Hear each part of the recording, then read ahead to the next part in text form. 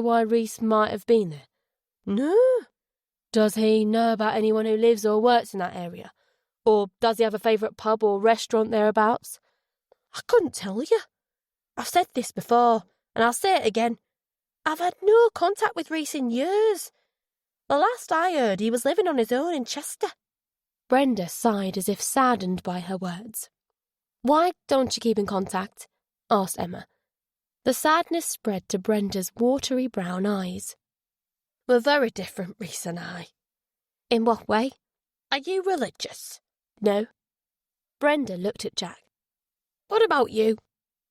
He hesitated to reply. Religion wasn't a subject he'd been comfortable with since Rebecca's death. Part of him wanted to believe what the vicar had said at her funeral, that there was light beyond life. But when he thought about death, all he saw was darkness. Not particularly. Neither is Reese. He thought he could do as he pleased, and there would be no punishment. But sinners are always punished. God makes sure of that, in this life or the next. Reese never once visited our mum in hospital after she had her stroke. Said he couldn't handle it. But in truth, he just couldn't be bothered. That was the last straw for Mum. She just gave up. I hardly spoke to Reese for years after Mum died. Then, after what he did to Diane, well... Brenda trailed off with a shake of her head. You mean the boozing and the one-night stands? Jack stated flatly. Brenda's words had needled him. Sinners are always punished. Bollocks. More times than he cared to remember, he'd watched helplessly as criminals, thieves, rapists, even murderers walked free on technicalities. Where had God been then? Never mind the next life. What about this one? What about right fucking now? If sinners were always punished, why weren't good people always rewarded? Where had trying to do the right thing got him?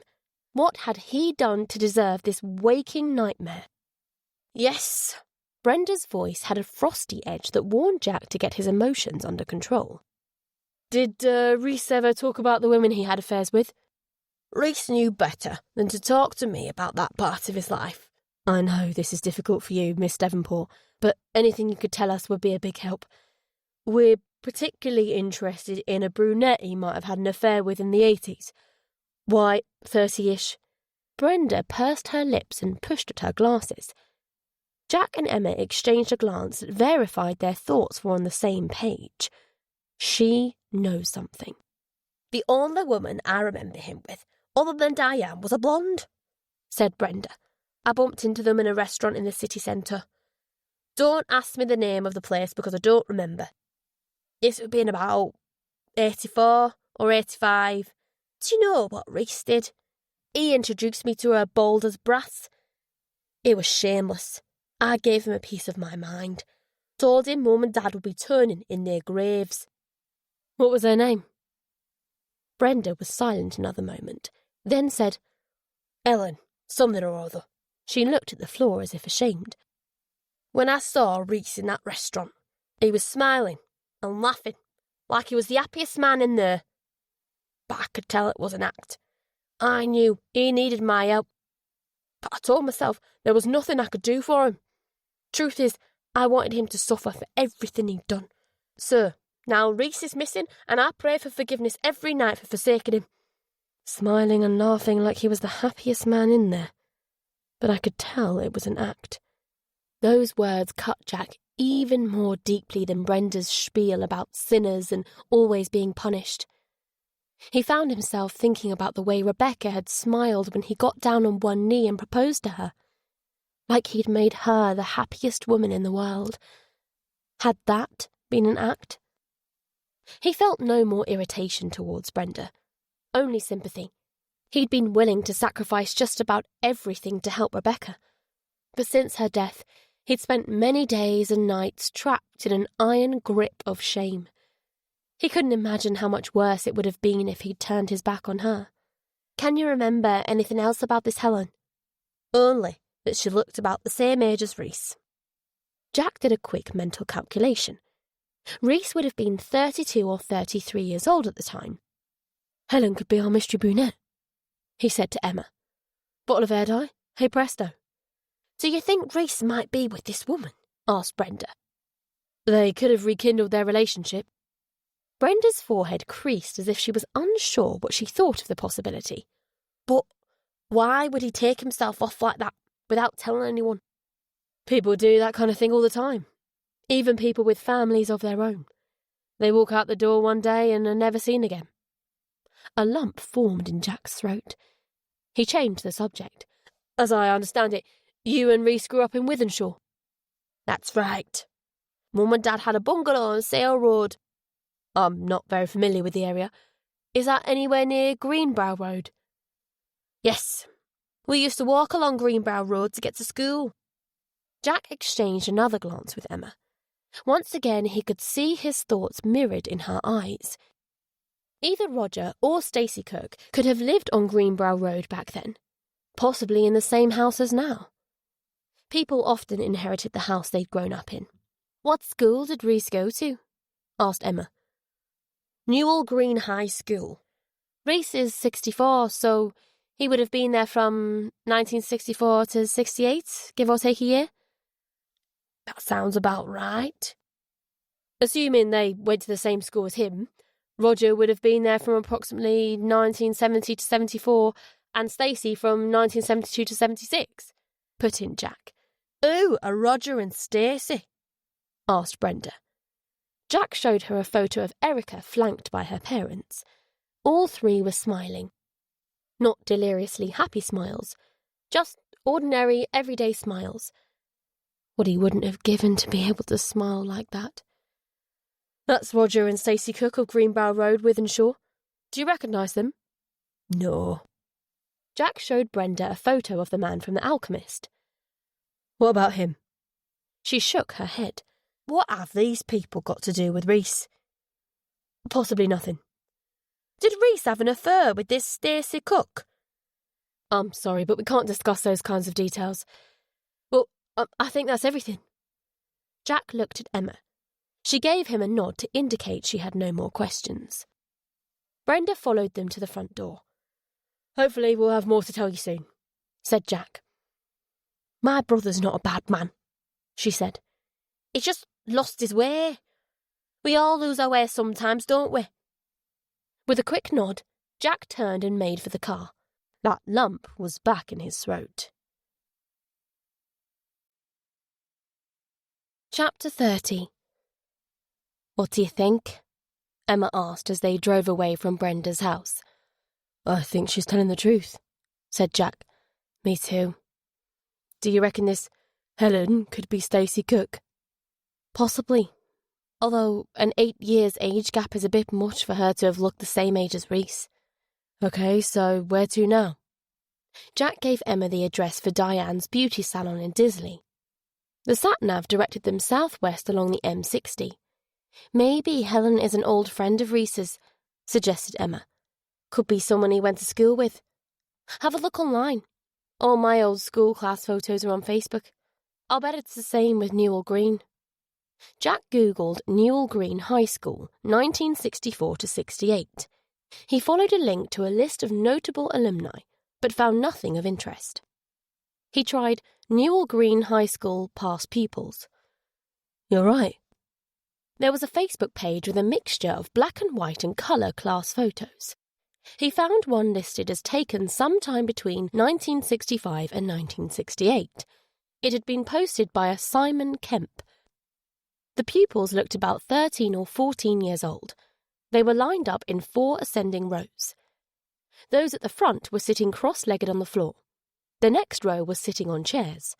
The third and fourth were standing. The boys were wearing smart blazers, shirts, ties and shorts. The girls were wearing buttoned-up cardigans and knee-length pleated skirts. Several of the pupils had been tagged with their names: Doreen Simmons, Alan Cooper, Janet Mills, Tommy Bishop, Helen Bancroft. Others had been identified in the comments. The boys in the front row were named from left to right as Neil Monk, Graham Thomas and Reese Devonport. Reese's wavy hair was swept back in the same style he'd worn it at the time of his disappearance. He was looking into the camera with a lazy-eyed, louch smile. not the callow grin of an early teenage boy. The boys in the other rows, including Simon Kemp, were also identified, but no more of the girls. Simon Kemp commented that he'd tagged all the girls he remembered. Jack could think of someone who might know the names of the other girls, particularly those Reese was friends with. Brenda. Jack showed Emma the photo. He pointed out Reese, then pointed to a pretty girl with big eyes that peered from under a straight blonde fringe in the row behind. Her name's Helen Bancroft. Emma chuckled as if she couldn't quite believe they'd got a hit. Jack flipped open their Toughbook mobile data terminal and searched the PNC databases for Helen Bancroft. It didn't take long to find a likely candidate. Helen Bancroft Harding, born July 1953, deceased November 2005. He read out. Helen lived in Wimslow. Where's that? It's a village a few miles south of Wythenshawe. Her widower, a Lawrence Bancroft Harding, still lives at the same address. Give him a call, but tread lightly. Assuming Helen Bancroft Harding is the same blonde Brenda saw Reese with, and assuming she was married, there's a good chance they were having an affair. Lawrence might not know about it. Imagine the effect finding out could have on him. Jack thought about Rebecca. If he found out she'd been having an affair, would it make her death harder or easier to bear? It's pointless asking yourself such things. Paul was right. Rebecca would never have done that to you. He dialed Lawrence's home number. No answer. There was a mobile number. He tried it. A man picked up and said, Hello? Is this Mr. Lawrence Bancroft Harding? Yes? Who's this? Neutral middle-class accent. Lawrence's voice was slightly raised to make himself heard over traffic in the background. This is Detective Inspector Jack Anderson of Greater Manchester Police. Oh, right. What's this about? The question was curious, not nervous. Lawrence didn't sound like a man with anything to hide. I'm searching for information about someone who may have been acquainted with your wife. Helen died in 2005. There was a little hitch in Lawrence's voice. Cancer. Jack felt a pang of empathy. He knew what it was like to nurse someone through a terminal illness. Many people didn't consider depression to be a real disease. They thought depressed people were merely sad. But feeling sad didn't make you roll around sobbing in agony. It didn't leave you too fatigued to lift a hand. I'm aware of that. I'm hoping you can help me. Ask away. I'll do my best. Am I right in thinking your wife attended Newell Green High School in the mid-1960s? You are? The man I'm trying to trace was in the same school year as Helen. His name is Reese Devonport. Is that name? Click. The line went dead. He hung up. Emma arched an eyebrow. I'd say that's a yes on both scores. Helen Bancroft Harding was the woman Brenda saw Reese with, and Lawrence knows about the affair.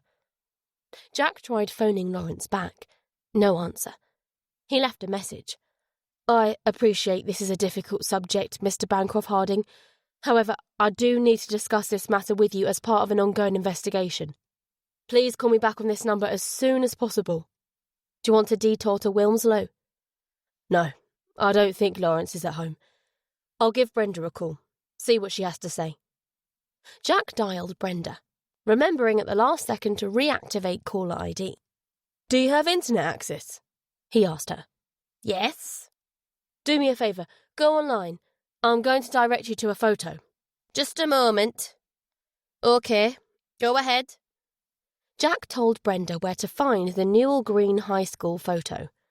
The girl in the second row, third from the right, is Helen Bancroft. Could she be the same person you saw Reese with in the restaurant? I couldn't say. I was a few years ahead of Reese at school. Our paths rarely crossed, and he didn't bring girls home at that age. Our parents wouldn't have allowed it. What about the other girls? Do you recognise any of them? I'm not sure. It was over 50 years ago. Let me have a think about it, and I'll call you if anything comes back to me. Jack thanked Brenda and got off the phone. He shook his head in response to a glance from Emma. Oh well, it was worth a go, she said. Chapter 31. A few miles away from Disley, the urban landscape opened out into rolling fields speckled with pockets of woodland. Disley's outskirts consisted of detached houses set well back from the road. The centre of the village was a busy crossroads overlooked by stone-terraced houses, a bank, several small shops and a pub. Diane's beauty salon was just off the main road. The name was emblazoned in pink, above images of slim women with too perfect hair, teeth and skin. Diane was sitting behind the reception counter, doing her nails and looking bored. She smiled at Jack and Emma as they entered the salon. The smile disappeared when they flashed their warrant cards. "Have you found him? Is he dead?" Diane asked. She was well-spoken but with a telltale hint of moss-side. There was no concern in her voice. She almost seemed hopeful. "Reese is still missing," said Jack. "We're concerned for his welfare." Diane gave a snort. "If anyone knows how to look after himself, it's that man." "We'd like to ask you a few questions," said Emma.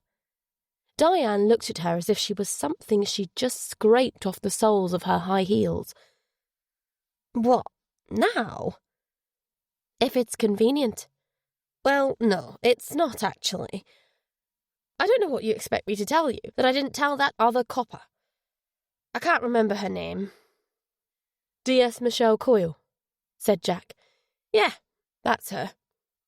"We're sorry for the disturbance, Mrs. King, but it would be a great help if you could spare a few minutes." Diane huffed resignedly. "I wasted 21 years of my life on that man, so I don't suppose a few more minutes matters." "We may ask questions you've been asked before, but please try to answer them as fully as possible." Yeah, just get on with it, will you?" "When were you last in contact with Reese?" "A long time ago." "Not long enough, though." "I think it was when our decree absolute came through in 2000. "Sounds like the divorce wasn't amicable," said Emma. Another snort. "It was like World War III. "Why did your marriage break down?" asked Jack. "Because that man is a cheating piece of shit.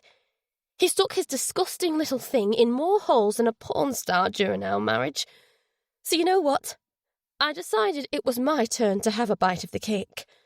And as luck would have it, I met the love of my life. When I told Reese I was leaving him for Stan, he beat me black and blue and then legged it to Blackpool. I've still got the scar where the bastard split my head open." "Did he physically abuse you throughout your marriage?" "No." "Would you say he had an alcohol problem?" "He was a heavy drinker, but not an alky. He's too in love with his looks to ruin them with drink." "Can you give us the names of the women he had affairs with?" "Oh, there were several who used to come in his shop that I'm sure he was knocking off. One had a posh name." Diane paused as if trying to summon up the name, then continued. "I've got a terrible memory for names." "Was it Helen Bancroft Harding?" asked Emma. Diane thought for a moment, then shook her head. "Although he probably shagged her and all, whoever she is. He used to travel all over, on buying trips. He was often away all week. When he came home, I'd find things in his pockets, receipts for flowers and jewellery. His clothes would stink of other women. Sometimes there was even lipstick on them. He didn't care, you see. He was brazen about it. He thought as long as he kept bringing good money in, I'd turn a blind eye. And he was right. But then I found out that business wasn't as good as he'd led me to believe. In fact, we were in debt up to our eyeballs." "So you didn't leave Reese because you met another man?" "Did I say I did? I loved Stan to bits, but he wasn't exactly rolling in cash. I'd got used to a certain way of life. Big house, flash cars, 5-star hotels. I wasn't about to give all that up. I grew up in Cheetham Hill. Probably would have spent my whole life there if it wasn't for Reese." For the first time, Jack detected a trace of fondness for her ex in Diane's tone. Cheetham Hill, a.k.a. the counterfeit capital of the UK, had a reputation as one of the roughest areas of Manchester. How did you meet Reese? I used to work in a salon on Cheetham Hill Road. Reese came in for a manicure one day. He was a vain prick. Though he was God's gift. Had all the chat-up lines and liked to flash his cash. I knew he was a womanizer, but he promised me I'd never have to work again. That was good enough for me. But then the prick ploughed all his money into a load of bad investments, and now I'm back doing nails. I suppose that's what I get for being a gold digger. There was no shame in Diane's voice, just matter-of-fact contempt. Whether for herself, Reese, or both of them, Jack couldn't tell. What business was Reese in? Antiques. He owned a shop and auction house called Devonport's Antique Shop and Auction House. She laughed, not a soft chuckle, but what sounded like a smoker's laugh. Reese didn't have much of an imagination. He had a good nose for business. He could sniff out a bargain from across a crowded room. What were these bad investments you mentioned? Oh, I don't know. Dodgy stocks and shares and all that crap. We lost everything. The business, the house, the cars, the villa on the Costa Blanca. And that's when you told him about Stan? Yep. Is this going to take much longer? We're almost done. Can you think of anywhere Reese might be? A favourite place where he used to go? He always loved Blackpool. By way of explanation, Diane added, full of cheap tarts, isn't it? Did he used to stay anywhere in particular in Blackpool? No. Any old slag's bed would do. Have you ever had black hair? A look of bemused irritation came over Diane. What sort of question is that? Please just answer the question. I've had black hair, brown hair, red hair, every single bloody hair colour there is going, snapped Diane. Her overplucked eyebrows angled in a thoughtful V. I'll tell you who had black hair. Her ladyship. Who? The posh bitch whose name I can't remember. That's what I used to call her. She used to come into the Reese's shop back in the early 80s. Early 80s is in what? 81, 82? More likely 83 or 4. Not long after me and Reese got married. She was very classy, nice shoes, good body, and she had money too. She bought more expensive pieces. Reese was always nice to her, but he kept a professional distance, and that made me suspicious. You see, he's one of those blokes who can't help but turn on the charm with good-looking women. You know the type, a schmoozer, always trying to cop a sly feel. But with her, he was different. He almost seemed in awe of her. I remember winding him up about it. I'd say, has her ladyship been in today? I hope you remembered to bow. It used to get him proper angry, and we'd have these blazing rows about her. Diane smiled crookedly at the memory. Do you remember anything else about her? Yeah. She had these amazing blue eyes. I fucking hated those eyes. Jack and Emma looked at each other. Was this it? Was her ladyship the link they were searching for? I want you to have another go at remembering her ladyship's name, said Jack. Take your time. Diane closed her eyes. After a minute, she shook her head. I can't remember it for the life of me. Thing is, it got to a point where it was easier to block all that crap out. Funnily, I can remember the 2 priciest pieces she bought. Jack fished out a pen and paper. Go on. There was a mahogany display cabinet. It had 3 or 4 glass doors. Cost about £10,000. Serious money back then. The other thing was a sapphire ring, blue like her ladyship's eyes, and surrounded by dozens of little diamonds. It took my breath away. It was absolutely gorgeous and had a price tag to match. £25,000. I was mad jealous at the thought of her ladyship swanning around with it on like she owned the world. Thinking back on it, I wouldn't be surprised if Reese gave her the cabinet and ring as presents. The bitch might have cost him the business as well as his marriage. You had no proof that Reese was having an affair with this woman? No, but he was. Reese always had to have the upper hand in our marriage. But with her, I think it was the other way round. She was the one pulling the strings. Reese would probably have left me for her if she hadn't already had a ring on her finger. She was married? Of course she was. Where else would she have got money like that from? Maybe she worked for it. Diane let out a sharp laugh. That woman never worked a day in her life. I deal with women like her all the time. Spoilt wives with nothing better to do than get facials and go shopping with their husband's bank cards.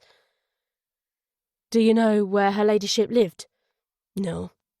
What about invoices or receipts from the business? Did Reese hold on to them? All that stuff was binned years ago. Anyway, Reese wasn't big on paying tax. A lot of business was done cash in hand under the counter. Diane added, I didn't know about any of that until things went tits up. Jack's expression made it clear he couldn't care less about tax avoidance. How old would you say her ladyship was back then? Early 30s, something like that. And her name definitely wasn't Helen Bancroft Harding? I didn't say definitely. What about Stacey Cook? I said she had a posh name. Stacey Cook isn't a posh name. Another name sprang into Jack's mind. Lilith Winter? Diane's eyebrows angled downwards again. Lilith Winter, she repeated. Now, that name does seem familiar. Could that be the name? Could Lilith Winter be her ladyship? Pushed Jack. Diane's eyes widened in realisation. I know where I've heard it. She's the mum of that opera singer who was killed. But that's not the only place you remember it from, is it? You remember it from when Lilith used to come into Reese's shop. Jack, Emma said in a cautionary tone. To Diane she added, Excuse us a moment, Mrs. King. Jack followed Emma outside. You're leading her, she said to him. It's got to be Lilith, said Jack. Think about it. Stacey Cook is a 56-year-old cashier from Withenshaw. Her husband Roger is a bus driver. They're not exactly the type to spend thousands on antique furniture and jewellery, on top of which she would have only been 22 or 3 at the time. Ellen Saunders is 56-year-old Preston housewife.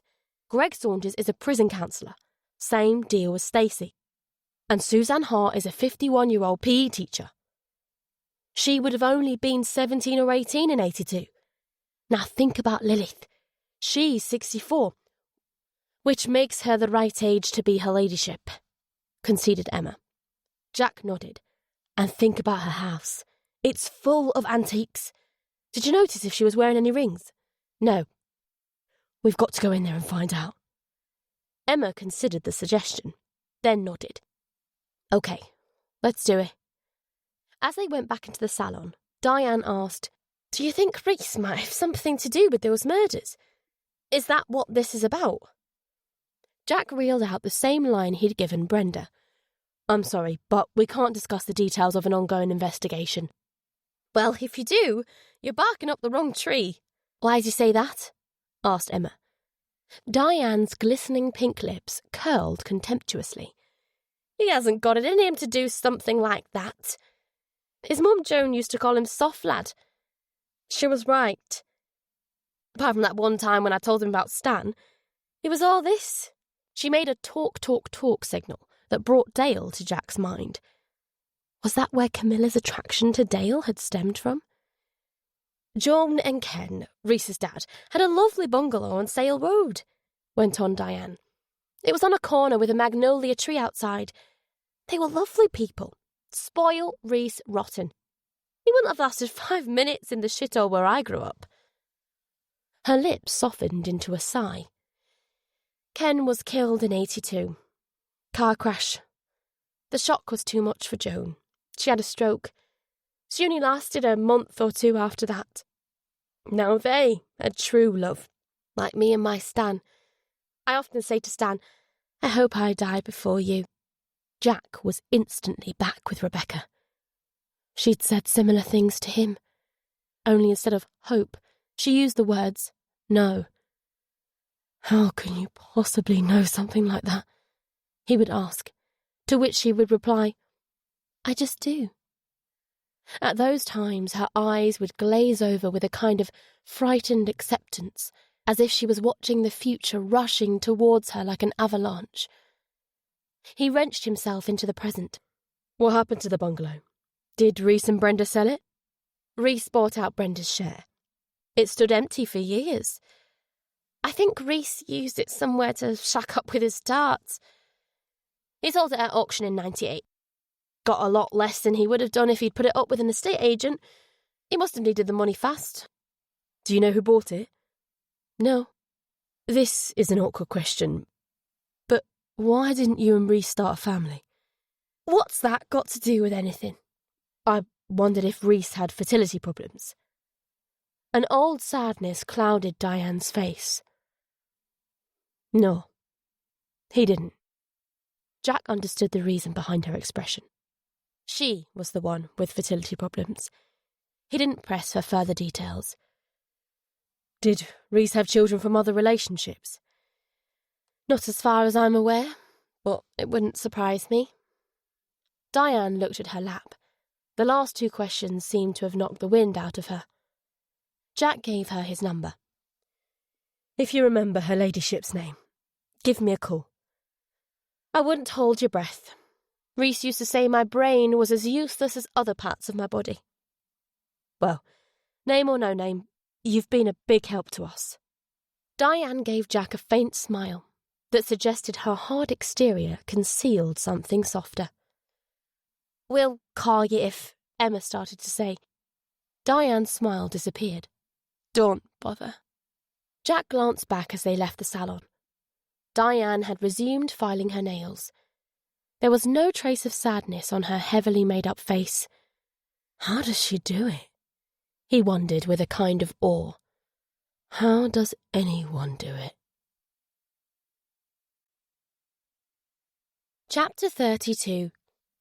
Reese and Diane, a match made in hell, said Emma. Jack opened his mouth to agree, but closed it without saying anything. His thoughts turned to his own marriage. What room do you have to judge? Their marriage lasted longer than yours. Next up, Lilith Winter, continued Emma.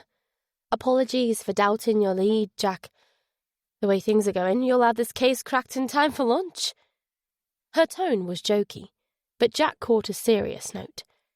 She was letting him know that he'd gone a long way to making amends for yesterday's missteps.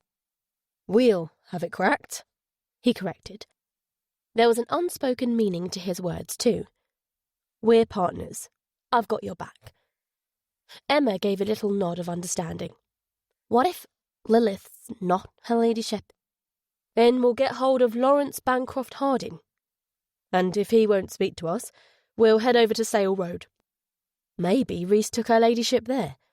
It's a long shot, but one of his old neighbours might remember seeing them together. I hate to be doubting Deborah again, but I agree with Diane. From what we know about Reese, I don't see him being our perp. He's a narcissist for sure, and he's shown some inclination towards violence, but it's a long way from there to killer. If Reese is the killer, why now? It's 17 years since his divorce. What set him off? I'm not sure this has got anything to do with his divorce. Even with black hair, Diane would look nothing like the victims. Jack thought about Diane's fleshy lips, generous curves and earthy brown eyes that were so different to the icy beauty of Camilla, or indeed Lilith in her younger days. Also, Diane's in her late 50s. She would have been about 20 when she married Reese and about 40 when they divorced. The killer's victims are all in their late 20s and early 30s. That still doesn't explain why Reese would suddenly go on a murder spree. He's alone, getting old, losing his looks. Perhaps he blames her ladyship for the way things turned out for him. So why not just kill her? Why take it out on strangers? And if Reese isn't the killer, what's happened to him? And who's driving round in his car? This time, Jack had no reply. So many questions, no answers. They pulled over outside Lilith's house. As on their previous visit, the curtains were drawn in her bedroom window. Jack was struck even more strongly by the sense of faded beauty that hung over the place. It had only been a matter of days since they were last there.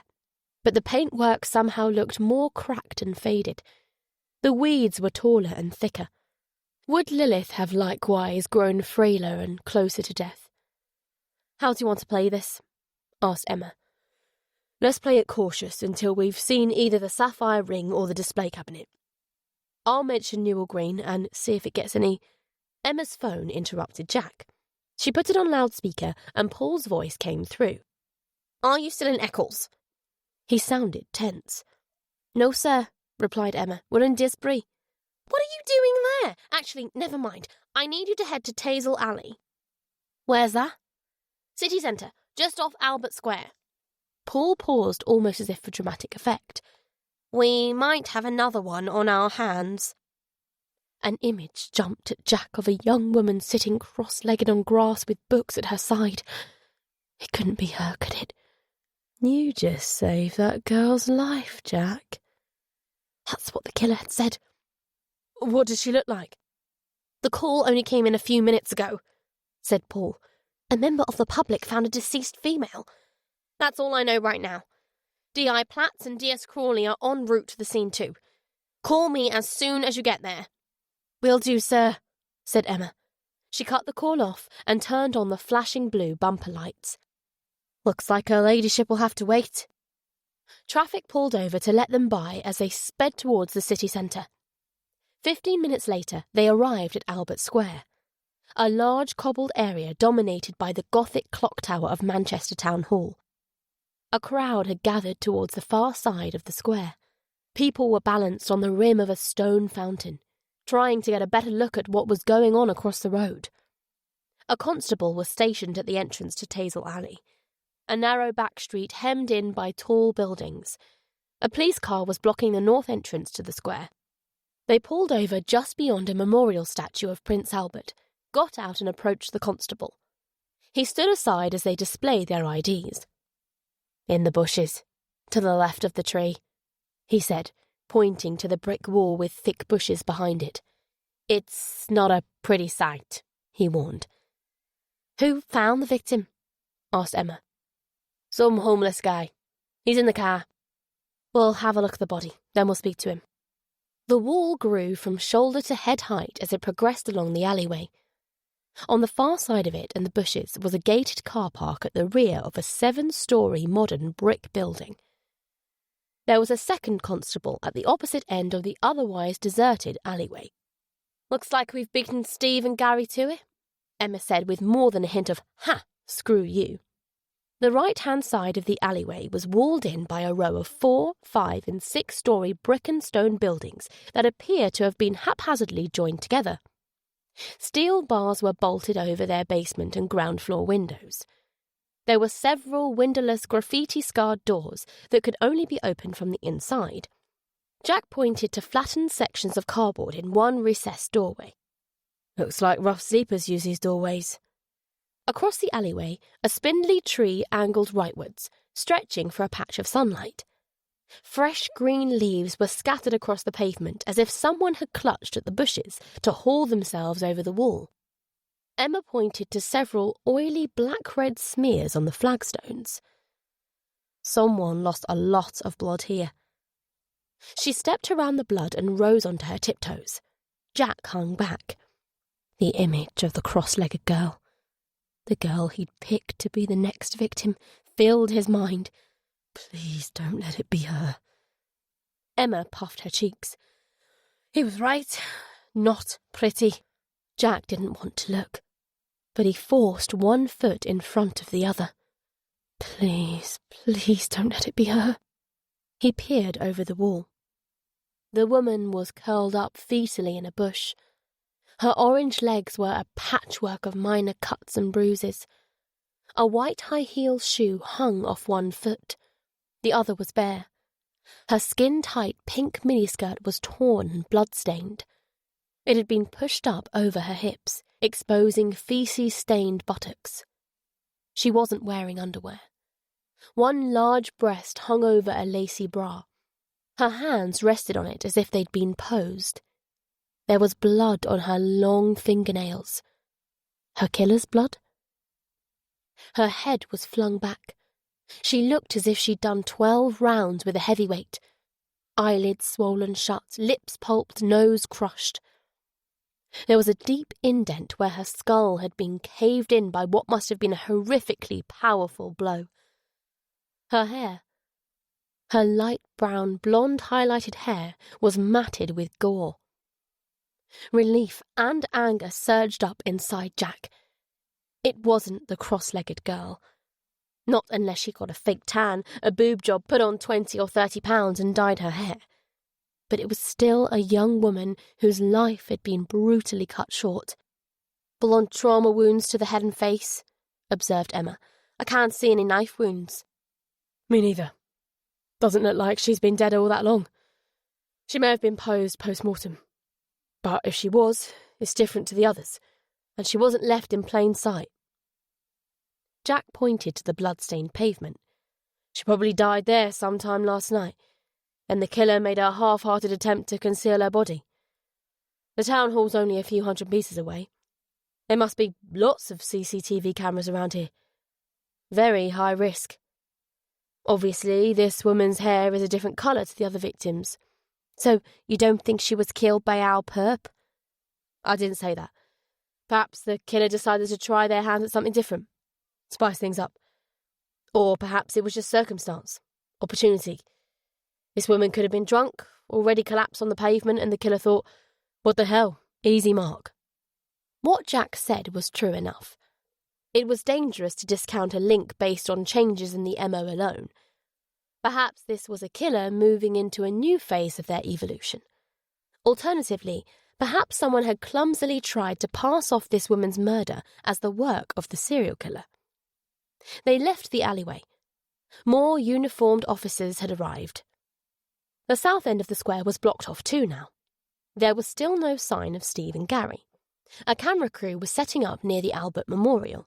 The homeless guy was a scrawny, bearded man somewhere in his 20s or 30s. It was often difficult to guess the age of rough sleepers. A few months on the streets could put years on a face. The man had the hollowed-out features of a junkie. Someone had bought him coffee, which he cradled in his hands, that shook either from shock or withdrawal. Emma ducked into the back seat. Jack stooped at the door. "What's your name?" asked Emma. "Kieran." "And where are you from, Kieran?" "All over." Kieran thumbed towards the alleyway. "I've been keeping there for the last few weeks." "Did you sleep there last night?" "No, but I hid my stuff in those bushes. When I went to get it, that's when I saw her." "What time was that?" "I dunno, an hour ago or something like that." "Did you touch the body?" "No fucking way. She was dead. Nothing I could do to help her." "Do you know the woman?" "I don't know nothing about nothing. I just found her."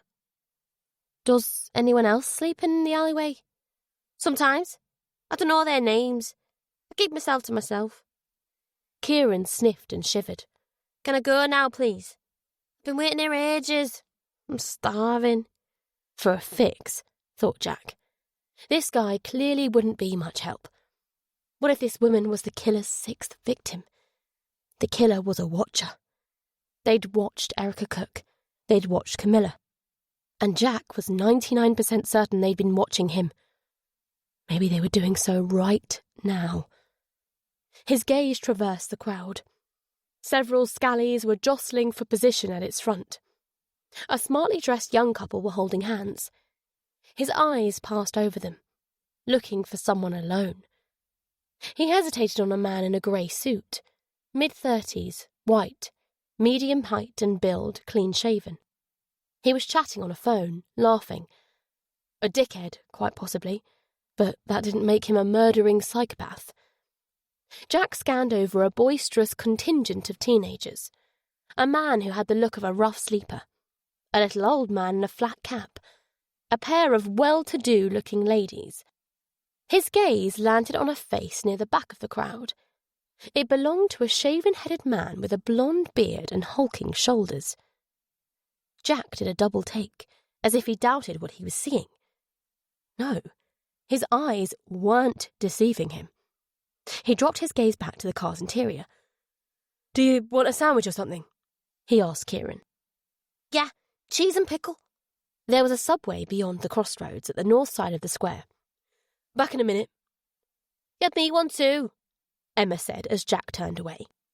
He casually approached a pedestrian crossing, watching the bearded man out of his peripheral vision. He waited for the green man and sauntered across. Instead of continuing straight on towards Subway, he turned right. He lost sight of his target behind a bronze statue of a man on a marble plinth. He darted back across the road between stationary traffic and peeked around the plinth. A knot formed between his eyebrows. The bearded man was gone. Darting glances all around, he spotted him walking towards the town hall. He could hardly have missed him. The man looked like a steroid poster boy. A tight T-shirt showed off the overdeveloped musculature of his back and heavily tattooed arms. Jack started after him. The man made his way along Princess Street to the left of the town hall. He glanced over his shoulder. His eyes met Jack's for a split second. They showed no sign of alarm, and he continued at the same pace, seemingly unconcerned. Jack didn't buy the act. He closed the distance between himself and the man, overtaking other pedestrians. At the far end of the town hall, the man crossed Princess Street and headed into a side street. He darted another look behind him. This time Jack was close enough to see his eyes widen. As the man jerked his head to the front and broke into a sprint, Jack shouted, "Stop! Police!" The man paid no heed, pumping his arms like a 100-meter runner. Jack gave chase. Passing a row of cafes and bars, the man turned a corner. When Jack reached it, he saw that the distance between them had increased. He didn't panic. The man's muscular frame was suited to short bursts of speed, but over long distances, Jack was confident he would have the edge. He'd used to go running several times a week down on the Sussex coast.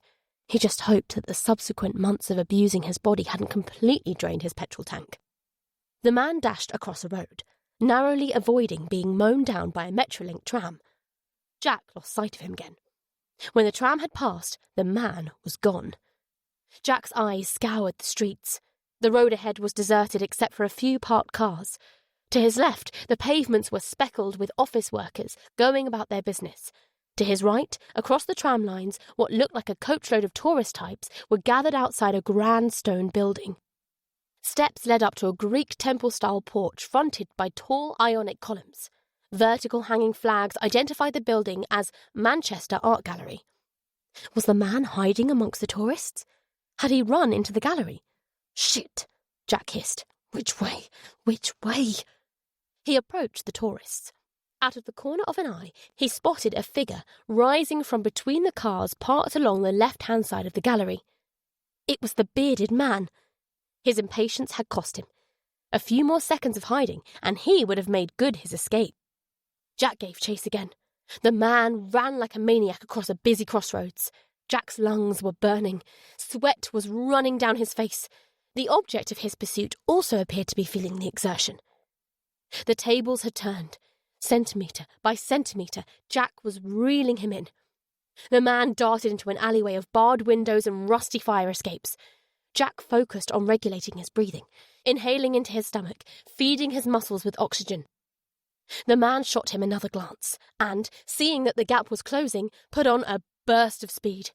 "That's it, you big bastard," thought Jack. "Burn yourself out." Jack maintained his pace, dropping his shoulders, shaking out his arms.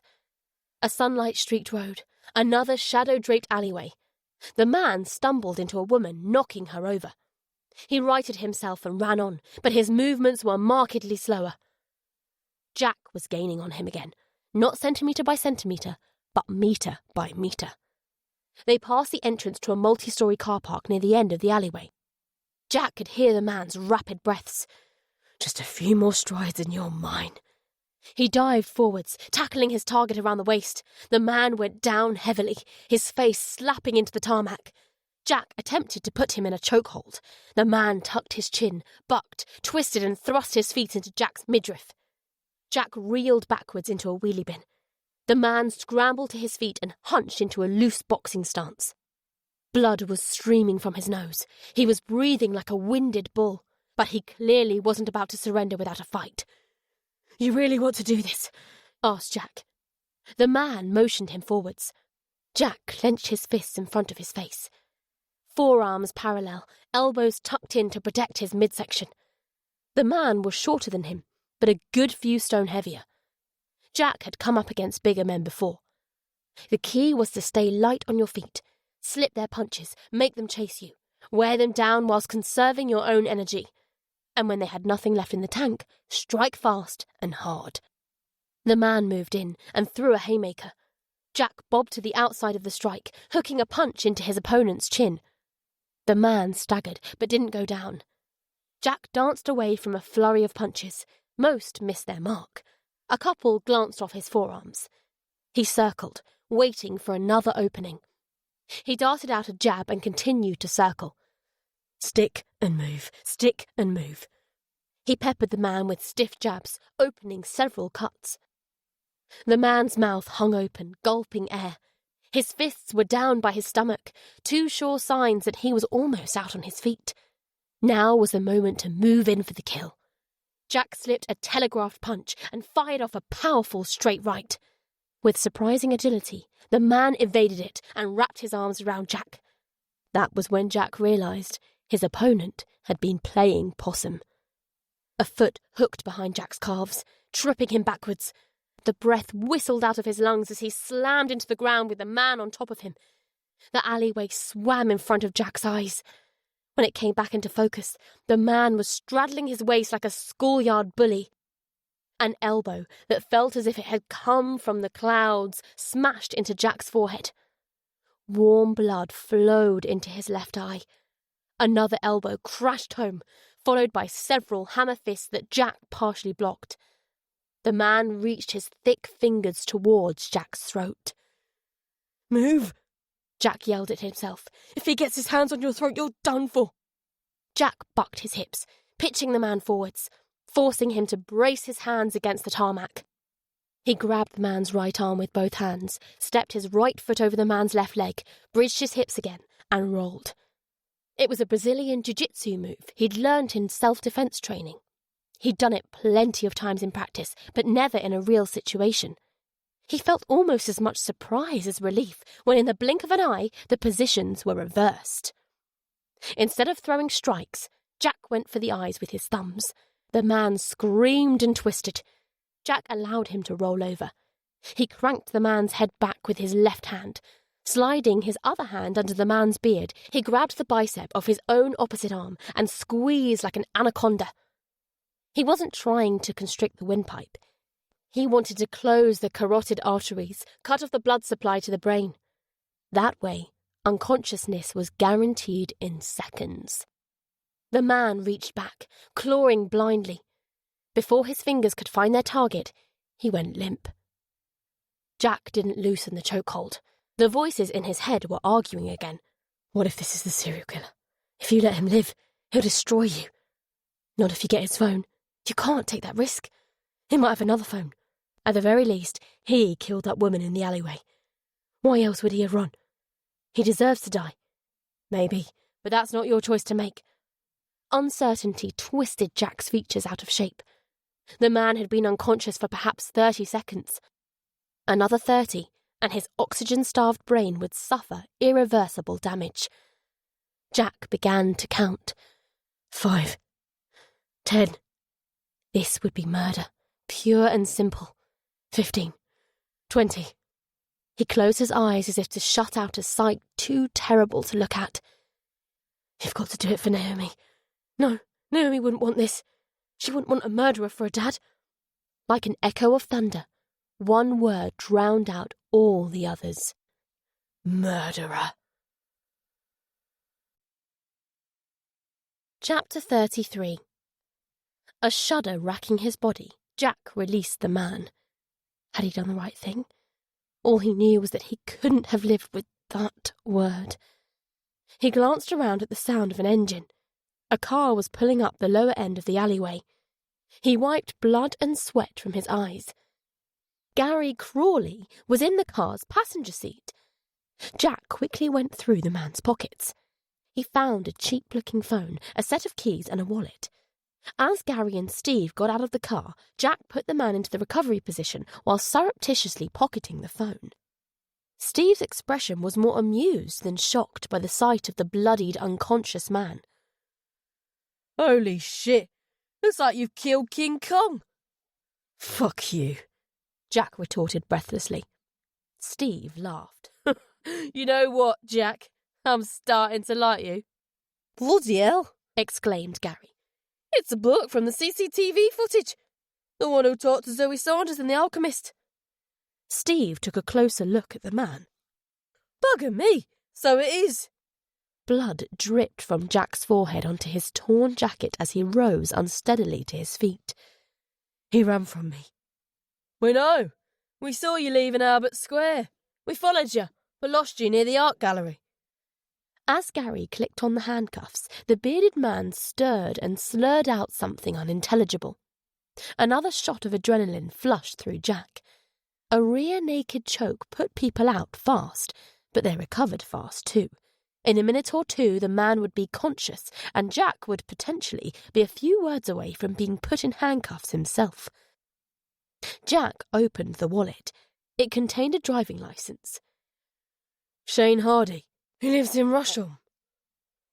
Only a mile or two from the murders, remarked Steve. King Kong here could be our boy. Gary tapped Shane's cheek. Hey, dickhead. What did you think you were doing running for a police officer? Shane's bloodshot eyes opened. Jack forgot to breathe as Shane glared at him. Several seconds passed. Shane said nothing. I think it's love, teased Steve. Let's get him on his feet. These lover boys need a trip to the hospital. I'm fine, said Jack. You need stitches. Steve took a photo of Jack with his phone and showed it to him. There was a cut like an upside-down smile over his eyebrow. Steve and Gary lifted Shane upright. The big man's legs wobbled like jelly as they guided him to the car. Jack ducked into the back seat. Gary handed him a first aid kit. He pressed a gauze pad to the cut. As they drove out of the city centre, Steve got on the phone and informed Paul of what was going on. I'll meet you at the hospital, Paul said over loudspeaker. This could be the break we've been waiting for. Good work, Jack. Steve hung up. Yeah, good work. A bit of old-fashioned police brutality never did anyone any harm. Jack couldn't tell whether Steve was joking. Minutes later, they were pulling up outside the glass facade of Manchester Royal Infirmary. Shane still hadn't spoken a word. Despite his situation, he appeared calm and inscrutable. This isn't the first time in the back of a police car, thought Jack. This guy knows silence is his best defence. A nurse escorted them through the busy A&E waiting room to the treatment area. A doctor set to work on Jack, injecting a local anaesthetic, stitching the cut and applying a dressing. I'd like to send you for a skull x-ray, said the doctor. Thanks, doctor, but I'll pass. Grimacing, Jack got off the trolley bed. He ached all over. Tomorrow morning he really would feel as if he'd wrestled King Kong. The doctor wrote him a prescription for painkillers and gave him a date to return to have the stitches removed. As the doctor left the cubicle, Jack took out Shane's phone and switched it on. Enter passcode flashed up. He shoved the phone into his pocket as Laura entered in her nurse's uniform. He mouth-formed a tight O. What happened? I tripped, Jack said, mustering up a crooked smile. Laura cocked an unamused eyebrow. Have you ever considered another line of work? You were the one who wanted me to return to work. I just want what's best for everyone. Yeah, well, that makes two of us. Jack heaved a sigh. The next few hours could decide his and Naomi's future. He just had to hope Shane had no incriminating photos or videos stored on another device. That's if he even was the killer. Laura turned as someone entered the cubicle. A faint frown crossed her face at the sight of Paul. They'd met once before. Jack's thought went back to that night 2 years ago. Paul and Natasha had wanted to get the lowdown on Manchester. Jack, Rebecca and Laura had gone to their house for a meal. It had turned out to be an awkward evening, partly because Paul and Laura's political views were at the opposite ends of the spectrum. They'd butted heads over everything from drug laws to the 2011 riots. but mainly because Rebecca had drunk too much and ended up telling them both to shut the fuck up. The incident had stuck in Jack's mind because it was so out of character. Rebecca usually wouldn't have said boo to a goose. Later on, when they were alone, he tried to find out what made her so angry, but he hadn't been able to get a word out of her. "Hello, Laura," said Paul. Laura returned the greeting politely, but coolly. She motioned to Jack. "Shouldn't he be on light duties?" "This isn't Paul's fault," said Jack. "This is the way I wanted it." "Well, some might say you don't know what's best for yourself." "I need to speak to Paul." "You shouldn't be doing any more work today. You should be resting." Laura directed a meaningful glance at Paul. He returned a strained smile. "Don't worry, I'll look after him." Laura gave him a look as if to say, "You'd better." She turned to Jack. "I'm going to call you later, and make sure you're following doctor's orders." Jack gave a mock salute. Laura said a curt goodbye to Paul and left. He gave a small shake of his head. "Got to say, Jack, your sister puts the wind right up me." "You're not the only one." "How's your head?" "Tip-top. Next stupid question?" Paul's lips widened into a more natural smile. "I've just seen the other guy. You're a braver man than me. I wouldn't fancy tangling with him." "So what do we know about Mr. Hardy?" Paul took out his notepad and read with obvious relish. "Shane Hardy, 32 years old, married to Paige Hardy, 31 years old. They have a daughter, Maya, 3 years old. Address, Ashfield Road, Rusholme. Occupation, all-round bad boy. Previous convictions, drugs, criminal damage, GBH, arson, burglary. In 2003, Shane spent 6 months in Forest Bank for arson. In 2006, he graduated to Strangeways for slashing a man's face with a broken bottle. He did 2 years. After his release, he stayed out of prison for 1 whole year. In 2009, he did 8 months in HMP Risley for cultivating cannabis. In 2011, Shane got himself in trouble yet again, this time for dealing MDMA, Rohypnol and ketamine in a Bolton nightclub. He did another 2-year stint. Guess where? Paul's question was almost gleeful. There was only one answer that could have got him so excited. HMP Preston, said Jack. Correct. And who works at HMP Preston? None other than Greg Saunders, Zoe's dad. We don't know yet if Greg and Shane came into contact with each other, but even so. Paul jabbed a finger at his notepad.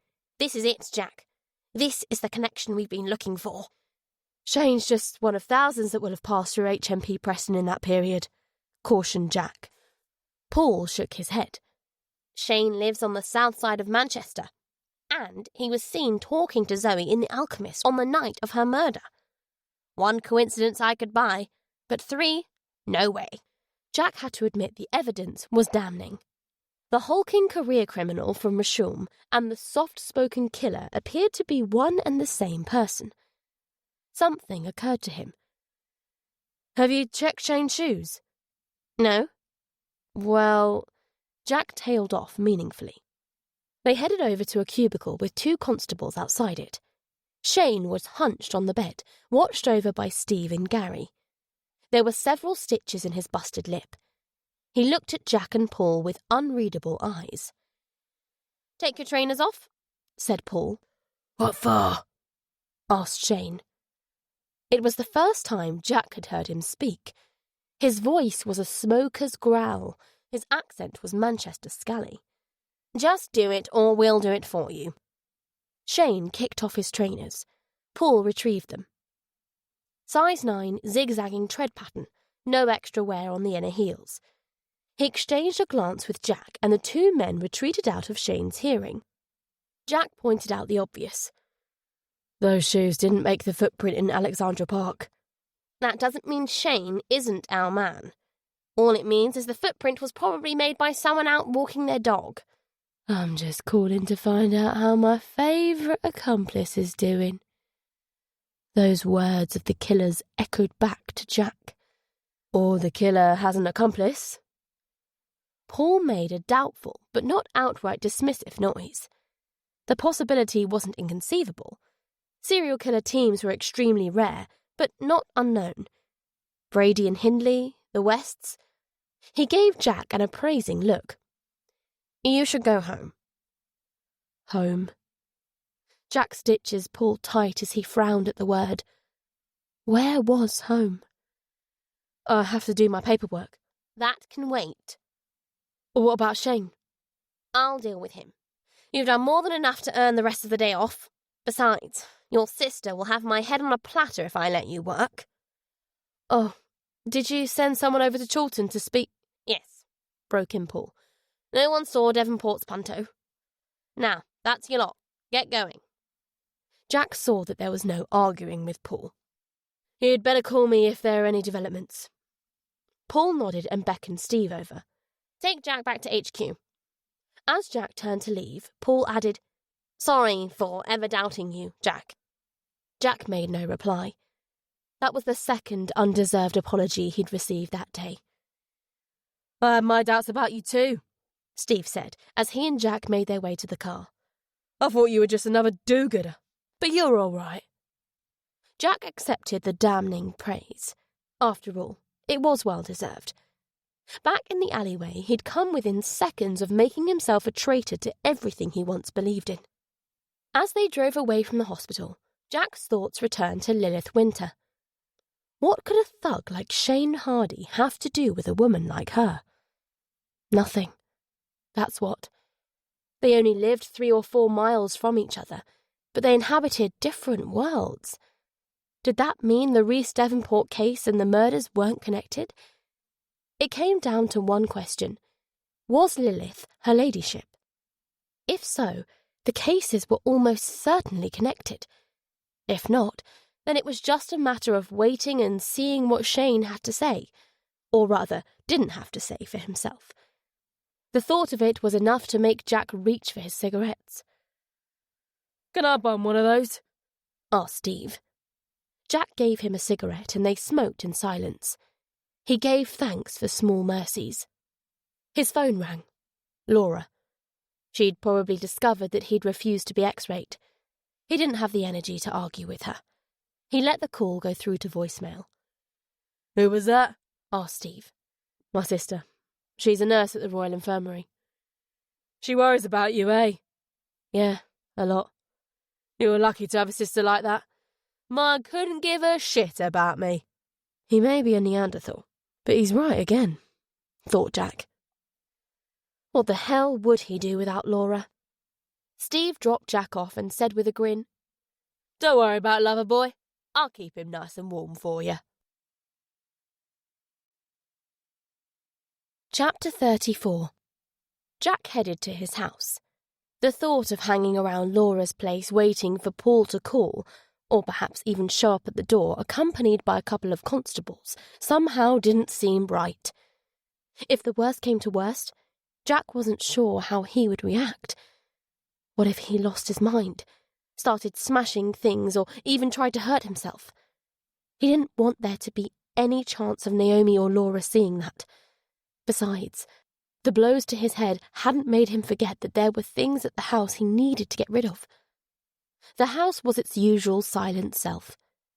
Jack stared at the tower of clothes rising from the laundry bin. What had he worn in the tomb? That time was a blur of alcohol. Just get rid of the whole bloody lot. He reached for a blue shirt that had been a present from Rebecca. She'd love to see him in blue. The fabric was soft with wear. He shook his head at the thought of getting rid of the shirt. Underneath it was a T-shirt with a tear in the hem. The sight sparked his memory.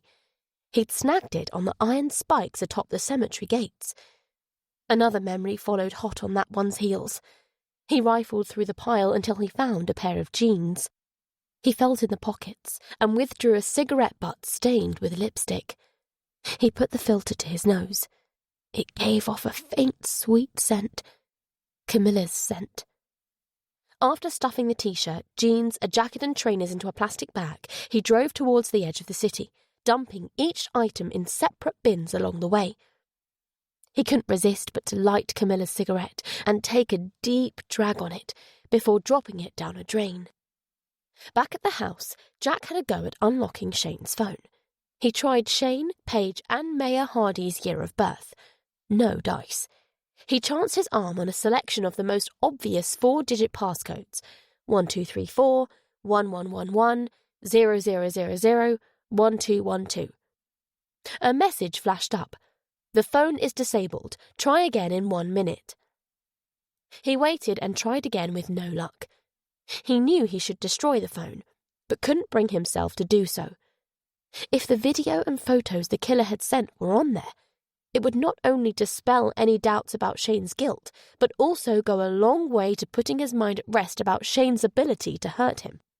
Jack removed the SIM card in case his colleagues found a way to ping the phone's location. He stared out of a window like a lost child. What now? He could go to see Lilith. He could try to contact Lawrence Bancroft Harding again. He could have a look at the Sale Road bungalow. Or he could follow doctor's orders. His head was reeling like a boat in a storm. Yes, the best thing for him to do was rest up. But that wasn't the only reason he lay down on the sofa and closed his eyes. Part of him was afraid that if he looked any deeper into the possibility of a connection between Reese and Lilith, he might actually find one. And unless he could then find a link between Reese, Lilith and Shane, that meant the killer was still out there. It meant more women might die. It meant his colleagues would have another chance to get to the killer before him. But worst of all, it meant Naomi and Laura wouldn't be beyond the killer's reach. The minutes ticked interminably by. Rebecca laid siege to Jack's thoughts. The vodka whispered to him, "I'll put a stop to her game." He kept glancing at his phone, muttering, "Ring, you bastard thing," and then reassuring himself, no news is good news. He snatched up the phone at the ping of an email. His forehead contracted. Lucrezia Moretti, website contact. Finally, the maker of the ugly mask had replied. But did he even want to know what she had to say? He was half tempted to delete the email. But if he did so, and Shane wasn't the killer, and someone else died, it would be on him. He opened the email.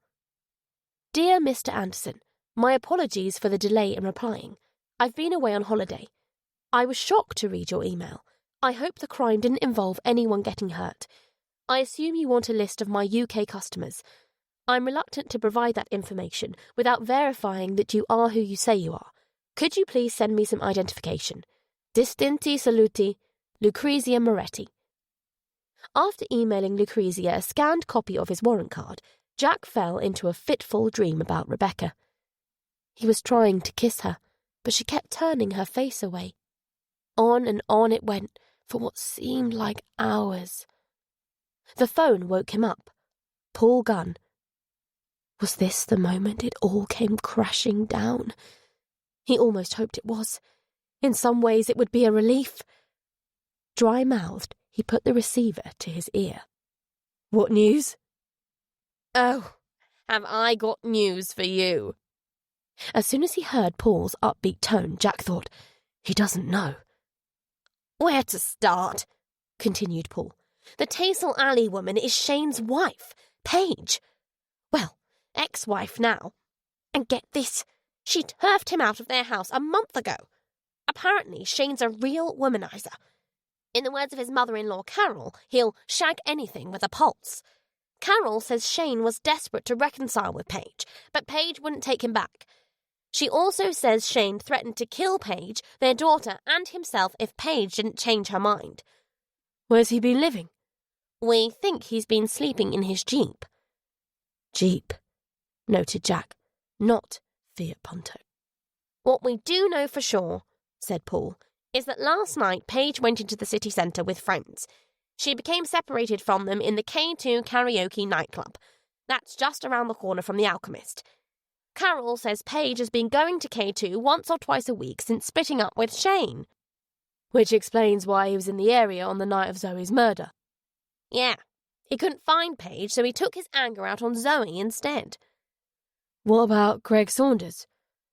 That's the other bit of news.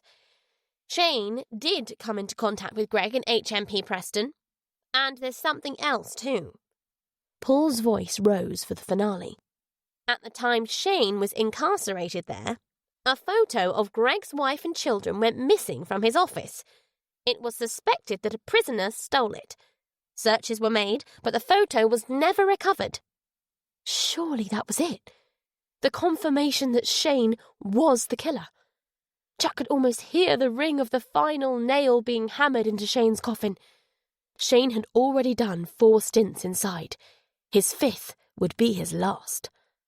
There was a question Jack barely dared ask. What Shane had to say for himself? Or is he still playing mute? No.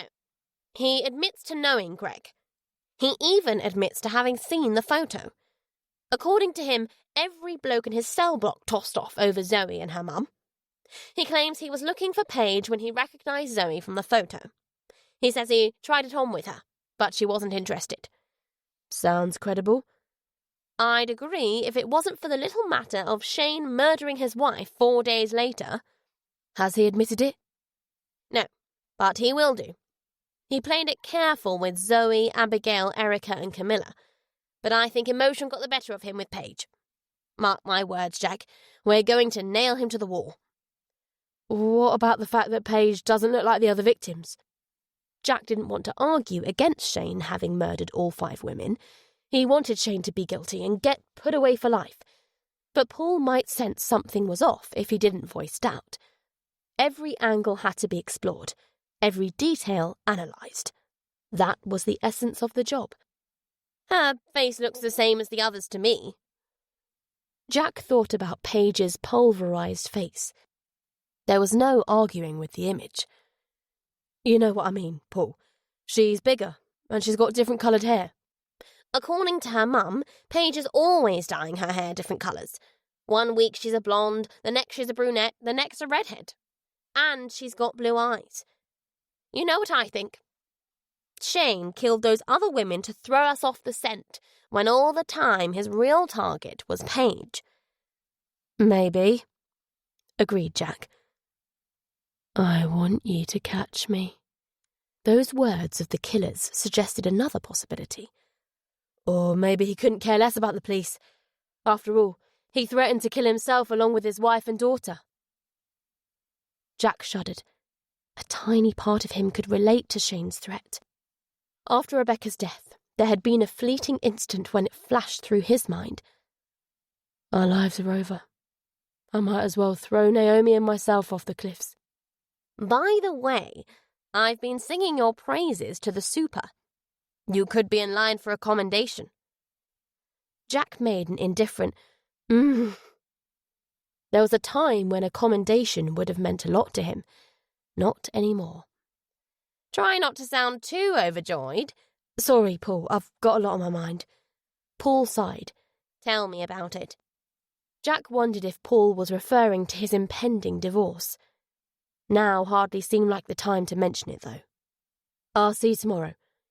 Don't come in if you don't feel up to it, Jack, and make sure Laura knows I did as I was told. You really are scared of her, aren't you? Too bloody right I am. Smiling thinly, Jack got off the phone. The smile disappeared as he ran back through the conversation. Everything seemed to have fallen into place. The killer was in custody. He hadn't mentioned Jack's involvement. So why do I still have this gnawing doubt? He thought about the soft voice on the phone and Shane's smoker's growl. He thought about the things the killer had said, the mind games they'd played. Did Shane Hardy, a low-rent drug dealer, a man reduced to living in his Jeep, have it in him to put on that performance? Yes, Jack said to himself. Shane had been educated in some of England's toughest universities of crime.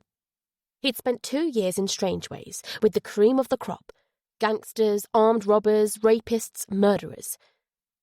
He would know all the tricks of the trade. As for the androgynous voice, a voice-changer app, such as he himself had used to leave a message for Fiona Jenkins, would do the trick. Shane's the killer, he said to himself. As if to emphasise the words, he snatched up Shane's phone and smashed it against the hearth. His mind turned to Fiona. Paul hadn't mentioned her. She seemingly still hadn't heard the message. Either that or... The lines around Jack's eyes lengthened. Had Shane killed twice in one night? Perhaps Fiona had been the appetizer before the main course. Shane was a rage killer. He wanted revenge on Paige for kicking him out, but he was also desperate to reconcile with her. He'd sidestepped that contradiction by taking his anger out on strangers. For a while that had sated his violent urges. But maybe last night his rage had taken complete control and he'd succumbed to his ultimate fantasy, killing his wife. Chapter 35. Jack glanced at his watch. It was time to pick Naomi up from school. He could decide what to do, or not do, as the case may well be, about Fiona Jenkins afterwards. Naomi had to take priority. As he got into his car, his phone rang. He snatched it out. Please God, don't be no caller ID. He let out a breath. It was Laura. This time he answered her call. Sorry I didn't answer when you rang earlier. I was with a colleague. How are you feeling? Any dizziness, nausea, blurred vision? Fine. I'm on my way to pick up Naomi. Laura tutted. You should be resting. I would have picked her up. I told you, I'm fine. I'll see you soon. As Jack had told her to do, Naomi was waiting in the playground with her teacher. Her lips curving into a broad smile, she ran to Jack. The smile vanished at the sight of the gauze pad taped to his forehead. What happened to your head? She asked, her eyes even bigger than usual with worry. Jack was ready for the question. He'd already decided to make light of it. I got it chasing a suspect. I haven't had to do anything like that since I was walking the beat. I need to get back in the gym big time.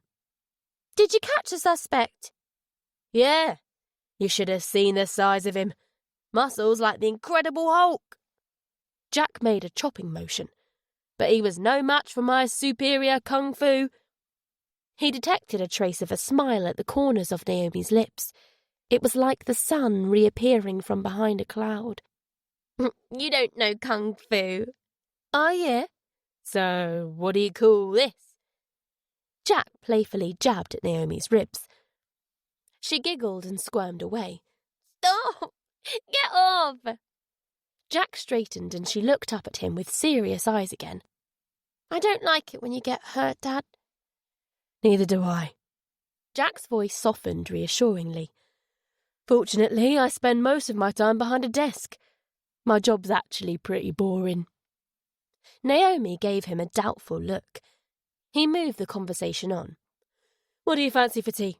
We could pick up pizzas on the way back to your aunt's. Pizza! Yay! As they made their way to the car, Jack's gaze moved over the parked and passing cars.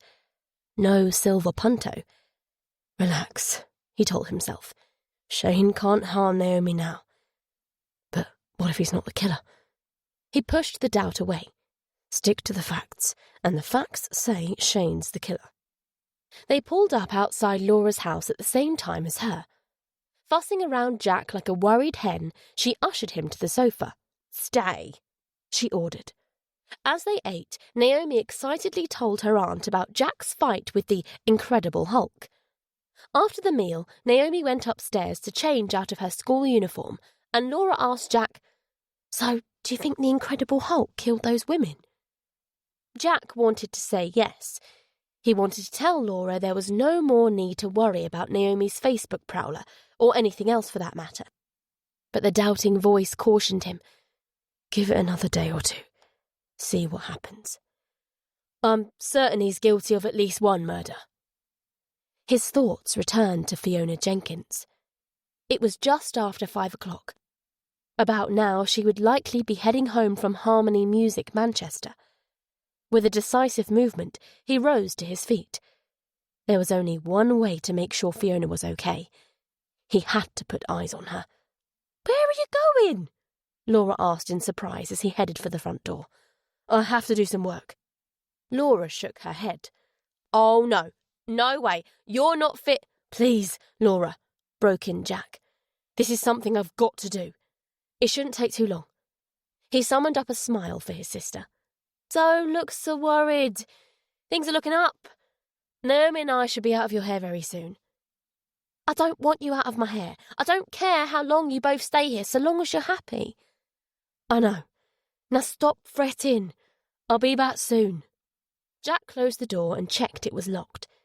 20-odd minutes later, he was pulling up outside Fiona Jenkins's flat.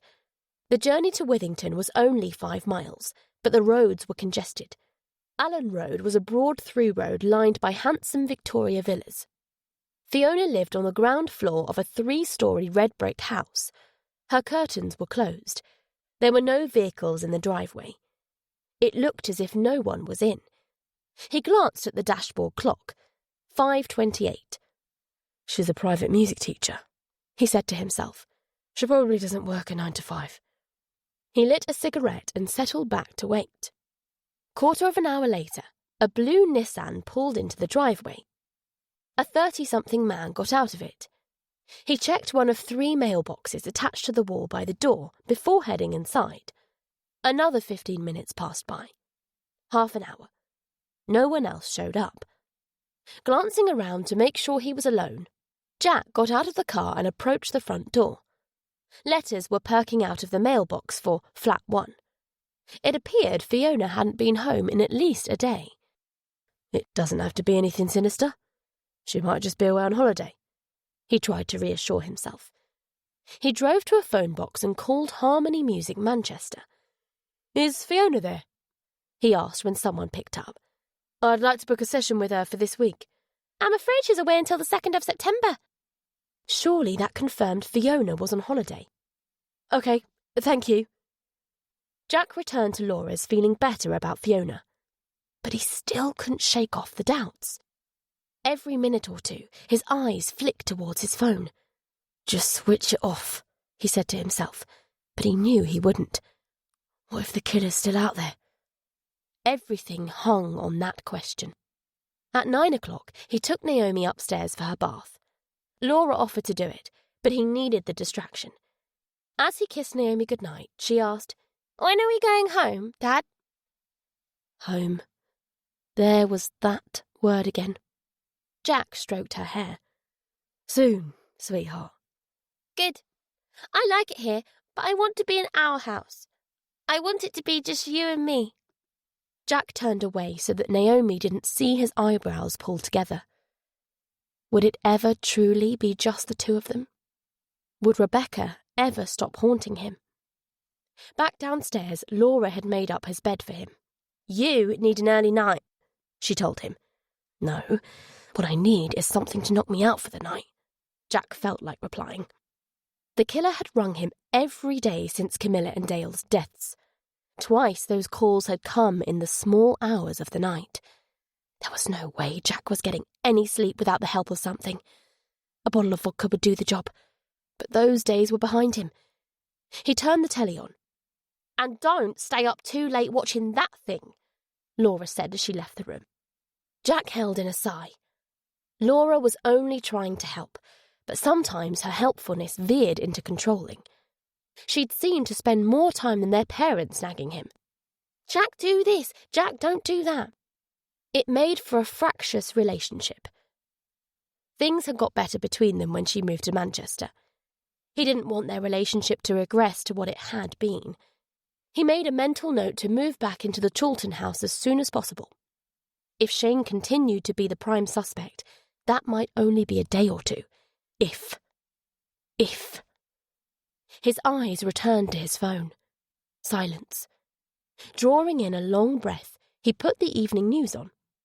The screen showed a constable at the Albert Square end of Tazel Alley. It was reported that a young woman's body had been found and a suspect had been taken in for questioning. No names were mentioned, nor was it officially confirmed that the woman's death was connected to the other murders, although the report's references to the Manchester Ripper, as the press had dubbed the killer, made it clear the police considered it to be so. Turning the telly down low, Jack got into his sleeping bag and closed his eyes. He was immediately bombarded by images from the day. Brenda Devonport and Diane King's sad faces, Paige Hardy's dead one. Just let them come and let them go, he told himself. Let them come and let them go. It didn't work. A long time seemed to pass. He opened his eyes to look at the time. 10:05. Shit. All night it went on like that. The faces, the doubts, the phone, the question. By the small hours, he almost wanted the phone to ring and no caller ID to flash up. At least that would free him from this torturous uncertainty. 4 o'clock crawled by. 5, 6. The phone remained silent. He repeated his mantra. Shane's the killer. But yet another troubling possibility followed on the heels of his words. What if the real killer hadn't got in contact because of Shane's arrest? Maybe they were hoping the unnamed suspect would cop for all the murders. At 6:30, hollow-eyed, Jack got up. His head was pounding. His body ached as if it had been stretched on a rack. He took painkillers and a long shower.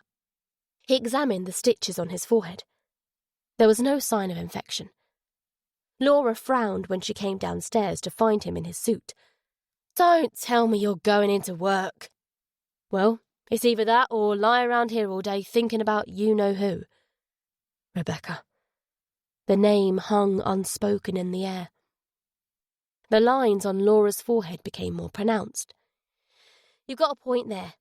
But if you feel dizzy or faint, you must stop working at once and— Yes, matron, Jack cut in. Lack of sleep had eroded his patience. He'd used to teasingly call Laura matron when she bossed him around as a child. She exchanged her frown for a sarcastically amused expression. Okay, Jack, if that's the way it is, I'll leave you to it. Oh, come on, Laura, I was only kidding, Jack said as he turned to leave. She headed out the front door without replying. Jack sighed. That was another thing Laura had always been good at, making him feel guilty. It seemed all the females in his life, Rebecca, Naomi, even Camilla, made him feel that way sooner or later. Was it their fault or his?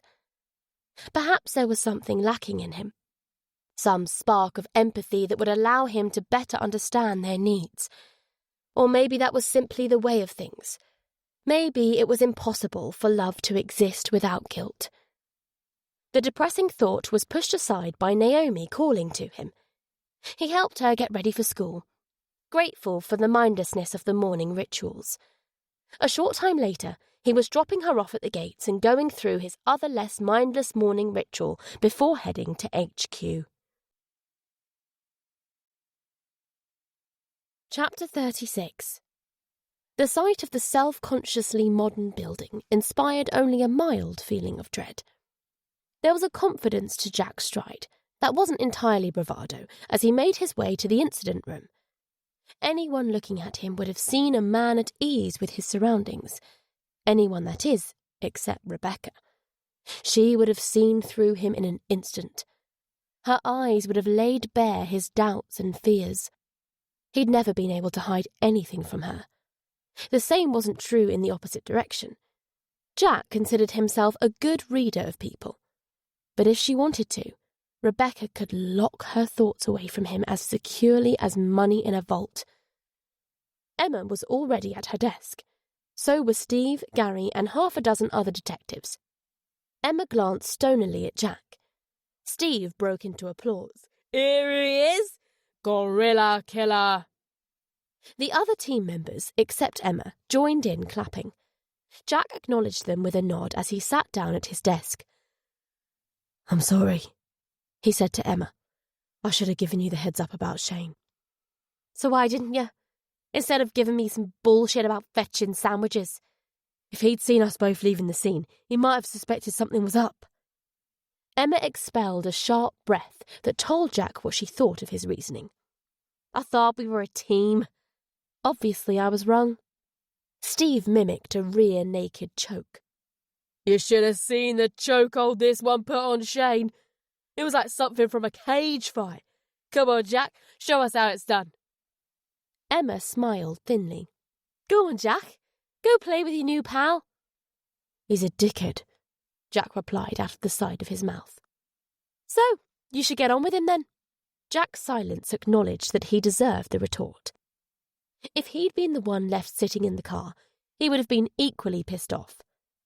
More detectives strolled in with their morning coffees and laptop bags. Each took a moment to congratulate Jack with a thumbs up or a few words. Paul appeared, wearing his usual all-work and no-play face. Morning, D.I. Anderson. How's the head today?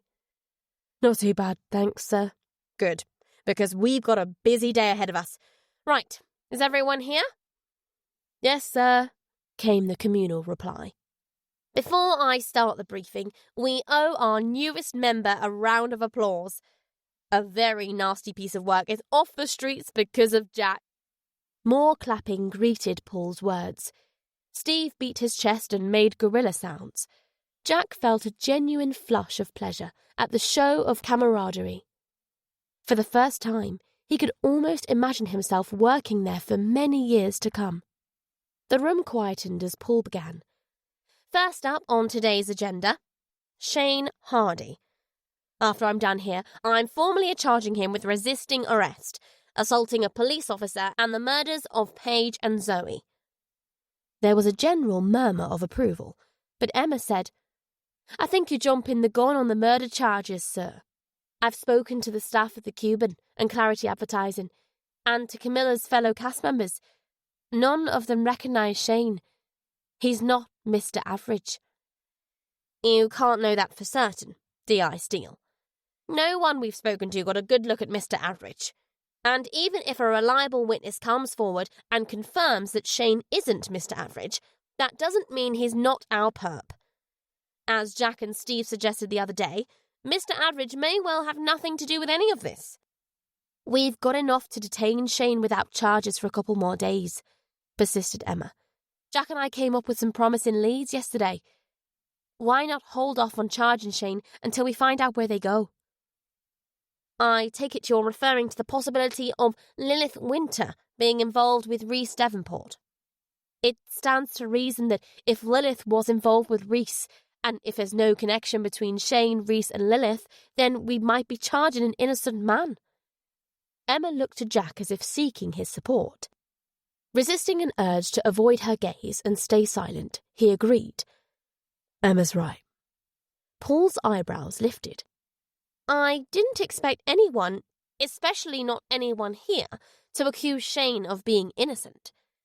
As far as I'm aware, sir, Shane hasn't changed his story that he had nothing to do with the murder of his wife, Zoe Saunders, or the other victims, Emma countered. Paul indicated she was right with a nod. He flipped through a notepad.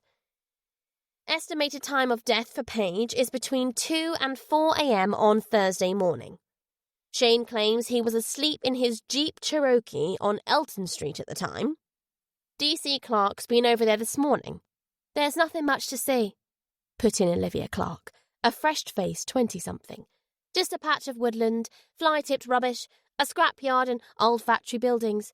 I spoke to the scrapyard's owner and the occupants of nearby houses. No one saw Shane or his Jeep on Thursday night. So, Shane has no alibi. We found his Jeep on King Street, 100 metres from Tazel Alley. According to him, he was driving through the city centre when he saw a crowd gathering in Albert Square and decided to find out what was going on. Paul consulted his notes again. There were 2 bin liners of clothes, a sleeping bag, a pillow, toiletries, a small amount of cannabis, a lot of empty cider bottles, and a hammer in the Jeep. Shane claims he kept the hammer for self-defence. The hammer is clean. However, traces of blood have been found on the passenger seat. Shane says Paige suffered a nosebleed in the Jeep around the time of their breakup. I'll bet she did, smirked Steve. As you all know, we're also trying to establish whether Shane has alibis for the murders of Abigail, Zoe, Erica, and Camilla. A pleased-as-pie note found its way through Paul's professional demeanour. So far, the answer is a big fat no. On the night of Zoe's murder, Shane claims he went straight to his Jeep after leaving the Alchemist cocktail bar. He says he was too drunk to drive and fell asleep on the back seat until he was woken the next morning by a traffic warden and told to move on. We haven't yet managed to track down the traffic warden. As for Abigail, Erica and Camilla's murders, Shane says he can't remember where he was. He's blaming his lack of memory on heavy drinking. Jack shifted in his seat. Shane's explanation had uncomfortable echoes of his own alcohol-induced memory blanks. That's convenient, Gary commented dryly. Isn't it? Agreed Paul. Shane has scratch marks on his right cheek. At first he claimed they were inflicted by Jack, but when he was told that blood and skin has been found under Paige's nails, he said he went to see her at their house last Saturday, and she hit him. Paige's mother, Carol Logan, has confirmed that Shane did indeed come to the house that day, but she says Paige refused to open the door to him. This has been backed up by a neighbour who saw Shane banging on said door. If the blood and skin turn out to be Shane's, I'd say that seals his fate as far as Paige's murder goes. I'd say so too, agreed Jack. What about you, D.I. Steele? Still think Shane's innocent? I never said that's what I thought, sir, said Emma. I agree. It looks to be almost a certainty that Shane killed his wife. But you're not convinced about Zoe and the others? No, I'm not. At the very least, I'd like to find out if it was Lilith who bought the sapphire ring and display cabinet from Reese. Paul mulled over Emma's request. I need someone to ask Mrs. Winter whether she knows Shane. I don't suppose it would do any harm if that someone had a nose around the house. But I don't want Lilith questioned about Reese. And that's non-negotiable. She's just lost her only child. I will not have her put through any more distress. Is that understood? Yes, sir. One more thing. I need you to see both the ring and the display cabinet. Otherwise, we drop the Reese Devonport and Mr. Average lines of inquiry and hit Shane with everything we've got. Agreed? Yes, sir, Emma repeated less eagerly. Jack? I have no issues with that, sir, said Jack. Good. Then the two of you can head over to Disbury after the briefing. Jack touched a hand to his forehead. The what-ifs were suddenly ringing out in his mind like church bells. Paul continued the briefing in what was, by his standards, an almost jaunty tone. Considering Shane's lengthy criminal record, there was no chance of him being granted bail. It could take a year or two for the case to go to trial. Unless the case collapsed before then, a violent offender was out of circulation for the foreseeable future. Now it was all about building the case. Shane's life had been picked apart in minute detail.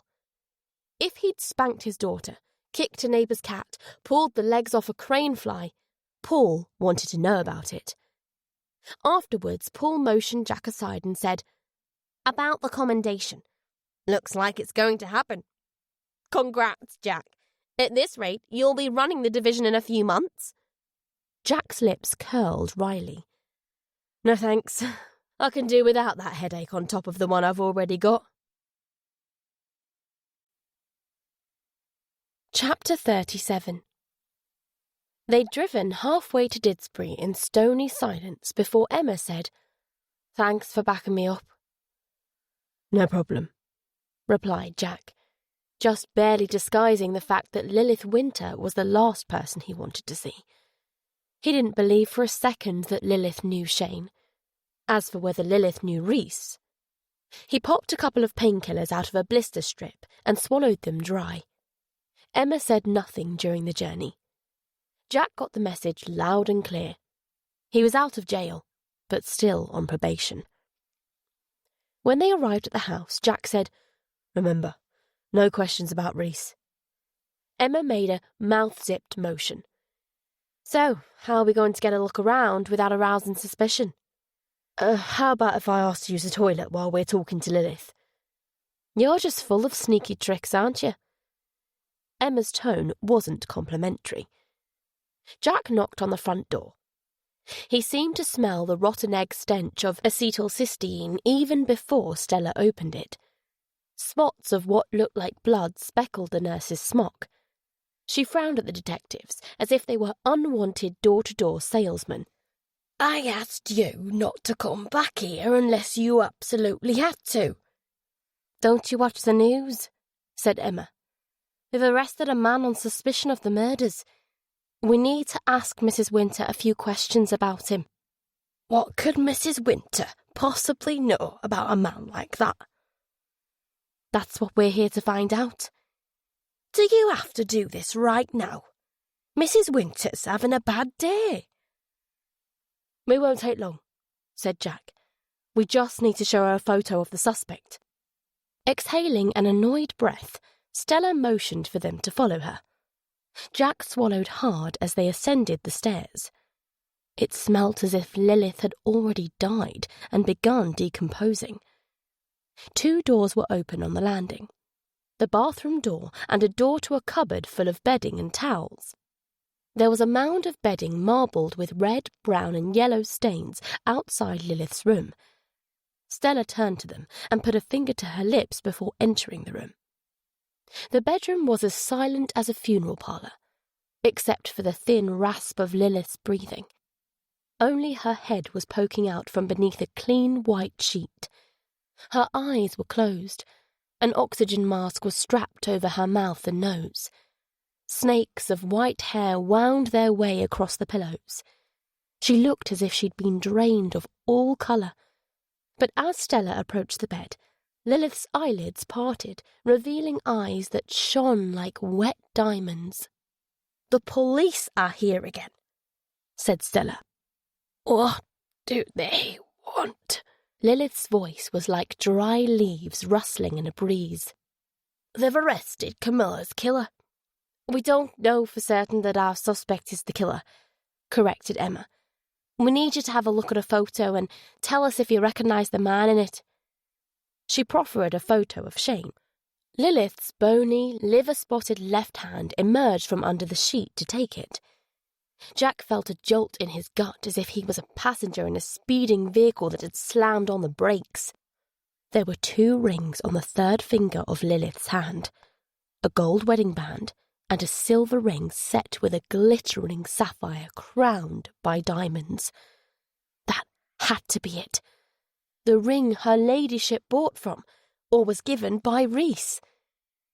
His brain started to whir. Shane's not our perp. Fuck, shit.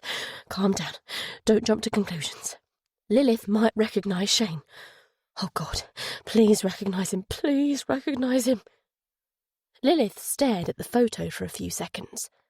With what seemed to Jack a crushing sense of inevitability, she shook her head. Are you sure you don't recognise him? He asked, desperation edging into his voice. Maybe he knocked on your door once, trying to sell you something. Or maybe you spoke to him in a shop. Lilith sucked as much oxygen as possible into her toiling lungs, then removed the plastic mask. I wouldn't give a man like him the time of day if he asked for it, she replied witheringly, flicking Shane's photo away as if offended by the very suggestion that she would recognise him. Jack fought to hide a grimace. Even with the painkillers, his head felt ready to crack open. The doubts were running amok. Shane's just some copycat who used the other murders to try to get away with killing his wife, and the prick even botched that. Paul's right about the killer, trying to misdirect us, only not in the way he thinks. Paige wasn't the real target. Camilla was. Or perhaps she wasn't. Maybe all this is just coincidence and bullshit. Shane could still be our perp. Why would Shane be driving Reese's car? Maybe he wasn't. But then who was? Does it even matter? Oh, God, what a mess. That's a beautiful ring, Emma said casually as she retrieved the photo. Is that a blue diamond?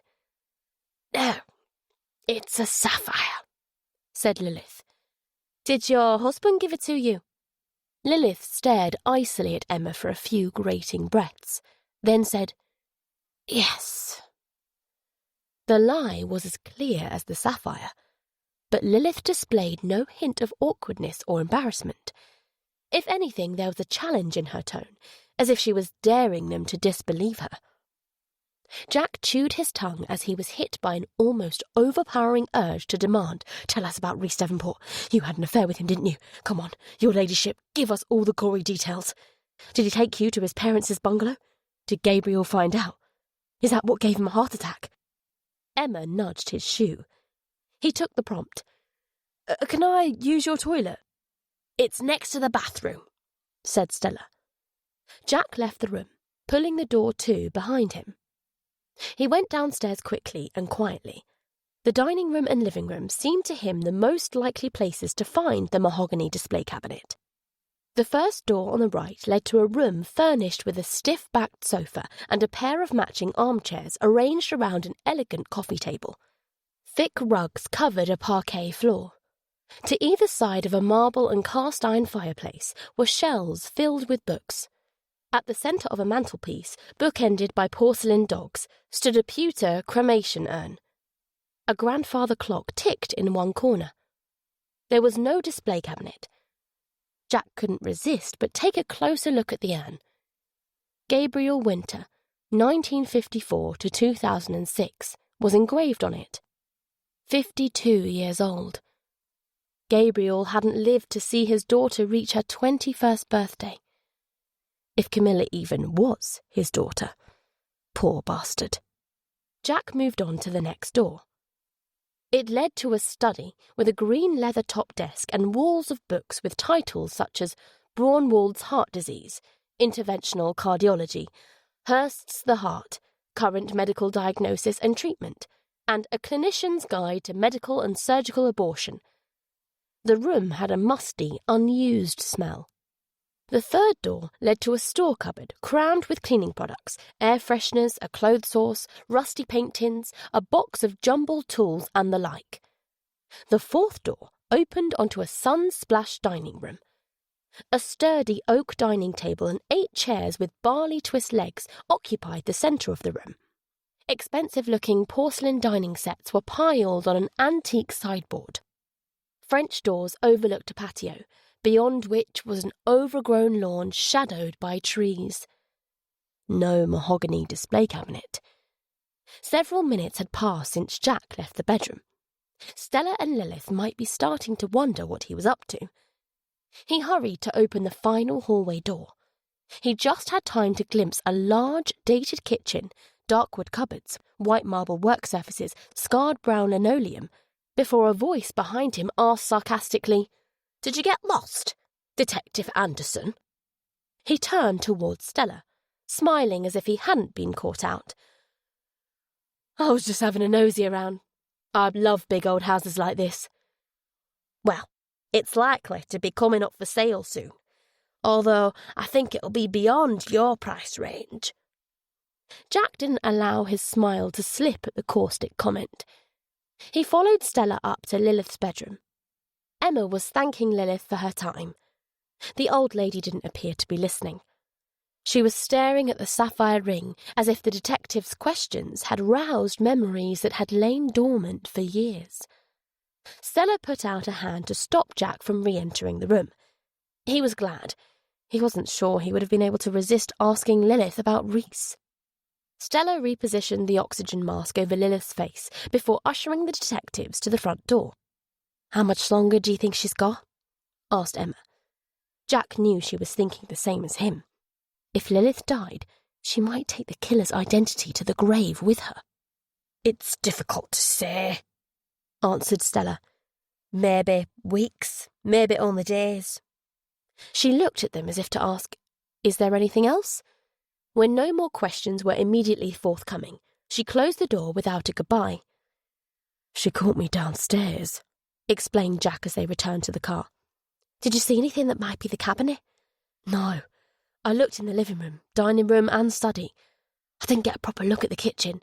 But then again, a 10,000 quid display cabinet isn't the sort of thing you put in a kitchen.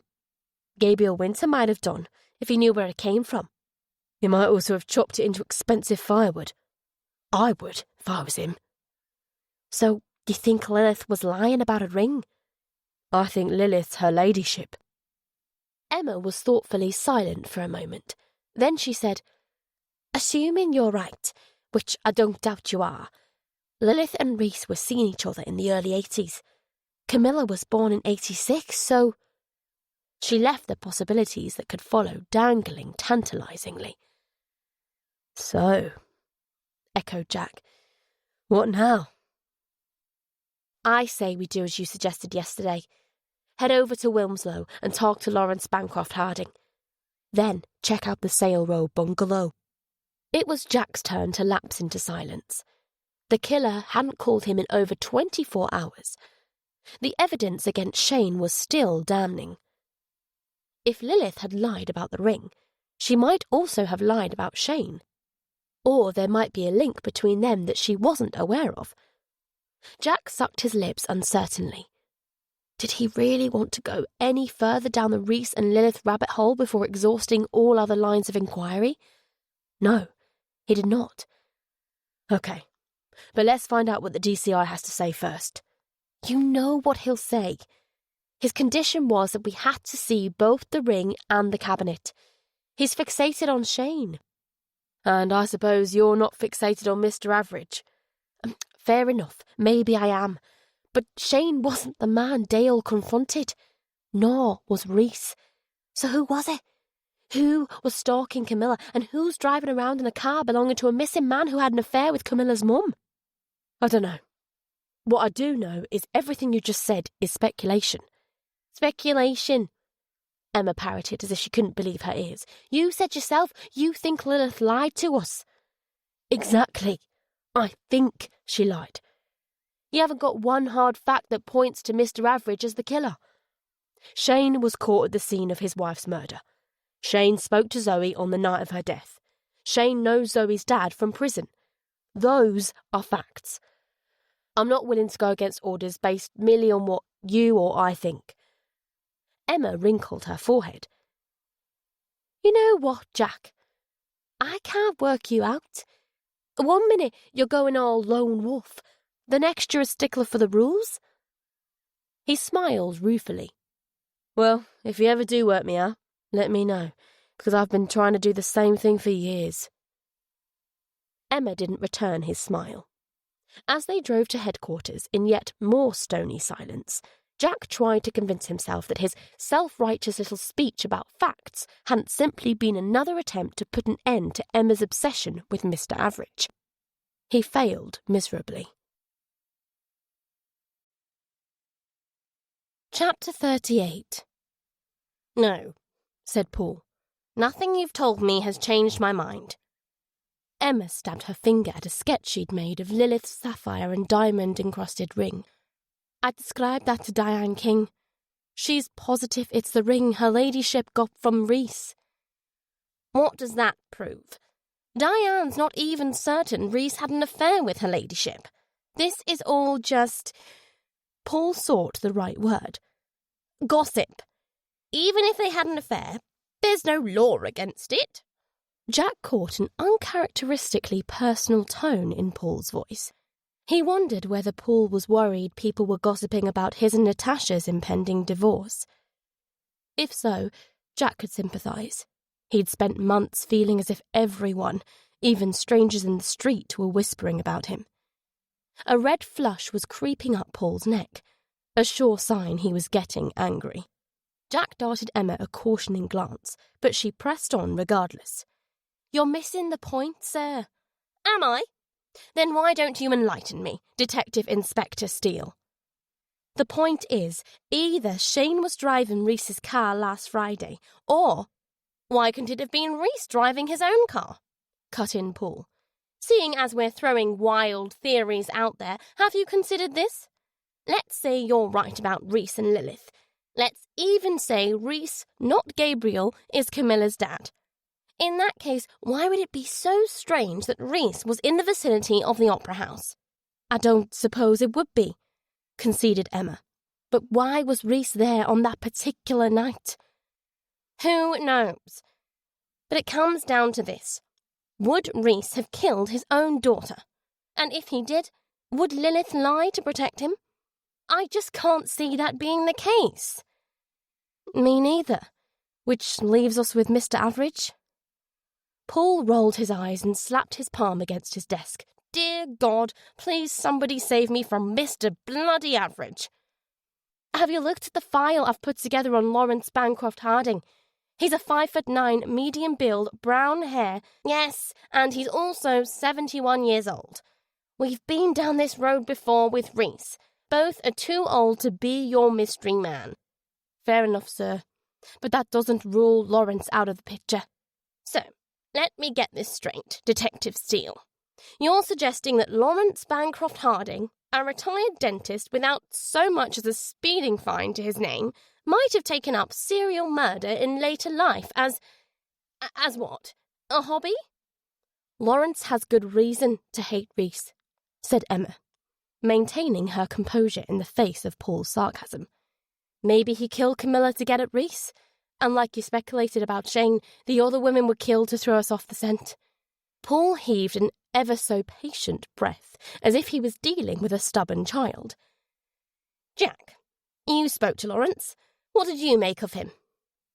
He sounded on the level, said Jack. But I only spoke to him for a minute before he hung up. Exactly. If Lawrence had said, I've no idea who Reese Devonport is, that might have rung alarm bells.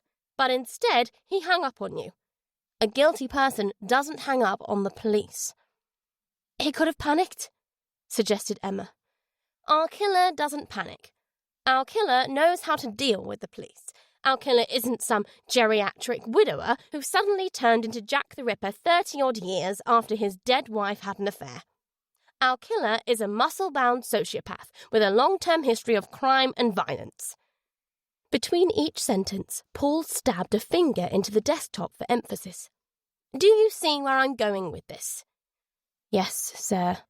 Now, here's what's going to happen. You're going to let Lilith Winter die in peace. You're not going to disturb Lawrence Bancroft Harding either. I'm not sure what you expect to find out from him anyway. Men don't tell women they're having an affair with about other women they're also having an affair with.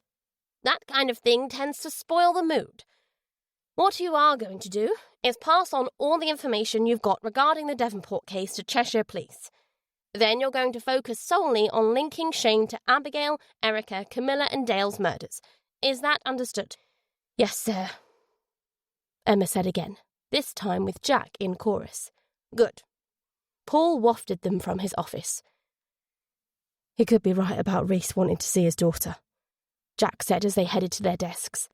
He felt a rush of gratitude when Paul pointed out that possibility.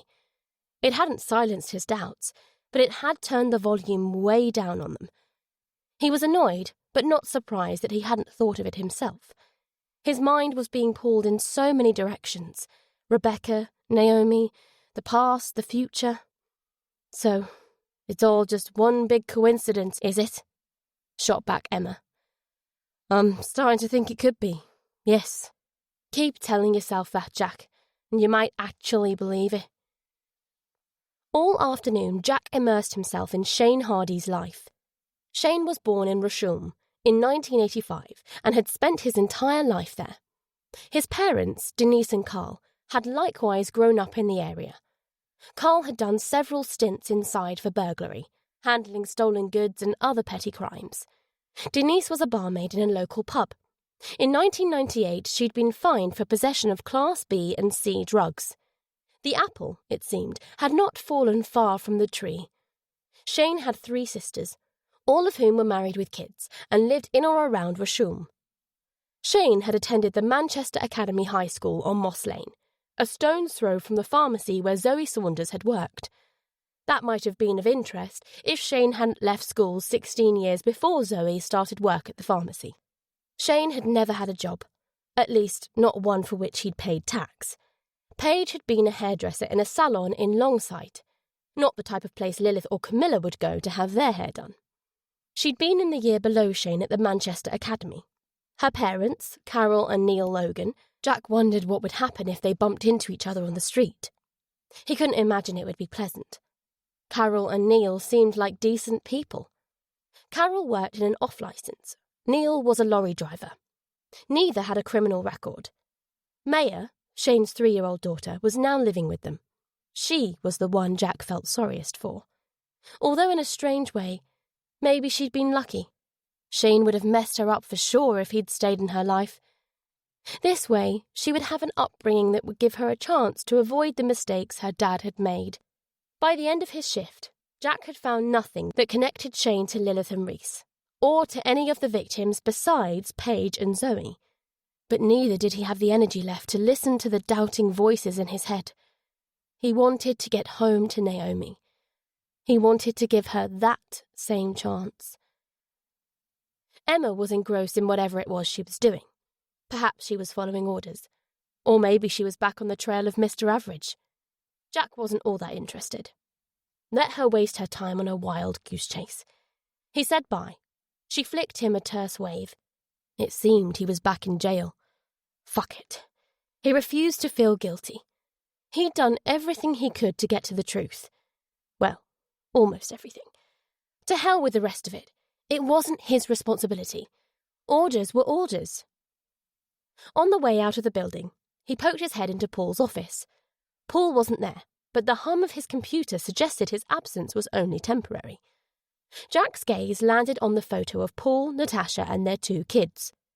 He reflected that Paul was probably glad of the murder case workload. It gave him a reason not to spend his evenings knocking around a Premier Inn with only his worries for company. Something Paul had said came back to him.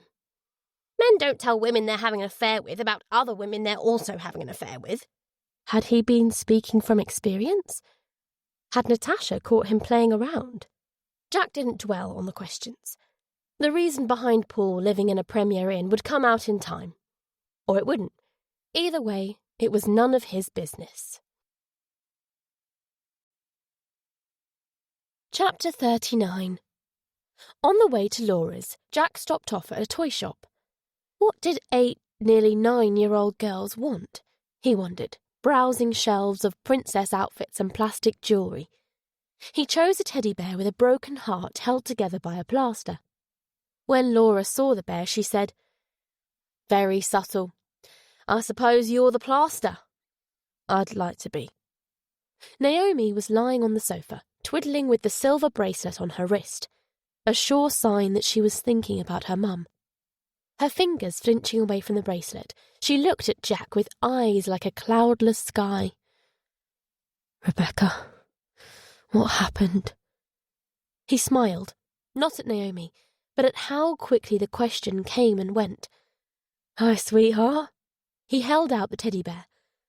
"I know you've got more stuffed toys than you know what to do with, but I saw it and I just couldn't resist." She took the bear and cuddled it. "He's gorgeous."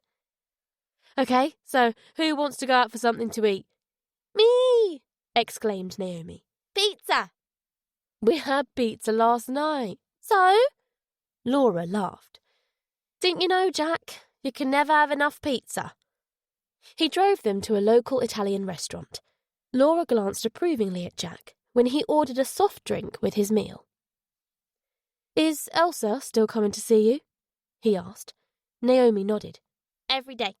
"If she's really a stray, maybe she can come to live with us." "You mean at Aunt Laura's house?" "No, I mean at our house." "We're moving back home. When?" The question scared Jack, not because he didn't want Naomi to live with him, but because he didn't want to take any more chances with her happiness. "How about at the weekend?" Naomi nodded eagerly, then looked apologetically at Laura. "If that's okay with you, Aunt Laura?" She smiled. "Of course it is, darling. I'm happy if you're happy." Jack smiled too, resisting the urge to throw his arms around Naomi. He didn't want any big displays of emotion. He wanted things to be steady, level, normal. The pizzas arrived. They tucked in and the conversation returned to lighter topics. Jack didn't think about the murders. More than that, it was the first time he'd been out for a family meal since Rebecca's death and not had to fight back tears. "Can Elsa sleep in my bedroom?" Naomi asked. "Please say she can, Dad." "She can." "Yay!" Jack raised a cautionary hand. "Once she's been checked over by a vet. We'll also have to do a bit of investigating. Make sure she doesn't have an owner." "I'll ask all the houses on the street tomorrow." "Not on your own, you won't. I'll come with you." Laura raised her glass.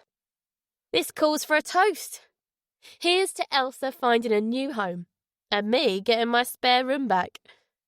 As Naomi pushed her bottom lip out in pretend hurt, Laura added with genuine sadness, I'll miss you loads, Naomi.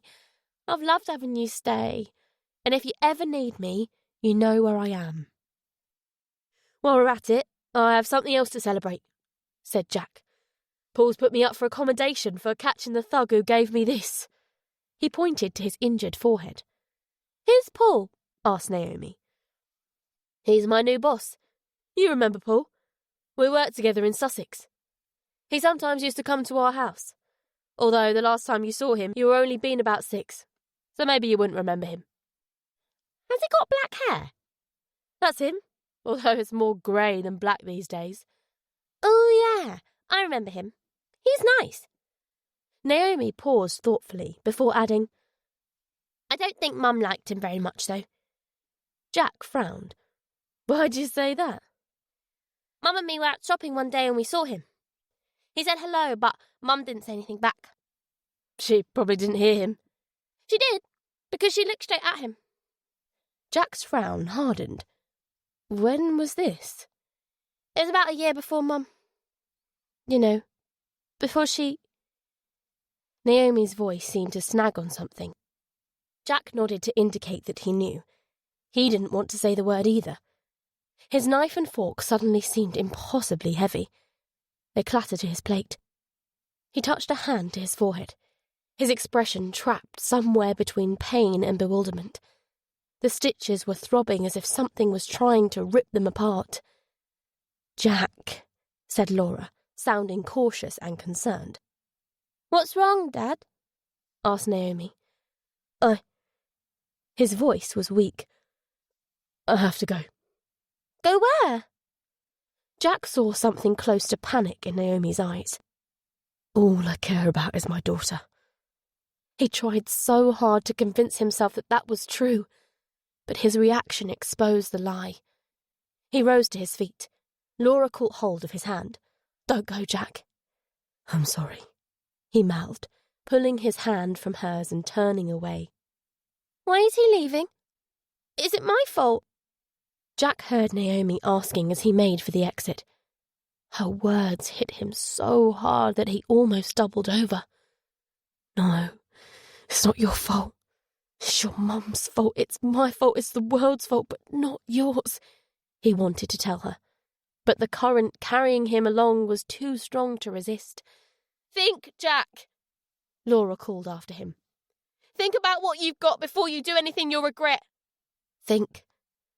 The words seemed to echo in Jack's ears as he ducked into his car. Laura knew him better than anyone alive. She knew exactly what was going through his mind.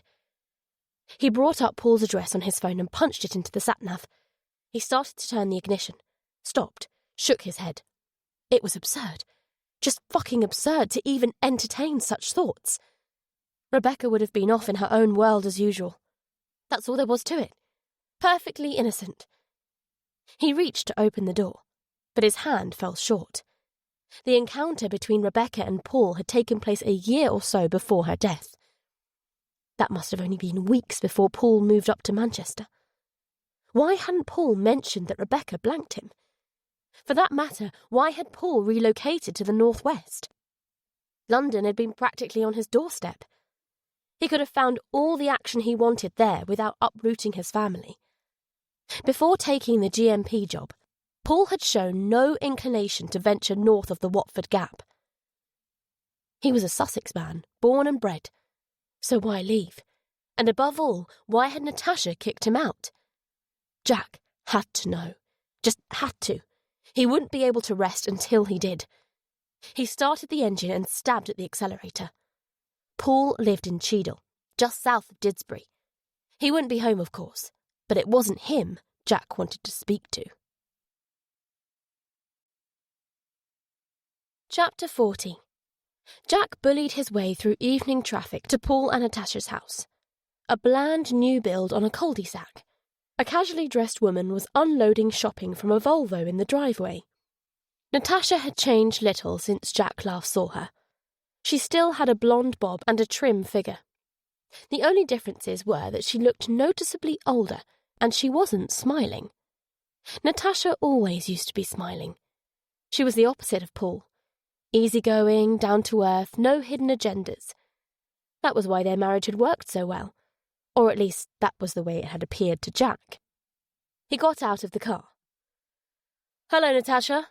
She pivoted on her heels at his voice. "Jack." She sounded more surprised than pleased to see him. "How are you?" Good." Natasha's reply was less than convincing. "How about you?" Confused." "About what?" Natasha's eyes darted towards the house, as if she was looking for a reason to get away from Jack. "Where are Imogen and Dylan?" Paul had a teenage daughter and a son 2 years older than Naomi. "Imo's at her boyfriend's. I hardly ever see her these days. Dylan's in the house on his iPad. You know how kids are." "Actually, I don't. I've not spent much time with Naomi recently." "I'm sorry to hear that. Are you okay, Jack? You seem tense. Do you want to come in?" Jack detected a note of reluctance in the offer. "You seem tense too, Natasha." "Do I?" Natasha tried to smile Jack's words away, but all she could manage was something closer to a grimace. "I'm just tired. It's exhausting being a single parent, isn't it?" Natasha dropped her pretense of a smile. She sighed. "Yes, it is. I was gobsmacked when I heard about you and Paul.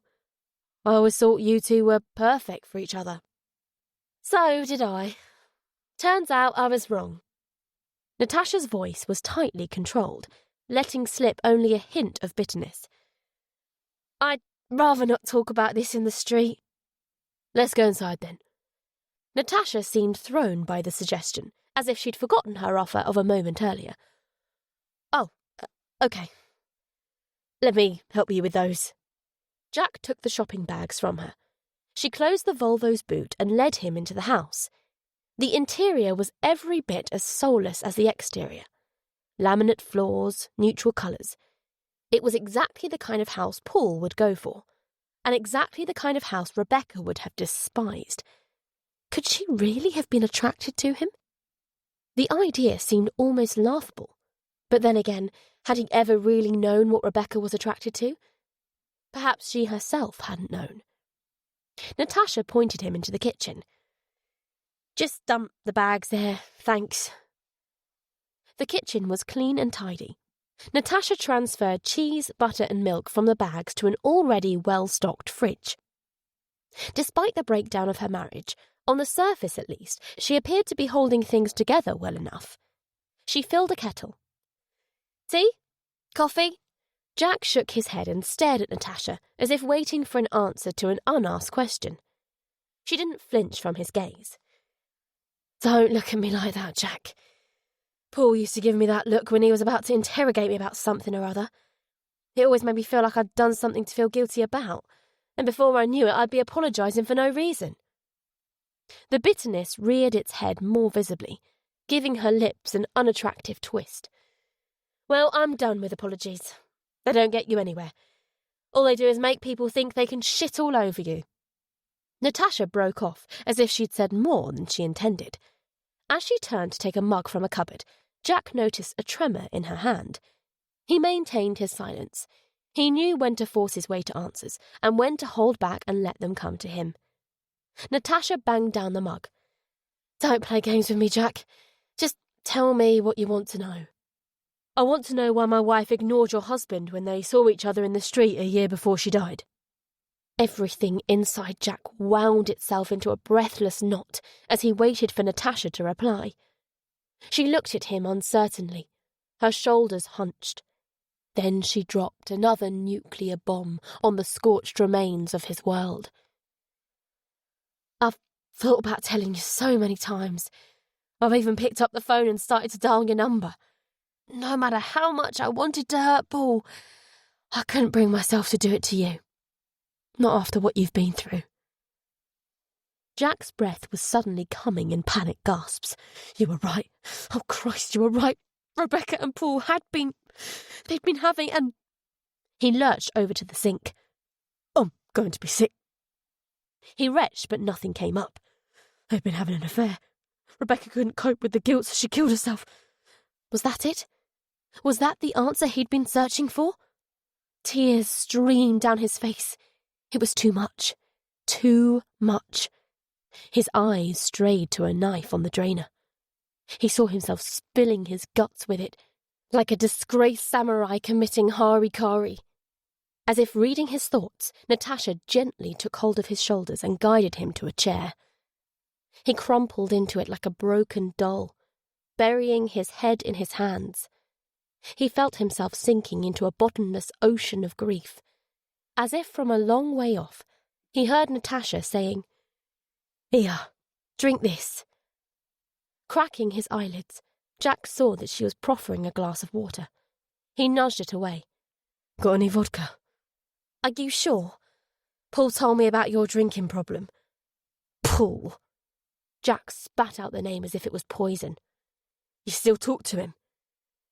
No, but I'll have to start doing so for the sake of the kids. As if on cue, a sandy-haired, freckly boy appeared at the door. Dylan glanced apprehensively from Jack to Natasha. There were smudges under his eyes. He didn't look like the happy-go-lucky boy Jack remembered. What's going on, Mum? Nothing for you to worry about, Dylan. This is Jack, a friend of mine and your dad's from Sussex. Naomi's dad, said Dylan. That's right. He's not feeling well. Go back up to your room. Natasha ushered Dylan upstairs. She returned with a bottle of vodka and poured 2 measures. Jack tossed it back, poured himself another, and downed that too, grimacing as if he was swallowing bitter medicine. Natasha sipped her drink, eyeing him uneasily as a 3rd measure went the same way. Jack wiped his mouth with the back of his hand. That familiar numbness was creeping over him, but he had a long way to go before he got to where he wanted to be. A 4th drink gave him the courage to ask, When did you find out about them? I don't think we should talk about that now. Jack repeated the question in a voice that wouldn't be denied. Natasha heaved a sigh. A fortnight ago. How? Just by chance. Paul left his phone on the side. Natasha glanced towards the work surface. He got a text message. Something to do with work. I read it, then started going through his phone. I don't know why. Maybe on some level I suspected he'd been up to no good. Anyway, I found... Her forehead creased into deep furrows. I found some messages Paul and Rebecca had exchanged. The tide of nausea rose again. What did they say? You don't want to know. Believe me, Jack, you don't want those images in your head. Fuck me harder, Jack. Harder, harder. Strangle me, Jack. Rebecca's words pulled at his brain like fishhooks. Did they mention anything about hurting each other? Physically, I mean. Natasha's expression answered his question even before she said, How did you... Something Rebecca once said. How long did it go on for? Paul says about 6 months. From March to August in 2015. But Paul's a liar. 6 months. 6 months, Jack said, his voice cracking. 6 months, 17 weeks, 119 days. How many times had they met up in that period? How many times had they fucked? Where had they fucked? In a hotel? In the back of a car? In their respective marital beds? All of those places? Had Rebecca dressed up for him? Worn lingerie or even fetish gear? Had they done it over and over like wild animals in heat? Had they taken care not to leave marks on each other? Had they used protection? Had it just been a physical thing, or had there been more to it? Had they whispered sweet nothings to each other? Had they held each other all night long? Had they discussed breaking up with their spouses? Why did they stop seeing each other? Who broke off the affair? So many questions. Jack felt choked by them. He grabbed the vodka bottle and upended it to his lips. "Don't do it to yourself," said Natasha. "It's not worth it." "So what is worth it?" spluttered Jack. "Nothing's worth killing yourself over." "That's not what Rebecca thought." "It still might have been an accident." "Bollocks!" Jack slammed the bottle down like an exclamation point. "Please, you'll scare Dylan. He's been really struggling since Paul moved out. He hero worships his dad."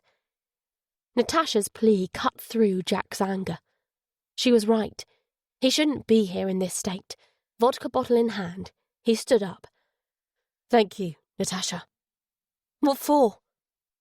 "For telling me the truth." A sad smile touched her lips. "There have been enough lies." Jack started to nod agreement, but he realised doing so would in itself be a lie. Rebecca and Paul's deceit had led him here, but now he was caught in his own circle of deception. He headed for the front door. Natasha followed him. "You shouldn't be driving, Jack. Stay a while and have something to eat." He shook his head. "You don't need my madness in your house on top of everything else." "You're not going to do anything to Paul, are you?" There was a queer note in Natasha's voice, as if she wasn't sure what she wanted the answer to be. "Right now, I'm going to find somewhere to drink myself unconscious." It was a lie. At least the right now part was. But Jack didn't want Natasha to warn Paul what was coming his way. She stepped forwards and put her arms around him, repeating softly, "It's not worth it." Jack pulled away as if a snake had hissed in his ear. "A fortnight ago." Natasha's words flickered like sparks in his brain. Today was the 28th of July. Abigail Hart was killed on the 16th. The murders started just under a fortnight ago. Natasha wrinkled her forehead. "What murders?" "The ones that have all been all over the news." "Oh, you mean the murder of that opera singer, Camilla something or other, and those other women?" "Camilla Winter, Abigail Hart, Zoe Saunders, Erica Cook." Jack spoke each name like an accusation. "Hasn't it occurred to you that all those women bear a striking resemblance to someone we knew?" "No, because I don't have a clue what they look like. I haven't had much time for watching the news." "Rebecca. They look like Rebecca." Jack brought up a newspaper photo of Camilla on his phone. Natasha's eyebrows lifted. "I see what you mean. It's uncanny.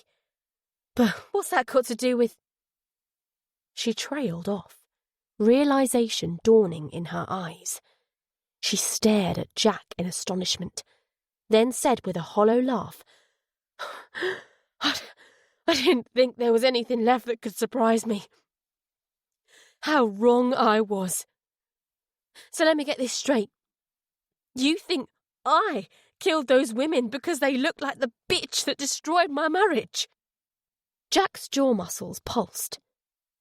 Even after everything, it stung to hear Rebecca called a bitch. "Where were you on the night of the 16th? Natasha laughed again. "The same place I've been every night since I kicked Paul out. Right here, looking after Dylan and Imogen. Unlike you, I've got no family around here that I can offload my children onto. I've got no friends either." There were tears in her eyes. "I'm all alone in this city. You know what I'd like to do?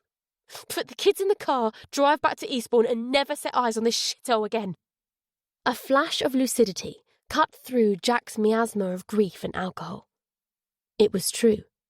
How the hell would Natasha have found the time to stalk the victims and him? Moreover, she was about 5'2". You don't need to pay anything. This story is our gift to you. Rest for a moment, enjoy the music, and we'll be back soon.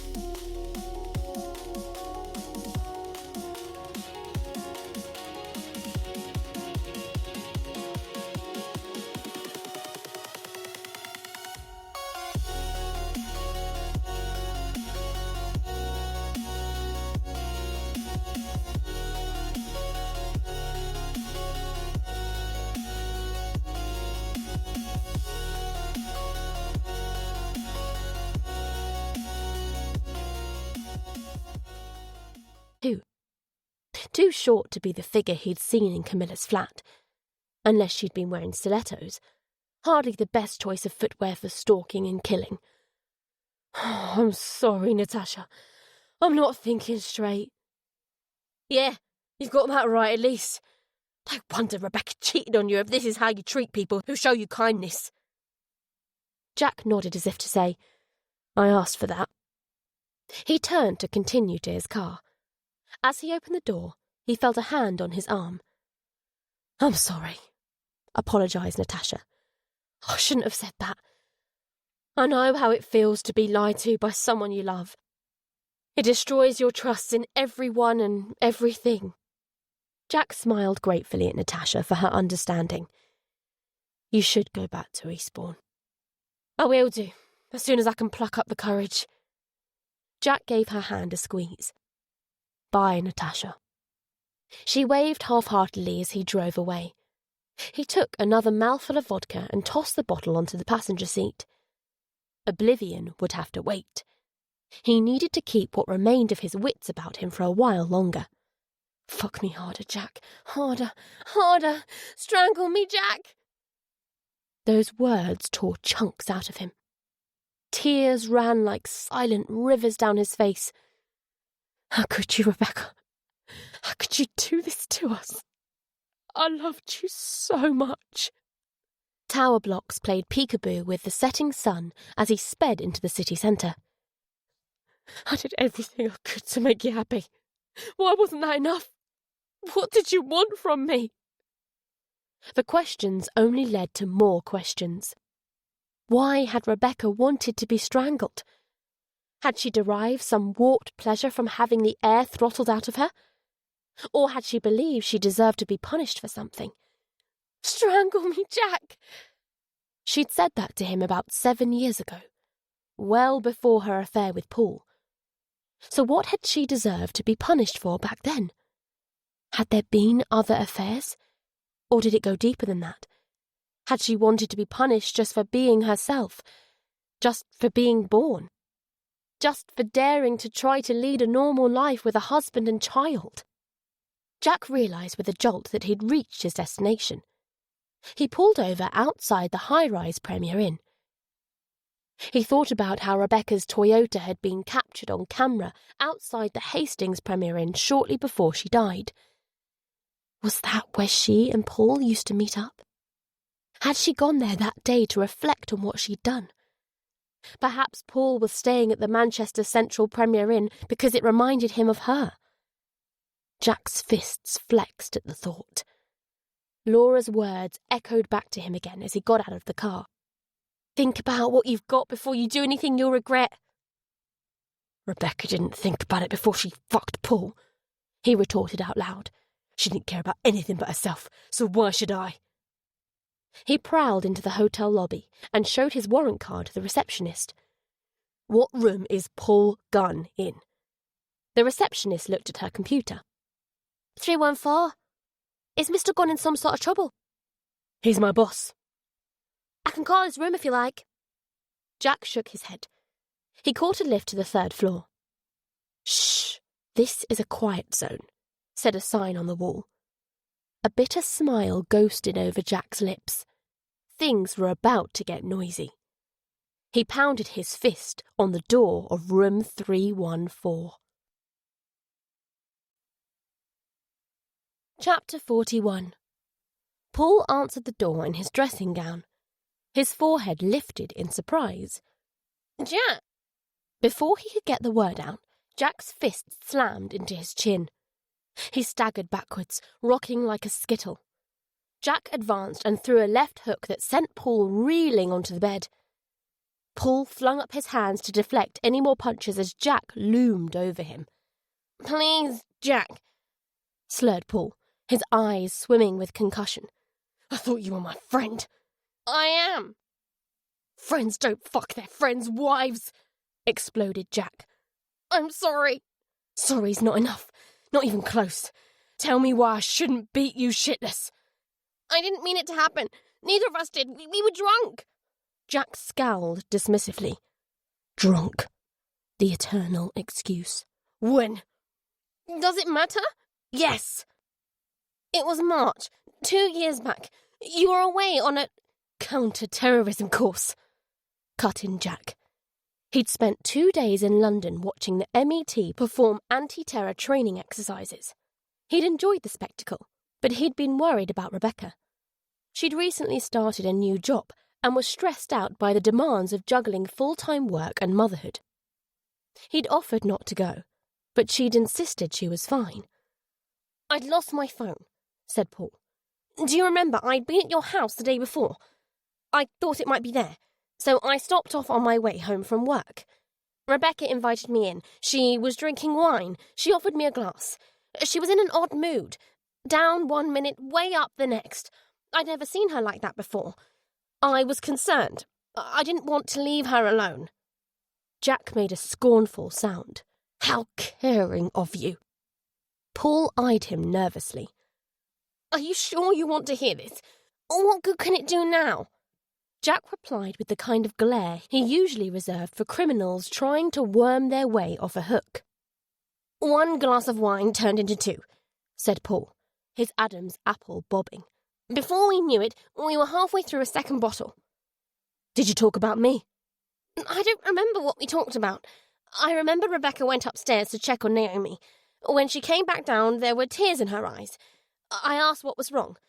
She said she wasn't a good mum. I tried to tell her she was, but she kept shaking her head. I put my arms around her and we kissed.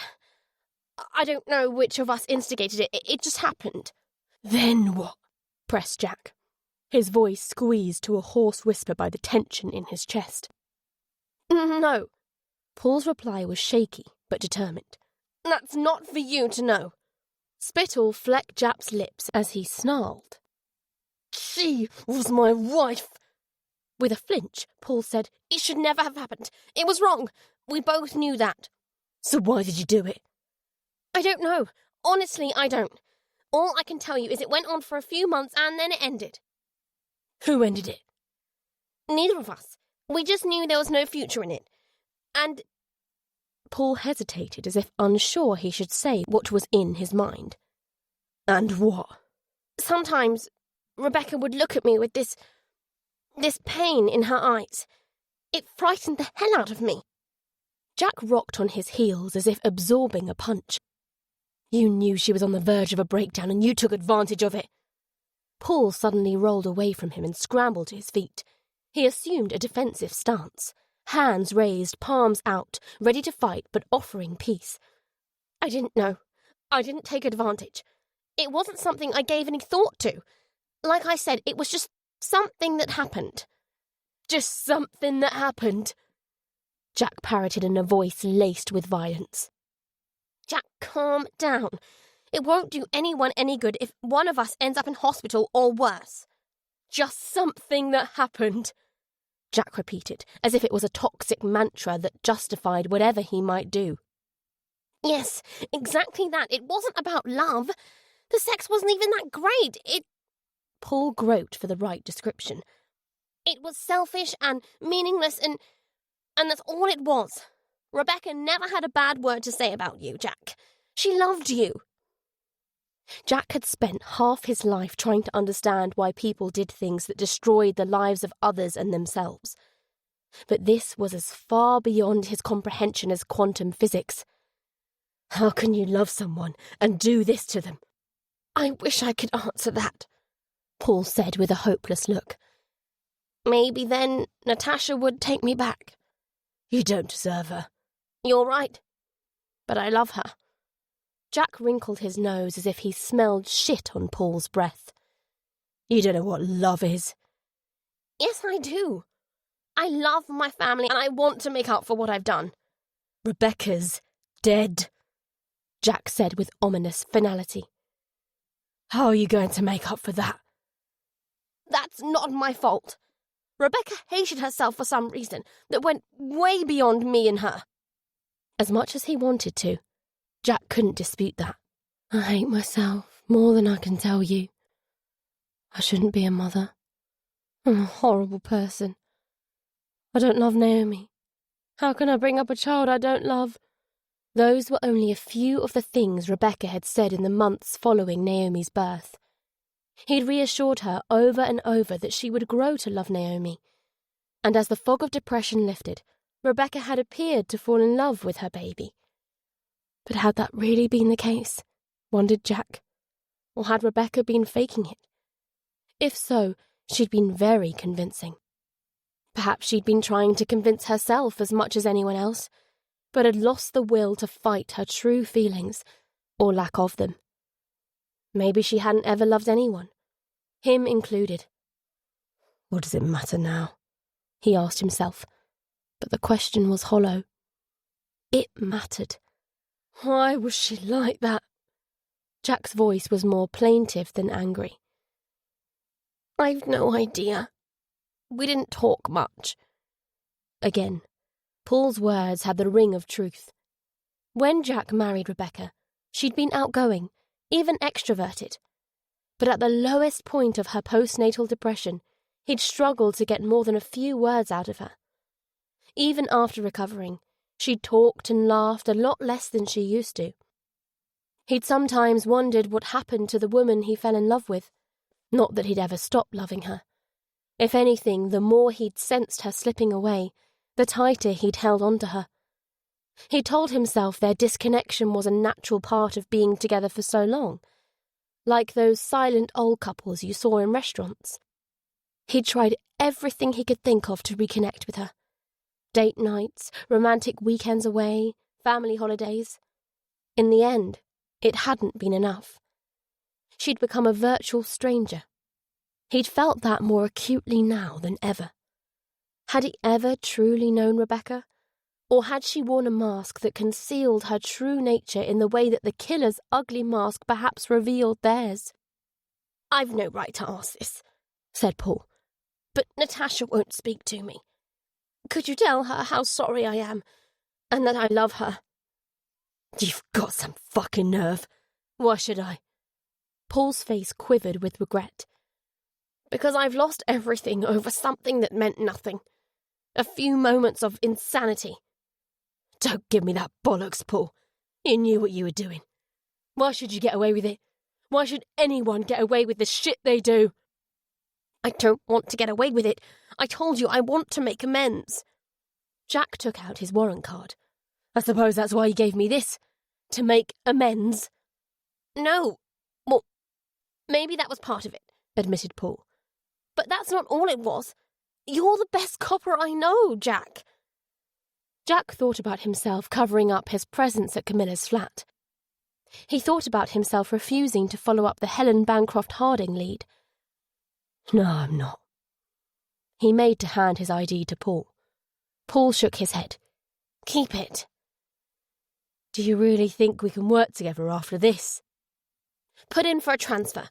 Do whatever you need to do. Just don't throw away your career because of this. Please, Jack. Actually, Paul, you know what? You're right. But why should I be the one to move jobs? I'll stay at GMP, and you can fuck off elsewhere. That is unless you want to see my face every day and be reminded of the misery you've caused. I don't need to see your face to be reminded of that. Paul sounded crushed. Jack unclenched his fist. The urge to pound it into Paul was gone. All that was left was smouldering contempt. You might want to start looking for a new job soon anyway. Natasha's talking about moving back to Eastbourne with Imogen and Dylan. I told her she should do it. Anger flashed in Paul's eyes. The two men eyeballed each other. Paul blinked and lowered his gaze. Jack's lips curved into something that only resembled a smile. And I thought I was pathetic. We're all human, Jack, pleaded Paul. We all make mistakes. Yeah, and we all have to live with our mistakes.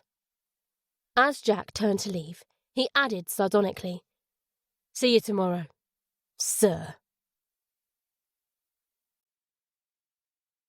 Chapter 42. Jack knocked back a slug of vodka. The bitter liquid took the edge off his post-adrenaline tremors. He felt a twinge of guilt for his cheap shot about Natasha moving back down south. That kind of petty vindictiveness wasn't him. Rebecca's voice rang out in his head. "Fuck me harder, Paul. Harder, harder. Strangle me, Paul." The words were the same as always, except for one tormenting difference. A fresh surge of anger swept away the guilt. He pounded a fist into his thigh, muttering in a half-sob, "Bastards! Fucking bastards!" He stopped on the way to his house to buy more vodka. He slammed open the front door and staggered upstairs. He emptied a drawer full of photos of Rebecca onto the bed and tore them up while shouting, "You've ruined me! I hate you! I wish to God I never met you!" Finally, there was only one photo left. The wedding photo of Rebecca and him in the church porch. Their eyes, so full of happiness and love. How could something so beautiful turn into something so ugly? With an agonized groan, he clutched the photo to his chest and collapsed atop a mattress of torn dreams. His gaze fell to his wedding ring. Since Rebecca's death, he'd occasionally caught himself rubbing it when thinking about her. Sometimes he looked at it and was transported back to the moment she'd slid it onto his finger. It had never crossed his mind to take it off. Even now, the thought of doing so made him feel sick.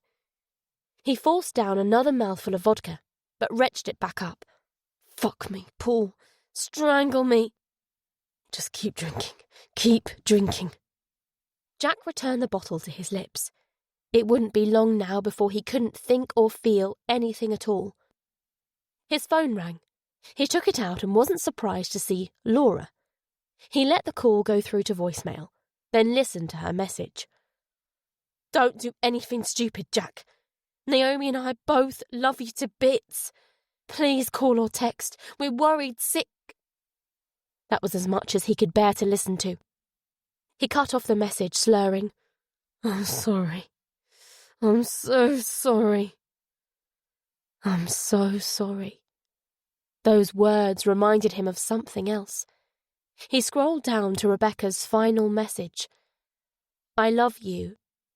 I love you and Naomi more than I can bear. I'm so sorry." "Sorry for what? For Paul? For killing yourself? For marrying me and having our baby? For all of it?" Jack deleted the message and closed his eyes, hoping for darkness. But all he saw was an expanse of blue as endless as an ocean horizon. Bit by bit, he blotted it out with more vodka. It was pitch dark when the phone roused him from his alcoholic blackout. For an instant, he didn't know where he was, or even what year it was. He reached out, seeking Rebecca, and found nothing. Then it all came rushing back, wrenching a guttural, animal-like moan from deep inside his chest. He looked at his phone. The moan stopped. For a breathless moment, there was silence. Then he burst into a shrill laugh that bordered on hysteria. No caller ID. "Fuck you!" Jack shouted at the phone. He turned his gaze to the ceiling, or something beyond. "Fuck you! Fuck you!" The ringing stopped. Another few seconds of silence. It started again. No caller ID. Jack put the phone to his ear. What else could he do? The voice stroked him like a flame. "Surprised to hear from me, Jack?" "Surprised?" laughed Jack. "Why should I be surprised? Shit, I wouldn't be surprised if you walked into this room right now and stuck a knife in my stomach. I might even thank you for it." "You sound drunk, Jack." "So what if I am?" "Something's happened, hasn't it? Something to do with Rebecca." Jack ground his teeth. This bastard could see through him like an X-ray. He had a sudden urge to spew it all out, the whole sordid tale. Empty it into the killer like vomit into a toilet. "Talk to me." The voice was soft, but in a different way.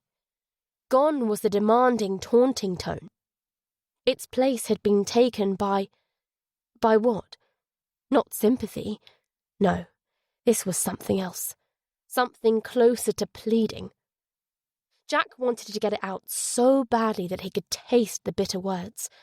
But even as drunk as he was, he knew it would do more harm than good. Information was power. The job, not Rebecca, had taught him that. It was a simple equation. The more information you had on someone, the more power you had over them. What do you want me to say? You are right. I'm like you. I'm a worthless piece of shit. We're not the worthless ones, Jack. They are. They? Who are they?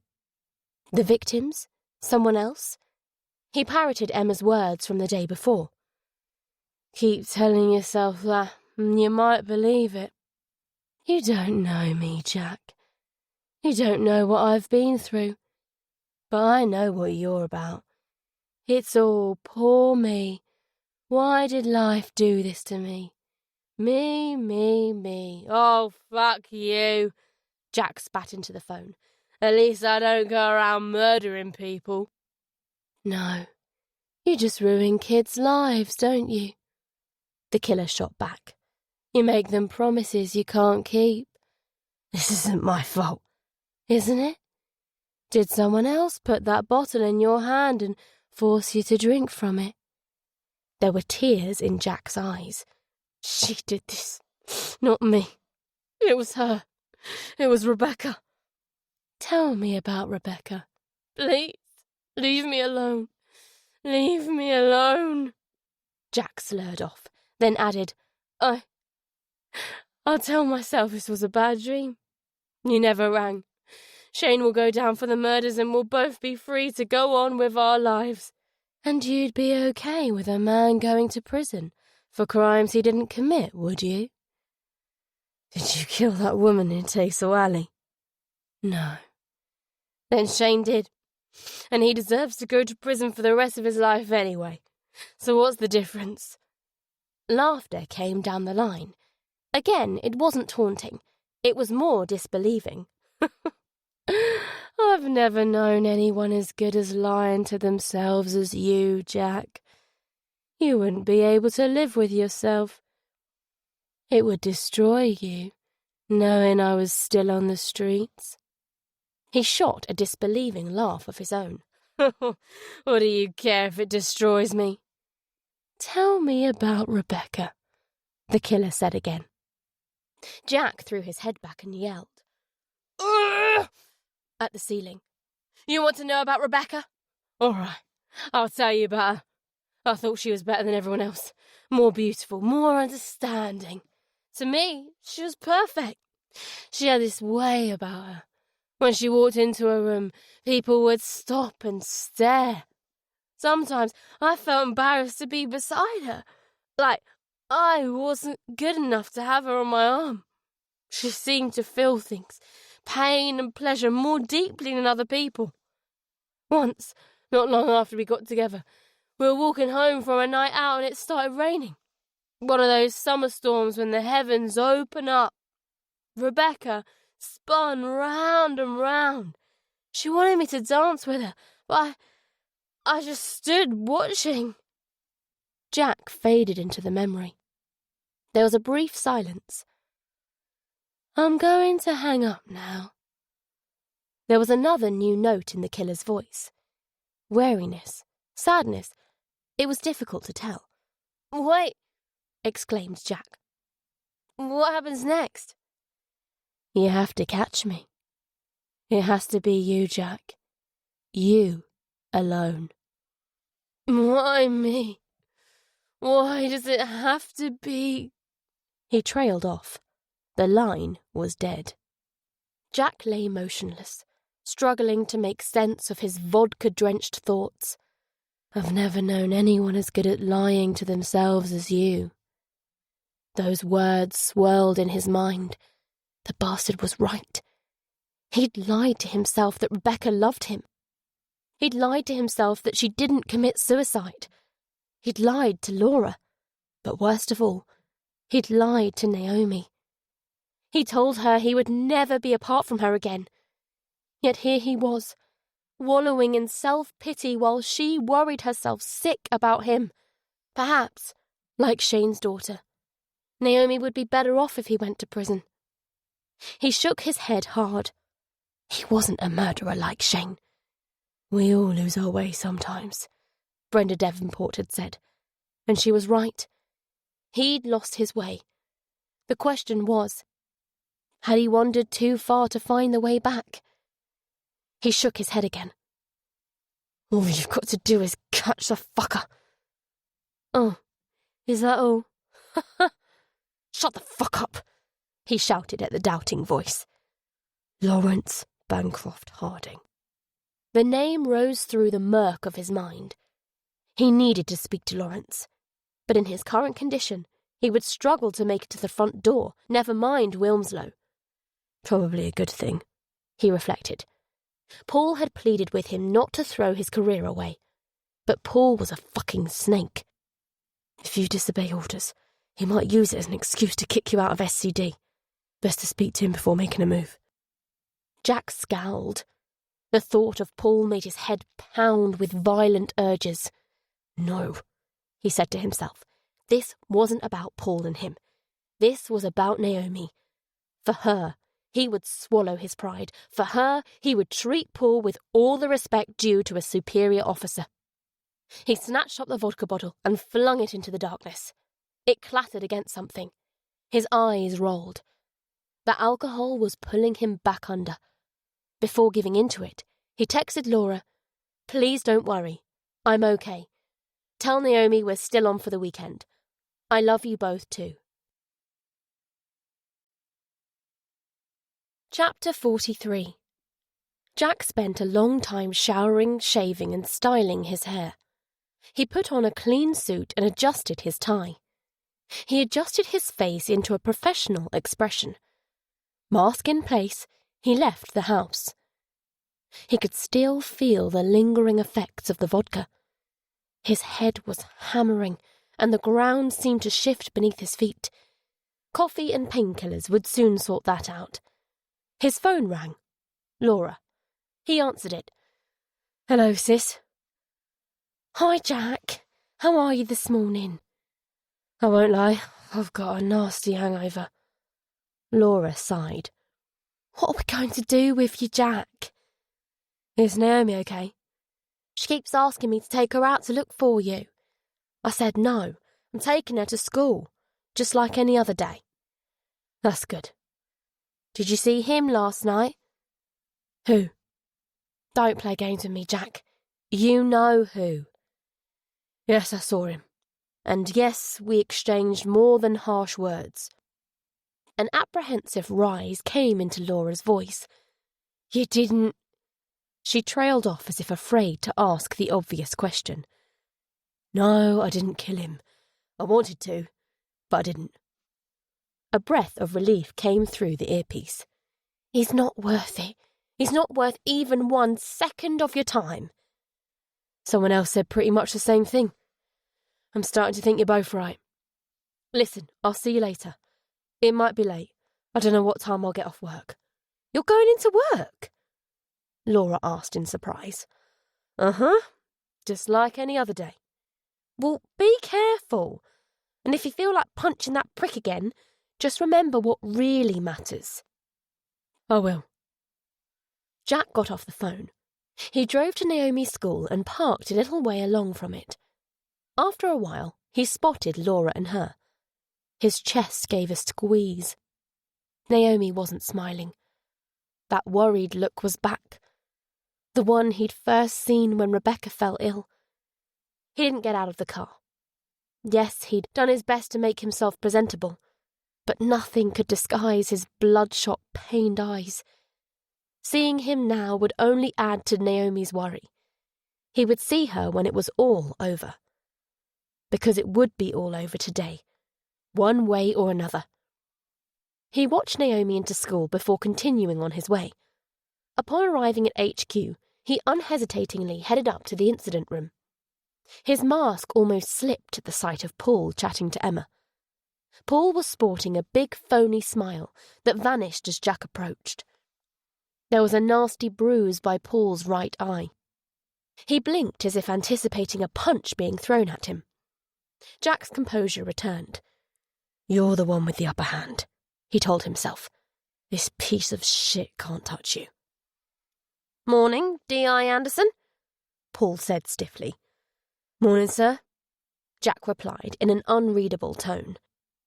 Emma glanced from one man to the other, as if she suspected something was off. Jack wondered if Paul had spun her some bullshit about where the bruise came from. He cast off the thought. "Remember what really matters. You're going to catch that bastard out there, and then you're going to see Naomi." "Can I have a word in private?" asked Jack. Paul hesitated to reply, only briefly, but enough to suggest he wasn't sure he wanted to be alone with Jack. "About what?" "Shane Harding." Relief flickered in Paul's eyes.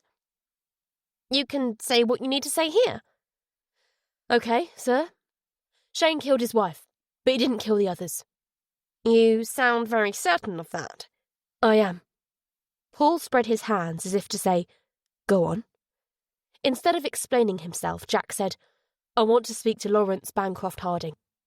"Why should I agree to that? What's changed since yesterday?" Jack stared at Paul with eyes like stones. "Everything." Paul blinked again. "Okay, Jack, you win," he said quickly. "Let's discuss this in my office." Jack could feel Emma's eyes following him and Paul from the room.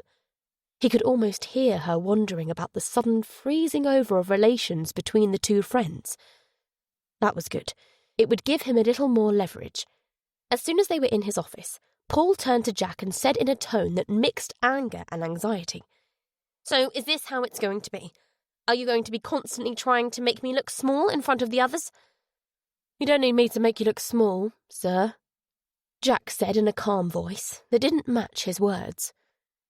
"Do you remember what I said before you returned to work, Jack? I said that if you fell off the wagon, you were out. All I have to do is get on the phone to the super and request a urine test and you're finished." Jack thumbed towards the incident room. "And all I have to do is tell that lot how you got that bruise and you're finished. Oh, you'll still have a job, but you won't have their respect. And you'll never raise any higher than DCI. I mean, who's going to promote an officer that might screw around with their wife?" A flush of impotent anger climbed Paul's throat. He darted his tongue back and forth across his lips, as if considering what his next move should be. "What do you want from me?" "I've already told you. I want permission to speak to Lawrence Bancroft Harding." "Why? What's so important to you about him?" "Do I have your permission, sir?" Paul's face was a minor symphony of tics at Jack's continued refusal to explain himself. Jack drew a bitter pleasure from watching him squirm. "Is this how the killer feels when they speak to me?" he wondered. Paul's features slumped in resignation. "Yes, you have my permission." As if trying to claw back a small measure of control, he added, "But you and D.I. Steele have only got today to look into your lead." "I'm better off working alone. If Emma's with me, I might let slip something I regret." The bunched muscles of Paul's jaw told Jack that he was holding back an explosion of wounded pride. Paul gave a sharp nod. "Thank you, sir." With this parting show of disingenuous deference, Jack left the office. Emma was waiting in the corridor. "Did he give you permission?" "Yes." "How did you get him to change his mind? Have you dug up something new?" "No." "I don't understand. Then what?" Emma broke off as Jack headed for the lifts.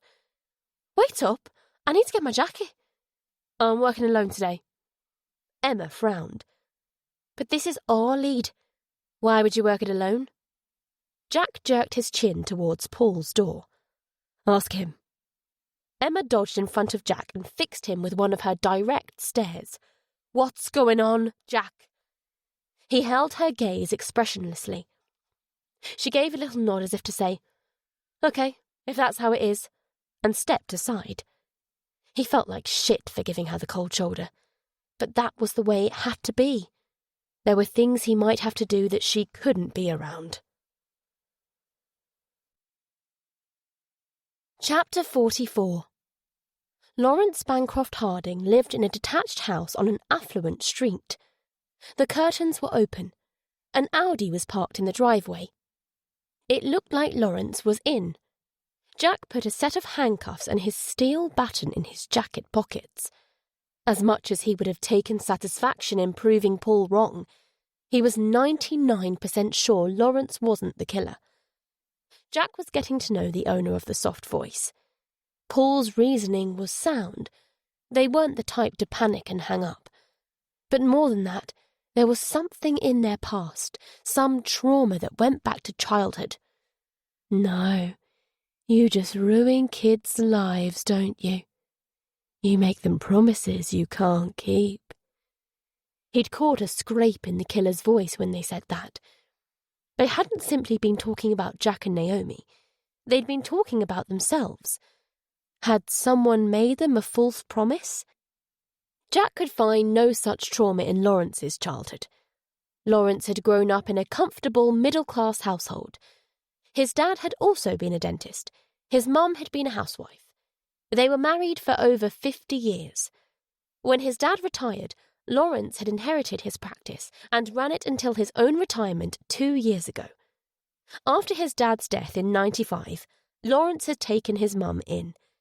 She'd lived with her son and daughter-in-law until her death in 2002, just 3 years before cancer had claimed Diane. Those weren't the actions of a sociopath. They were the actions of someone whose upbringing had taught them to lead a decent life. Of course, it could all be a mask, a disguise, hence the handcuffs and baton. Jack knocked on the front door. It was opened by a bespectacled man with mild grey eyes and a broken-veined complexion. His hair might once have been brown like Mr. Average's, but now it was snow white. He was slightly stooped with narrow shoulders. Hardly the type to be running around murdering young women. But then again, you never know. Jack kept one hand on the baton's grip. The man looked as if he hadn't been up long. Blue dressing gown, slippers. A faint frown disturbed his forehead as Jack asked, "Are you Lawrence Bancroft Harding?" "Yes. Who are you?" Jack displayed his warrant card. "We spoke on the phone. I'm investigating the disappearance of Rhys Devonport." Lawrence's frown hardened. "Sorry, I can't help you." He made to close the door, but Jack jammed his foot against it. Lawrence wasn't going to get out of talking to him this time. "I assure you, this won't take long." "Please move your foot." "A man is missing. He could be dead." Lawrence compressed his lips as if holding back from saying something he might regret. Jack called his bluff. "We can do this at the station if you like." Lawrence stared at him undecidedly for a moment, then sighed. "I suppose you'd better come in."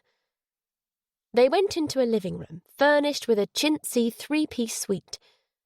Not the type of thing a man would choose. The fireplace was a shrine to Lawrence's wife. Photos of Helen crowded the hearth and mantelpiece. In some she was alone, in others she was with Lawrence. She had thick blonde hair, blue eyes and a broad smile. "She was a beautiful woman, don't you think?" said Lawrence. Jack nodded. Helen had certainly been beautiful, but she hadn't been in the same league as Camilla, or, for that matter, 1980s Lilith. Lawrence seated himself in an armchair. There was a glass of white wine next to it. Noticing Jack looking at the glass, Lawrence said, "Left over from last night." "You're not a very good liar," thought Jack. There was still condensation on the glass.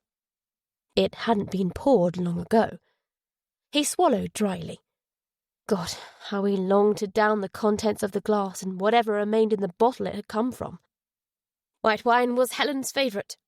I never used to much like it. Now it's all I drink." Lawrence settled back in his chair, stretching out his legs and crossing his feet. Jack glanced at his slippers. He estimated them to be about a size 8 or 9. There was no sign of excess wear on the inner heel. "You're not currently in a relationship?" "Not since Helen died 12 years ago." 12 years, Lawrence repeated. "That's a long time to be drinking alone. No partner, no kids, just me." "What about yourself? I see you're married. He indicated the gold band on Jack's ring finger. Jack's brow wrinkled as he glanced at his wedding ring. He saw that Lawrence still wore his ring too. 12 years. A long time to be drinking alone. Was that what the future held? If he had a future? I have a daughter. She's 8. You're lucky. Helen and I decided not to have children for the sake of her health. Lawrence's eyes drifted off to some other place for a second. She would have made a wonderful mum. I understand that Helen and Reese were good friends. Lawrence gave him a sardonic look. You can say it, Inspector. They were lovers. When was this? From 84 to 85. Lawrence's tone was matter-of-fact, but a ghost of old pain haunted his eyes. And were you and Helen married at the time? Yes. How did you find out about the affair? How does anyone find out about these things? Helen broke down and confessed one day. She ended the affair, and we did whatever was necessary to save our marriage. Jack looked at his wedding ring again, wondering how he would have reacted if he'd found out about Rebecca's affair when she was alive. Would they have tried to make a go of it, or would they have split up? I'm not the least bit surprised Devonport's gone missing, said Lawrence. I always knew that one day he would pick the wrong bloke's wife to mess around with. A spark flickered in his eyes. When I found out what he'd been up to with Helen, I wanted to kill him myself. I might have done so too if she hadn't begged me not to. Even years later, I sometimes thought about tracking him down and beating the living daylights out of him. With an almost ashamed downward look, he added, Truth is, I would never have actually done it. I can admit that now. But when I was your age, well, you know how it is. Jack's pulse quickened. Did Lawrence somehow know about Rebecca and Paul? No, that wasn't possible. The older man was merely referring to the pride and ego of youth. I used to think I was the coward for letting Devonport get away with what he did, continued Lawrence. I wasted years of my life on hating him. I almost destroyed what was left of my marriage because of it. What kept you together? Jack had to ask. Cancer. Lawrence smiled sadly at the look of bemusement that came over Jack. In 88, Helen was diagnosed with breast cancer, and suddenly Devonport didn't matter anymore. Nothing quite puts things in perspective like being told the love of your life might die. As it happened, the treatment was successful. Helen went into remission and got the all clear. After that, we had 17 wonderful years together before the cancer came back. It could have been more if I hadn't held on to my hate for so long.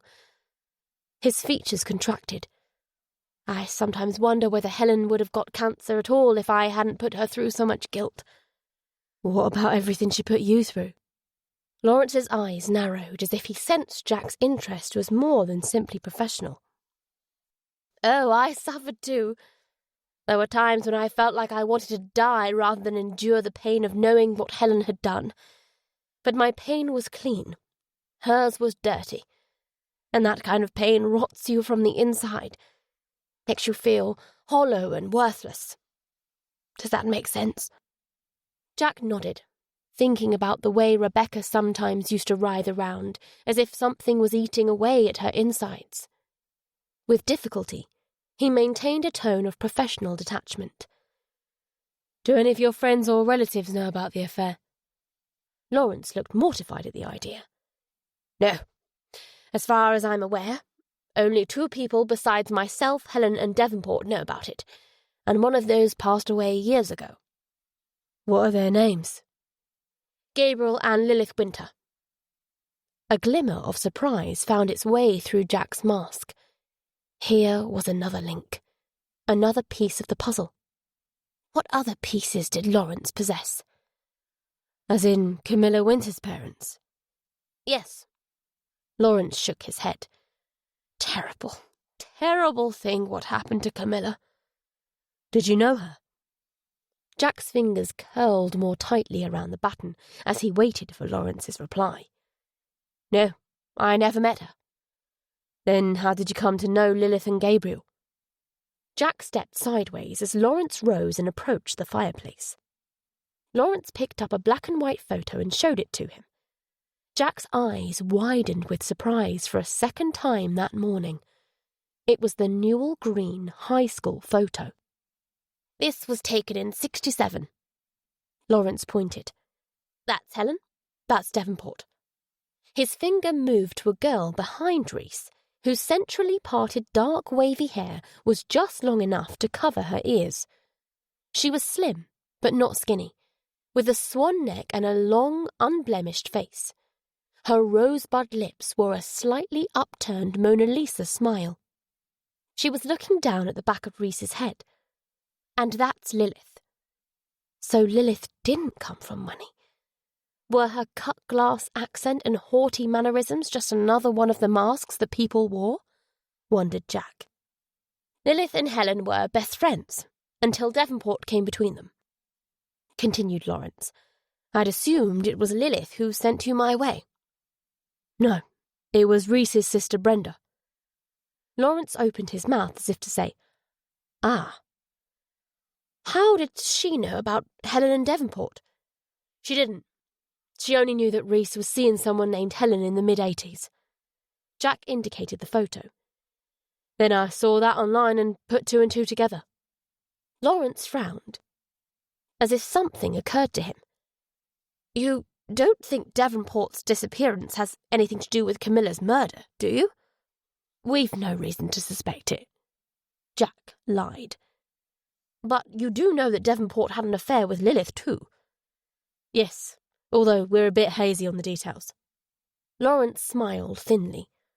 I can just imagine what Lilith said when you mentioned Devonport to her. Lilith's not in much of a fit state to say anything. She has emphysema.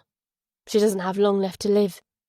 Oh, I'm sorry to hear that, Lawrence said with what seemed genuine sympathy. I never much liked Lilith. She always thought she was so much better than Helen. Her parents were wealthy, but they fell on hard times. That's how she ended up at Newell Green. She despised the place. I remember once at one of Lilith's dinner parties, Helen made some passing remark about their school days. The look Lilith gave her. It could have frozen the soup. Their friendship was toxic.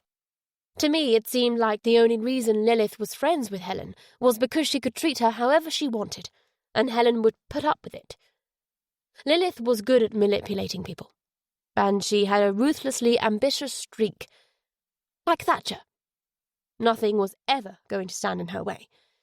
But she had one weakness. Reese Devonport. Lawrence nodded. Devonport had been hopelessly in love with Lilith since their school days, and she was in love with him too. But he couldn't give her what she wanted. Social status. So she married a man who could, but who she didn't love. Tragic, isn't it? That would have been the end of the story, but Devonport had other ideas. He pursued her until she gave in. That was sometime in 82. Lilith used to get Helen to lie for her. One time Gabriel phoned our house looking for Lilith. Helen pleaded with me to tell him Lilith and her were out shopping. I wasn't happy about it, but what else could I do? Lilith ended the affair in 84. 84, parroted Jack. Camilla was born in 86. That meant Reese wasn't her dad. It also meant Lawrence had no reason to hurt her. Lawrence nodded. And a few months later, Helen and Devonport. He closed his eyes and shook his head. In some ways, I blame myself for what happened. I should never have let Lilith treat Helen the way she did. I should have told her what I thought of her, that she was a controlling, nasty piece. He broke off with a flick of his wrist, as if wafting away a bad smell. What's happened has happened. Do you think Reese was trying to make Lilith jealous? I think that's exactly what he was trying to do. Of course, he didn't say that to Helen. What did he say? I don't know. Devonport's what you might call a charming bastard. I met him once by chance at an antiques fair. This was well before his affair with Lilith. He could have sold coal to a miner. A real-life Dell boy. He was all over Helen, hands like an octopus. Alarm bells should have been ringing even then, but I trusted her. Well, you do, don't you? When you love someone, you think only the best of them. You don't believe for a moment that they could... Lawrence's voice faltered. He pushed out a smile. But anyway, that's life, as they say. Yes, thought Jack, that's fucking life. Why did Lilith break off the affair? Because she fell pregnant. Jack frowned in confusion. But Camilla was born 2 years after Lilith ended the affair. That's right. Obviously, Lilith wasn't pregnant with Camilla in 84. You're saying Lilith had another child before Camilla? All I can tell you is what Helen told me. Lilith had done the maths and knew it had to be Reese's baby. She was in a real state. She refused to have an abortion. She's Catholic. It never made much sense to me. She could cheat on her husband, but when it came to having an abortion, no way. So what did she do? What could she do? She had to tell Gabriel about the affair. And how did he take it? I've no idea. He can't have taken it very well, though, because after that Lilith broke off all contact with Helen. Why? I assume because Helen had covered up for Lilith and Devonport. Helen was devastated. I've never seen her so upset. Not even when she was diagnosed with cancer. I'm sure that's why she did what she did with Devonport. Just to try to provoke a response from Lilith. Both she and Devonport were willing to ruin their lives over that woman. Makes you think, doesn't it? Yes, agreed Jack, although it made him want to do the opposite. He would have given almost anything to shut his mind down to all the cheating, lying and deception done in the name of love. And did Lilith respond? Lawrence shook his head. She and Helen never spoke again. We only heard about Camilla's birth and Gabriel's death through mutual friends. Did Reese know about the 84 pregnancy? Not as far as I'm aware. So what happened to the baby? Lawrence spread his hands in a who knows gesture. I've often wondered that myself. Perhaps Lilith had a miscarriage. But what if she didn't? Jack asked himself. Lawrence seemingly had no reason to hurt Camilla, but Reese might have. Jack suddenly found himself thinking about a book he'd seen in Gabriel's study. A Clinician's Guide to Medical and Surgical Abortion. It had caught his eye because it seemed out of place. Had Gabriel performed a forced abortion on Lilith? And had Reese somehow found out about it after all these years? Maybe Lilith had confessed to him because she was dying. And maybe Reese had killed Camilla in revenge for Gabriel killing his child. It made a twisted kind of sense, a sort of balancing of the books. Jack thought about Lilith's reaction, or rather lack of one, upon first hearing the news of Camilla's death. It was almost as if she'd known what was coming. But why wouldn't she have pointed them to Reese? No, you just ruin kids' lives, don't you? You make them promises you can't keep. Perhaps Lilith had promised herself to Reese when they were children, and now she was paying the price for breaking that promise. Thank you, Mr. Bancroft Harding. I hope I've been of help. Despite everything, I wouldn't want Devonport to come to a bad end. There was no trace of sarcasm in Lawrence's voice. Jack squinted at him, as if he was trying to decipher a complex equation. Did you truly forgive your wife? Yes, Lawrence replied without hesitation. What about Reese? You mean, have I forgiven him too? I've never thought about it, but I suppose I have. Perhaps I should even be grateful to him. Jack's eyebrows drew together. Why? Helen and I wouldn't have been as close as we were if it wasn't for him. The cancer played a big part, but it was the affair that first made me realize just how much Helen meant to me. Actually, I feel sorry for Devonport. I found true happiness with a woman I love. The woman he loves wants nothing to do with him. If you feel that way, why were you so reluctant to talk about Reese? Lawrence smiled coyly. Just because I don't hate the bastard anymore doesn't mean I can stand the sound of his name. You've asked me a lot of questions, Inspector. Now can I ask something of you? Go ahead. Please don't contact me again. It's not that I don't want to help, it's just... Lawrence's smile became almost bashful. I only want to remember the good things about Helen. Jack returned to his car with mixed emotions. Part of him was in awe of Lawrence's ability to put love before ego. But another part sneered that Lawrence's magnanimity wasn't wisdom, it was weakness. He couldn't see any reason to think Lawrence hadn't been truthful.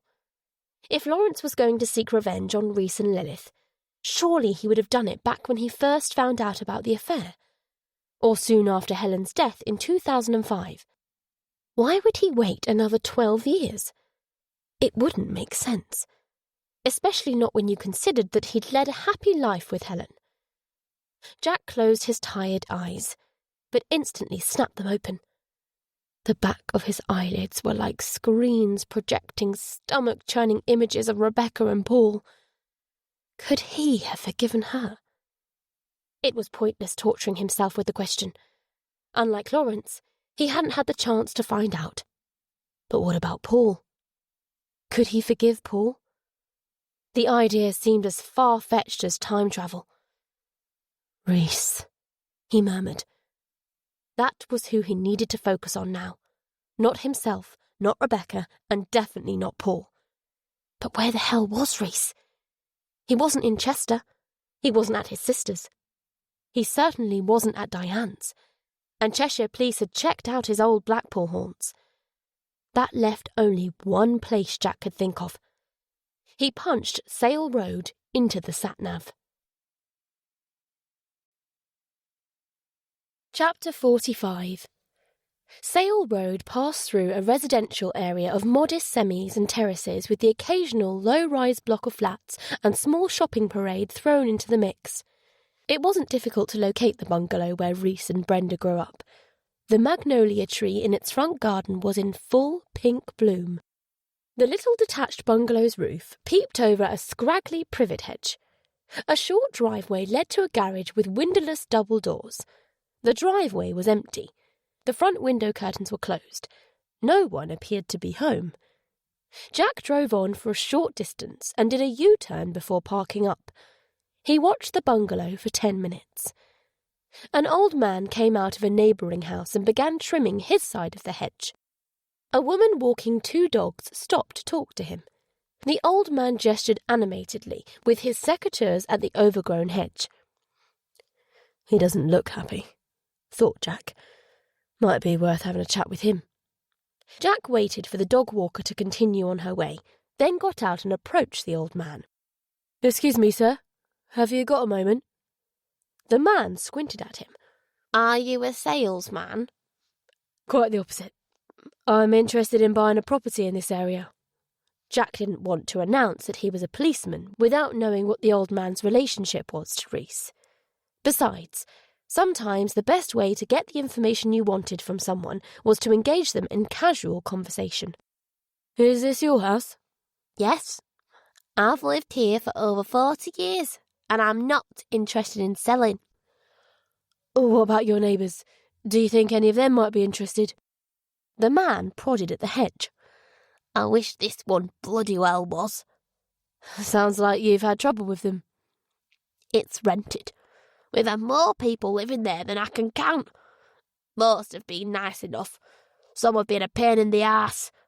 There was this one family a few years back. 4 bloody kids. Who lives there now?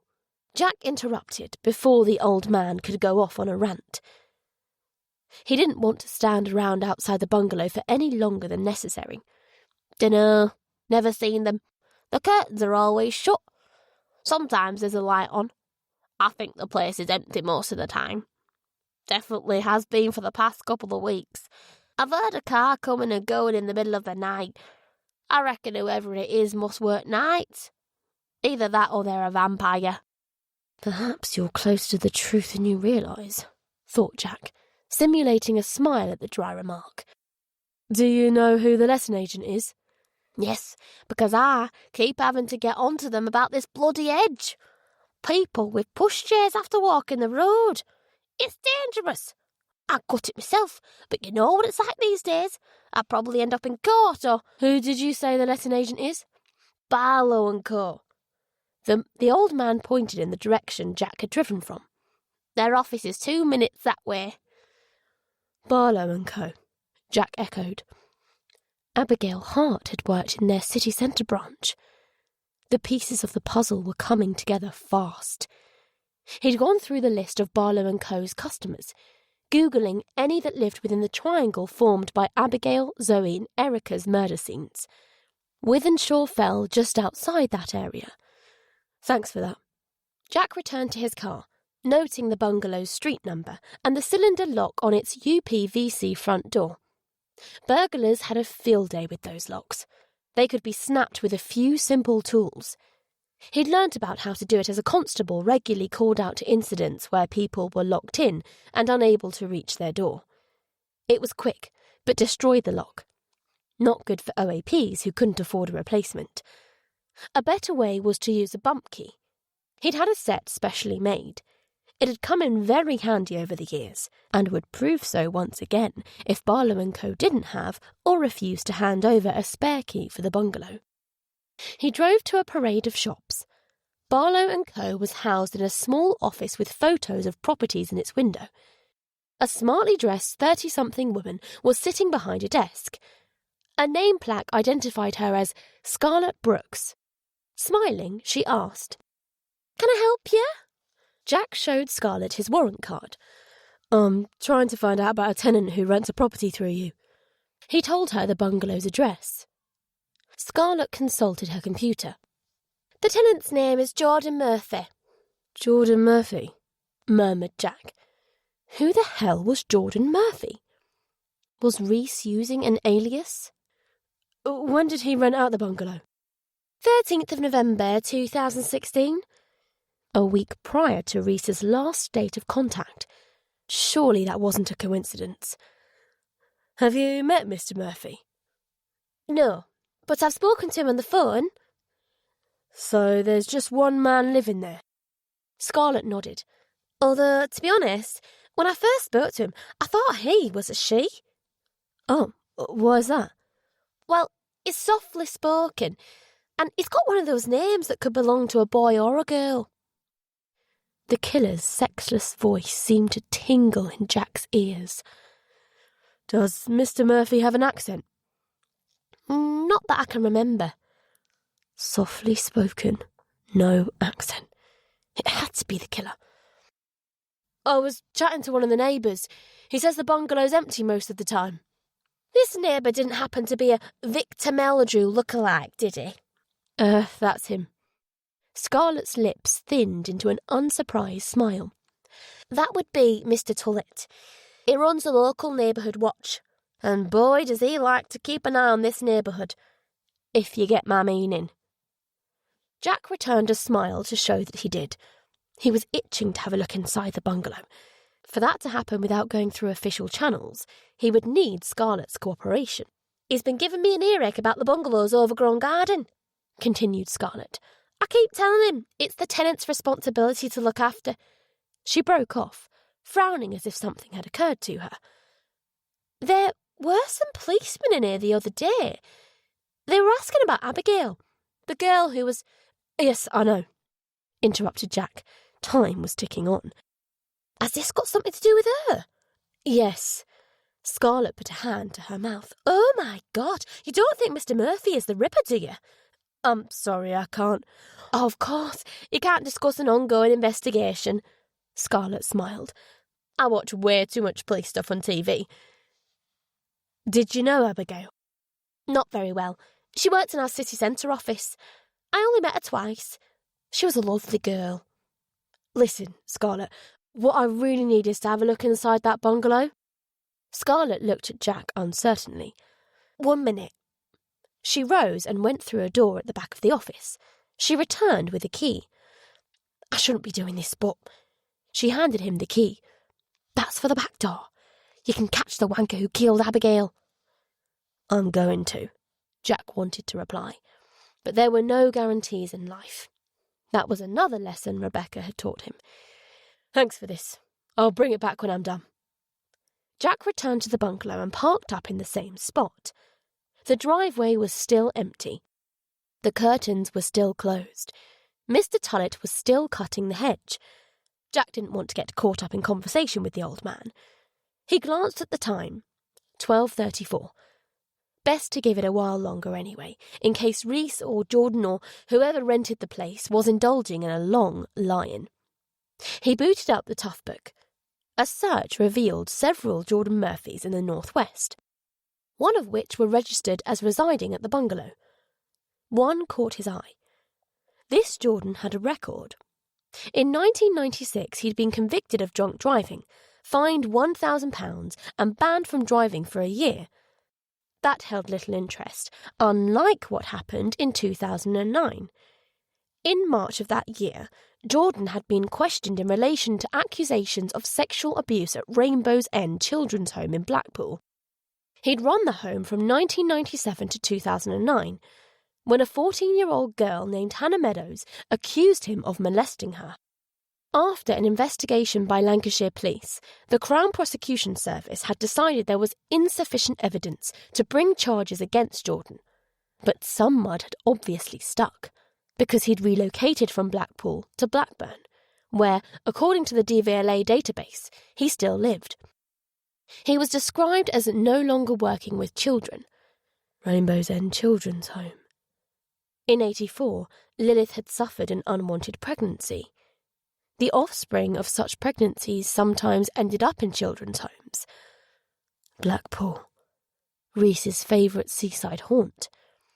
Those were the type of coincidences that would set any detective's brain tingling. Jack thought back to the killer's rant about putting kiddie fiddlers' heads on spikes. If Jordan was the killer, those words didn't add up. Assuming Jordan was guilty of molesting Hannah, he'd had years to reflect on his crime. Why would he suddenly be filled with self-loathing? And how did such self-loathing translate into serial murder? Perhaps it was all part of the killer's game. An act, a bluff. Sexual predators, especially child molesters, were, by nature, arch manipulators. Jack looked at Jordan's particulars. P.O.B. Burnley General Hospital, Burnley. D.O.B. 09/04/1958. Height, 5'8". Weight, 176. Eye colour, brown. Hair colour, brown. Race, white North European. Scars, marks, tattoos, etc. Tattoo of blue rose on left shoulder. Circumcision, no. Build, medium. Occupation, recruitment consultant and joint owner of M&J Recruitment Agency. Names of places frequented, not known. Next of kin, Stuart Murphy and Anthony Murphy. Relationship to Jordan Murphy, sons. Marital status, married to Maria Murphy. Tattoo of a blue rose. A red rose tattoo had been cut from Erica Cook's thigh. The coincidences were adding up. Another thing bothered Jack, though. If Jordan was the killer, why would he rent the bungalow under his own name? Jack seemed to hear a whisper of the soft voice. "I want you to catch me." He scrutinised Jordan's mugshot. Bald as an egg, salt and pepper goatee, washed-out complexion, broad, large-featured face, deep-set grey eyes. Jordan's face was tired, but inscrutable. He didn't look like the sort who would easily crack under pressure. "You'll find out if you're right about that soon enough," Jack thought grimly. He navigated to M&J Recruitment Agency's website. On the homepage there was a photo of the agency's premises. Stone building, steel and glass entrance, swanky sign. The agency dealt with a wide range of jobs, from legal, administration and sales to dental and medical. He clicked Meet the Team and was taken to glossy photos of M&J's employees. Top of the page was Maria Murphy, Managing Director. A good-looking middle-aged woman with auburn hair and blue eyes. Next to her, looking very different from his mugshot, smart suit, friendly smile, was Jordan Murphy, Sales Director. He looked up Hannah Meadows. She had a record. Petty theft, shoplifting, being drunk and disorderly in public, possession of Class A drugs. For the first 3 offences, she'd been given fixed penalty notices. For the final offence, she'd received a conditional court discharge. So far, so typical. At 18, Hannah would have found herself ejected from the care system into a council flat. No money, no job, no prospects. Confused, alone, and traumatised. Was it any wonder she'd turned to crime and drugs? His heart grew heavier as he read on. In April 2014, aged just 19, Hannah had died from a heroin overdose. He sighed. Fucking life. Fucking shitty world. He followed a link to a custody photo. Hair tied into a scruffy top knot. Pale, makeupless face. Tired, empty eyes. Too tired and empty for a girl her age. But despite, or perhaps because of it all, she was still heartbreakingly beautiful. Rebecca. There had been a similar emptiness in Rebecca's eyes, except she'd suffered no childhood trauma that Jack knew of. Her parents had doted on her, given her all the love a child needs. They weren't wealthy people, but they were comfortably enough off to make sure she hadn't wanted for anything. She'd been popular at school and academically gifted. She'd sailed through university and straight into a job at a prestigious consulting firm. To all appearances, she was a happy, successful young woman. But something had been gnawing at her, hollowing her out until she was nothing but a shell of herself. What was it, Rebecca? What happened to you? He forced his mind back to Hannah. Her hair was platinum blonde with dark roots, and her eyes were bluish green. Not an exact match to the victim's, but close. Here then was motive. Hannah had besmirched Jordan's reputation. Perhaps he'd been planning his revenge on her before she selfishly OD'd, and so had to vent his anger on substitute victims.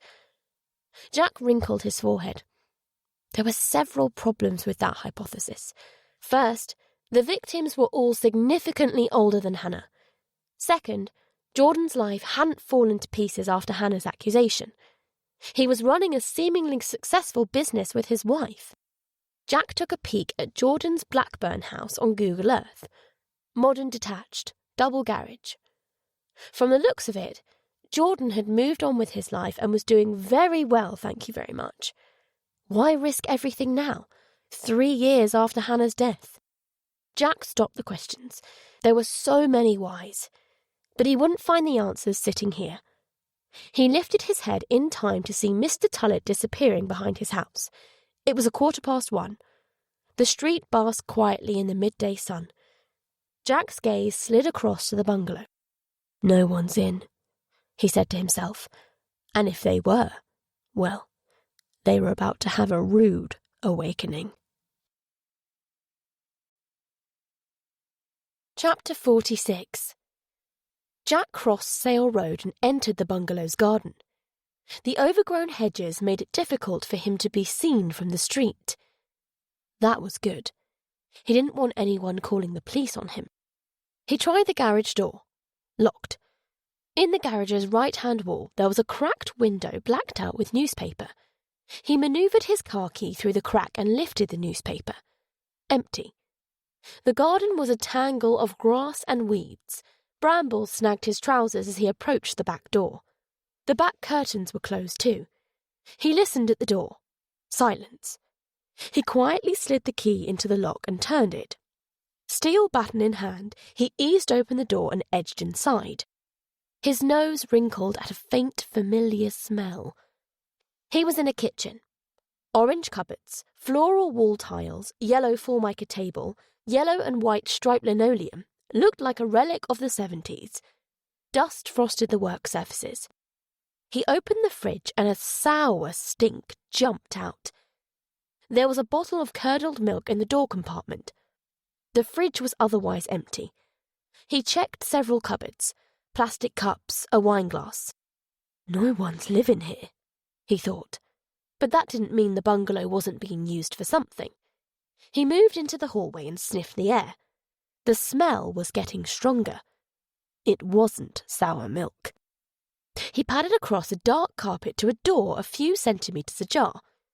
The room beyond was furnished with a dark wood dining table and 6 chairs. Cobwebs clung to a glass globe light fitting. Garish floral curtains hung over the window. Nothing else but more dust and yellowed anaglypta wallpaper. The living room was next. Same carpet, same light shade, wallpaper and curtains. A threadbare 3-piece suite was arranged around a stone hearth. No television, ornaments or other signs of inhabitation. He was drawn to the front door by a pile of mail below the letterbox. Charity begging letters, home insurance offers, takeaway menus, political party crap, free newspapers. Junk mail, the lot of it. Nothing addressed to anyone in particular. There were 3 more doors. The first led to an empty box room. The second to a dated avocado green bathroom with mould-splotched tiles.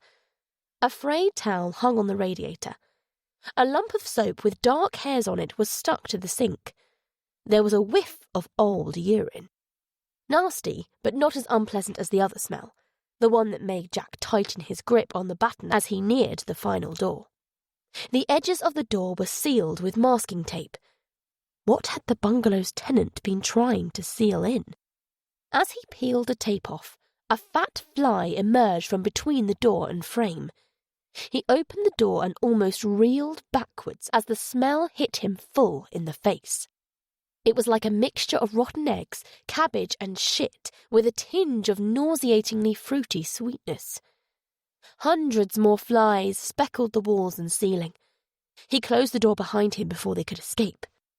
There was a blow-up mattress on the carpet. Stained blankets were scrunched at the foot of it. A man, naked except for filthy white Y-fronts, lay on the mattress, his arms stretched out to either side, his head resting on a pillow. His face, abdomen and stomach were grotesquely bloated. His skin was green and mottled with red and purple patches. Blood had leaked from his nose, mouth and eye sockets. A halo of black-brown slime surrounded him. Bloat. The breakdown of organs causing gases to accumulate had long since set in. Fluids were being forced out of every orifice as the body liquefied from the inside out.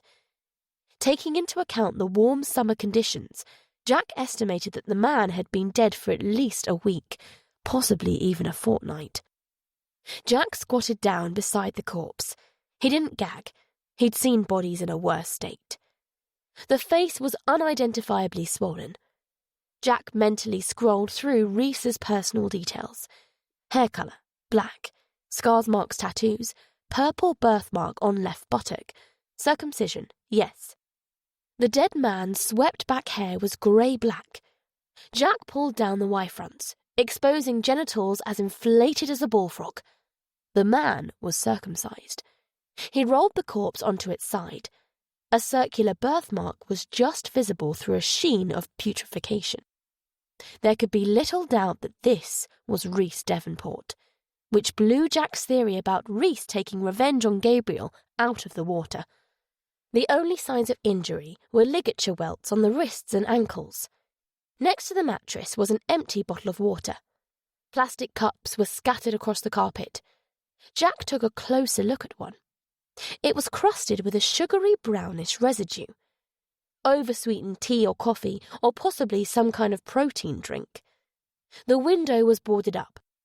In one corner was a plastic bucket with a toilet roll beside it. In another corner was a bundle of clothes, blue jeans, pink shirt, size 10 suede loafers, and a stack of newspapers. He checked the pockets of the jeans and shirt. Empty. He leafed through the newspapers. The most recent was dated Thursday, 13th of July, 2017, 12 days ago and 3 days before the murders started. His gaze landed on 3 more objects: a black ball gag, a tube of Savlon, and a tangle of blood-stained twine, before returning to the corpse. Someone had been providing Rhys with food and drink, a bucket to piss and shit in, reading material. They appeared to have been keeping him alive, but he died anyway. Reese had been in his 60s, a heavy drinker. He'd been missing since November 2016. He might have been kept prisoner here for 7 or 8 months. There was every chance that the strain of captivity had been too much for him. Perhaps the ligature welts had become infected, hence the antiseptic cream. Or maybe his heart had given out. Whatever the case, surely it was significant that he died around the time that the murders started. But why had the killer kept Reese alive? Why had they fed him, rubbed antiseptic into his sores, given him painkillers, perhaps even bathed him? Had they wanted something that they couldn't get from simply sticking a knife in his stomach? Perhaps they'd wanted him to suffer as long as possible for some real or imagined wrongdoing, and when he died, the focus of their rage had transferred elsewhere. The only way to find out for sure was to keep pushing deeper into the nightmare. He frowned uncertainly. If he called this in, half of GMP would descend on Jordan Murphy. But if he didn't call it in, there would be some difficult explaining to be done later on, if there even was a later on. Tackling psychopathic killers wasn't exactly without risk. There was also Jordan's wife, Maria, to consider. She'd stuck by her husband after the Hannah Meadows episode. Perhaps she believed he'd been falsely accused, or maybe she shared her husband's alleged sexual proclivities. She might even be involved in the murders. It has to be you, Jack. You alone. The frown faded. He'd done a deal with the devil. There was no turning back now. Reese had lain undiscovered for weeks. A few more hours wouldn't change anything. And what if something happens to you?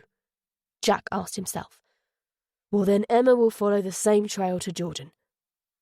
He rolled Reese onto his back and resealed the door as best he could. If the killer, or killers, returned to the bungalow, he didn't want them to realise anyone else had been there. He headed to his car and put Jordan Blackburn's address into the sat-nav.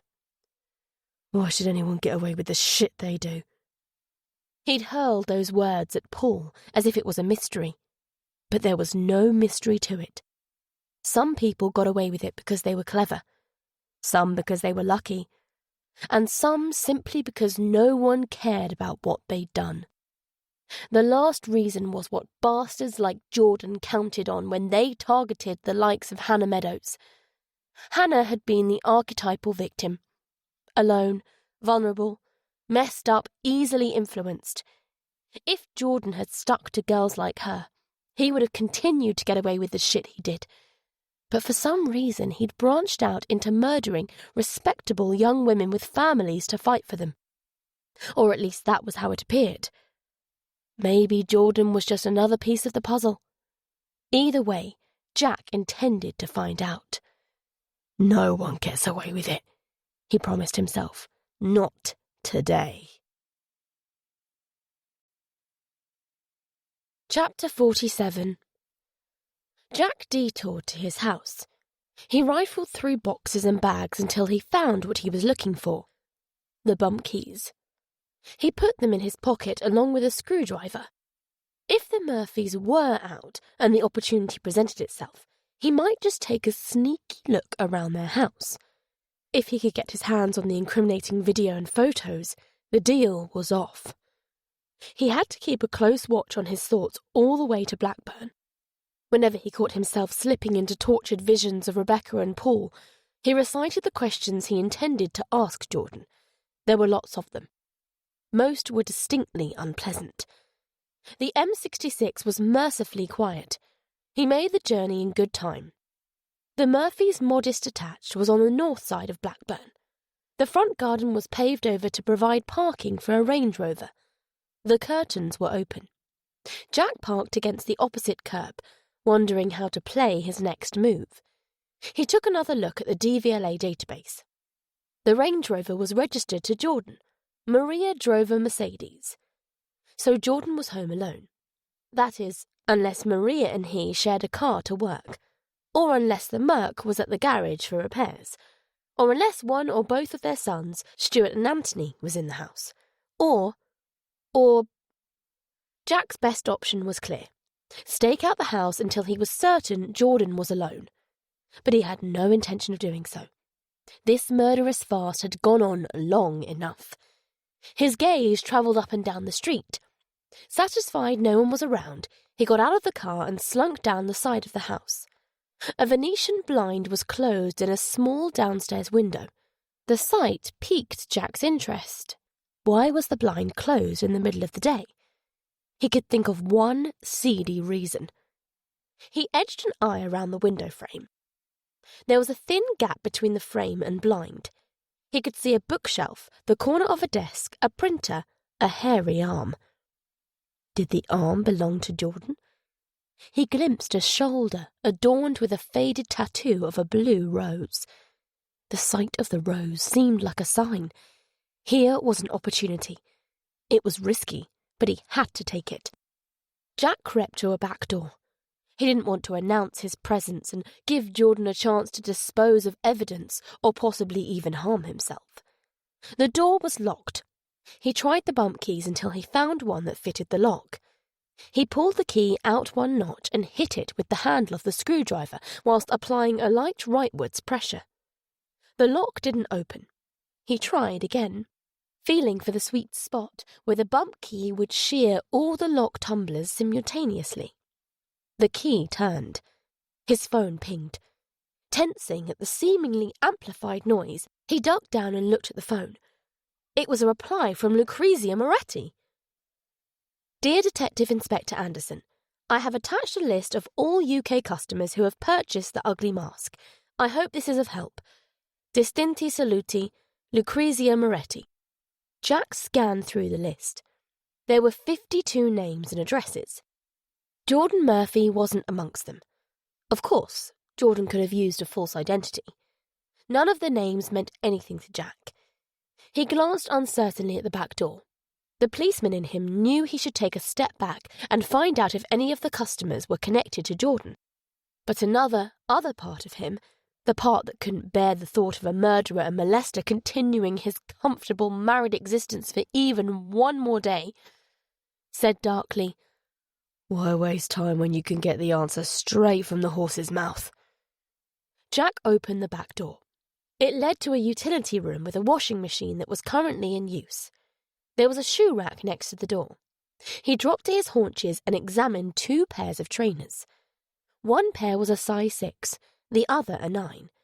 Neither pair showed signs of wear, resembling the footprint in Alexandra Park. He checked out 2 pairs of hiking boots and a pair of men's brogues. Same story. The noise of the machine covered Jack's footsteps as he advanced into a kitchen. Cooker, microwave, spice rack, shelf of cookery books. Nothing out of the ordinary. He cracked open the kitchen door. A hallway led to the front door. There were 2 other doors. He turned the handle of the nearest one and entered a small study. Jordan was sitting at a desk in boxer shorts and a vest. Bifocals were perched on the ridge of his craggy nose. He flipped shut a laptop and swiveled his chair towards Jack. He flinched so hard his glasses fell off. His moustache and goatee split into a shocked O. Jack brandished his warrant card. Jordan's eyes bulged at him. "What? How did you get in here?" "The back door was open." "That's a lie. Get out of my house," stammered Jordan. He had a gruff northern accent, nothing like the killer's phone voice. "Answer my questions and I'll leave. Who else is in the house?" Jordan's mouth opened and closed dumbly. His eyes darted around as if seeking an escape route. He moved one of his hands. "Keep your hands where they are."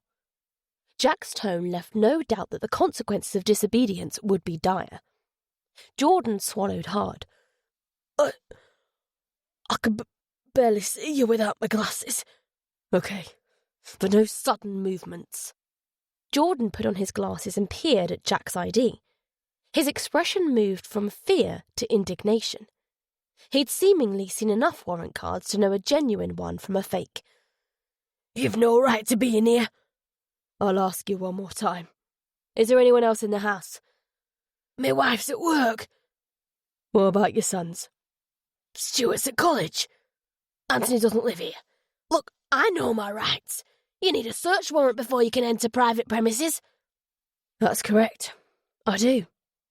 Then where is it? demanded Jordan. Jack sighed.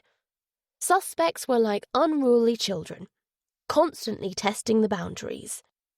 You had to crack down on them hard, make sure they knew where they stood. Let me make this very clear to you, Jordan. I don't have a search warrant. What I do have is evidence that places you at a murder scene in Wythenshawe. He watched for the slightest sign that Jordan knew what he was referring to. Jordan scrunched his face in what appeared to be genuine bewilderment. What the hell are you talking about? Does the name Rhys Devonport mean anything to you? No. Are you sure? Take a moment to think about it. I don't need to. I've never heard that name before. Then how did your name come to be on the lease for the bungalow where I found Rhys's body? Jordan threw up his hands. This is crazy. Move your hands again and I'll break them off, Jack stated matter-of-factly. Jordan clamped his hands to the arms of his chair. I've no idea what's going on here, but I'm telling you the truth. If my name's on that lease, it's either a different Jordan Murphy or...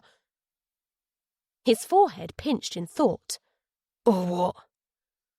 Or someone's trying to frame me. Why would someone want to do that? You must know my history. There are people out there who would love to see me in prison. What people? People like you. Jack stared hard at Jordan. Are you insinuating that I'm lying? Jordan's stammer returned. If what you're telling me is true, why you're here alone? Because my colleagues don't know about any of this. Jordan ran his tongue over his goatee, as if trying to work out whether Jack's reply was a good or bad thing. What do you want from me? I want to know who killed Abigail Hart, Zoe Saunders. The look of alarm on Jordan's face made it clear he recognised the names. What? Wait a minute. Erica Cook, Camilla Winter. Just bloody wait! You've heard those names before, said Jack. Of course I have. They're on the news all day long. Maria's obsessed with it all. You can't seriously be suggesting I've got anything to do with their deaths. Why not? You're a child molester. I've never been convicted of a crime in my life, except drunk driving. Just because you weren't convicted of molesting Hannah doesn't mean you're innocent. Jack pointed to the laptop. If I was to take that to the GMP techies, I wonder what they'd find. Nothing. It's my work laptop.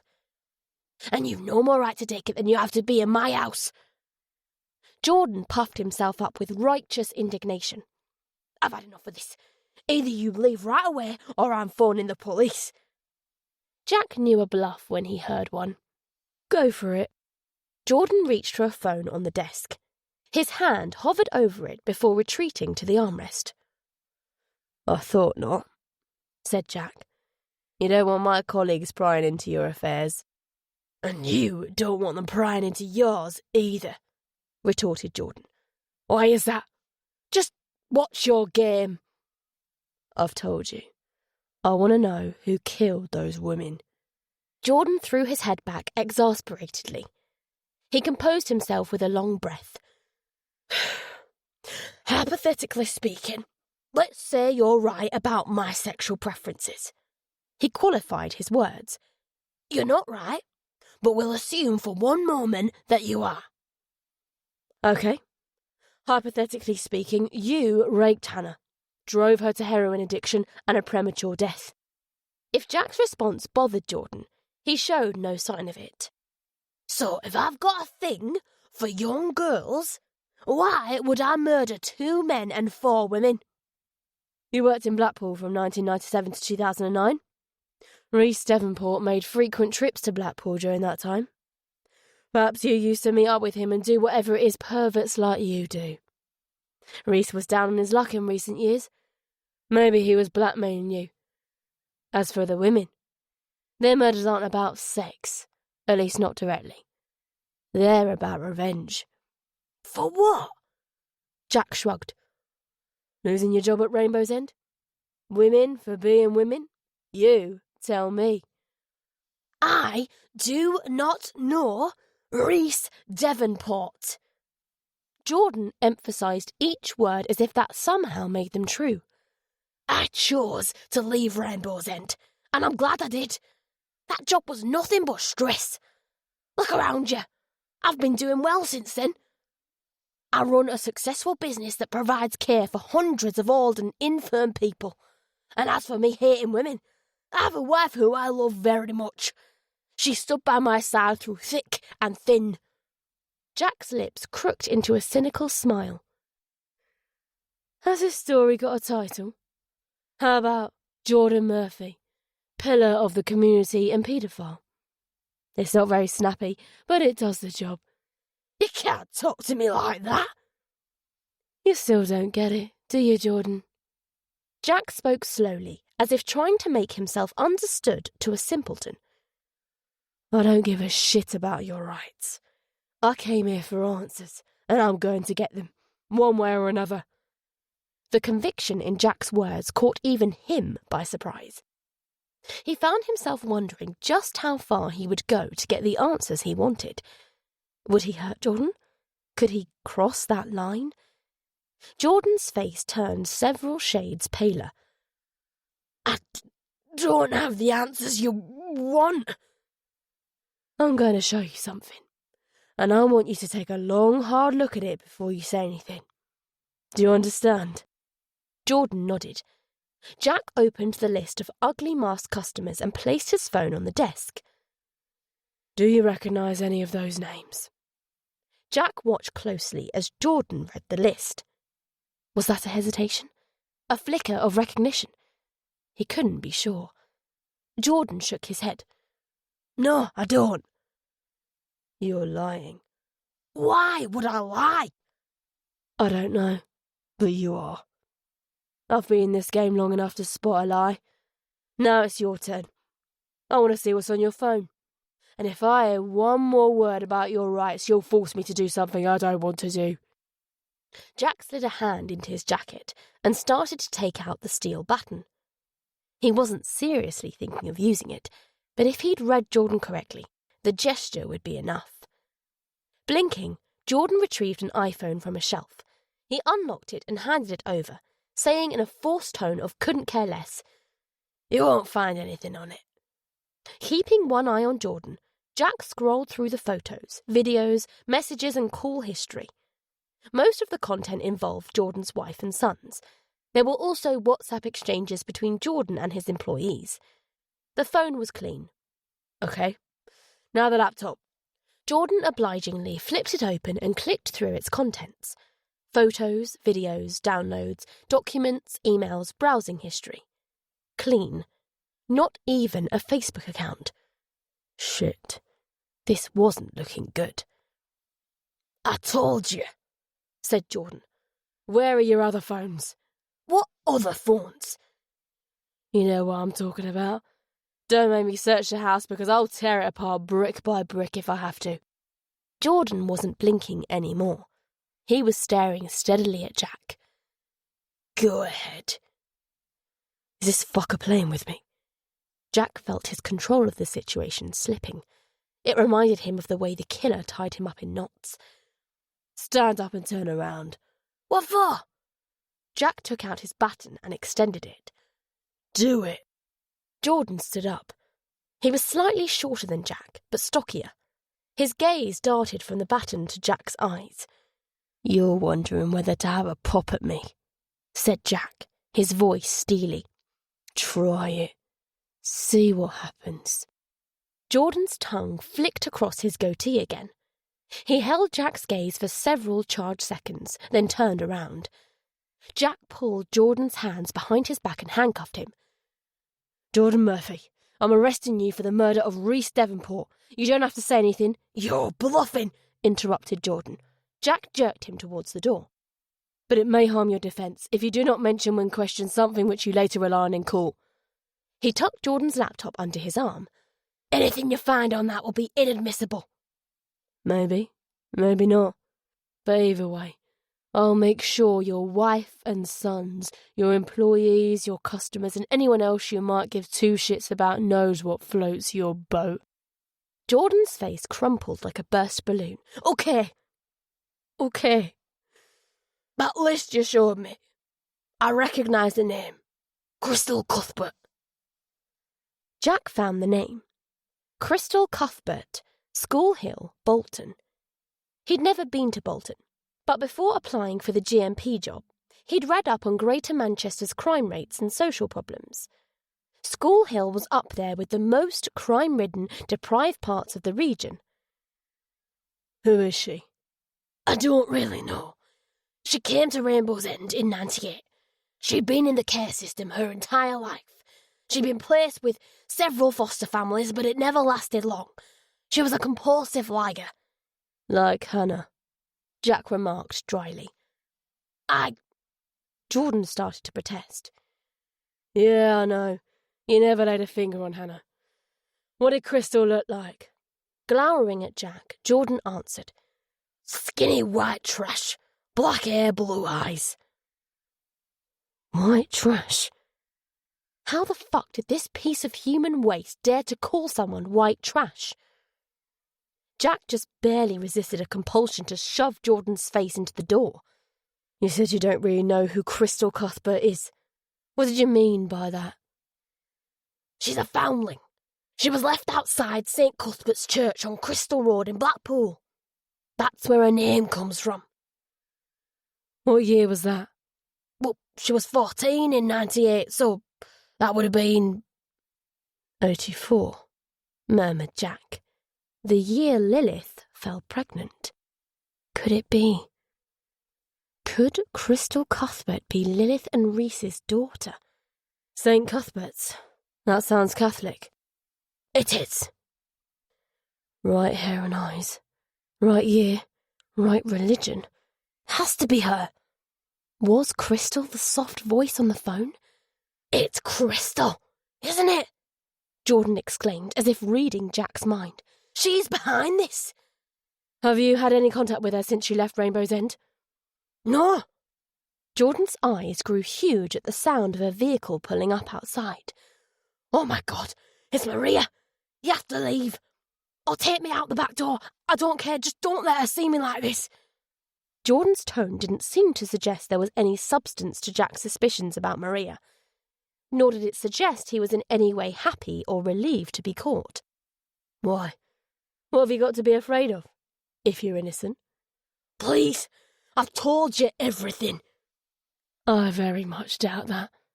For starters, you haven't told me what you did to Crystal that would make her want to frame you for murder. I did nothing. Like I said, she was a vindictive, lying little... This is getting me nowhere. I think it's time I spoke to Maria.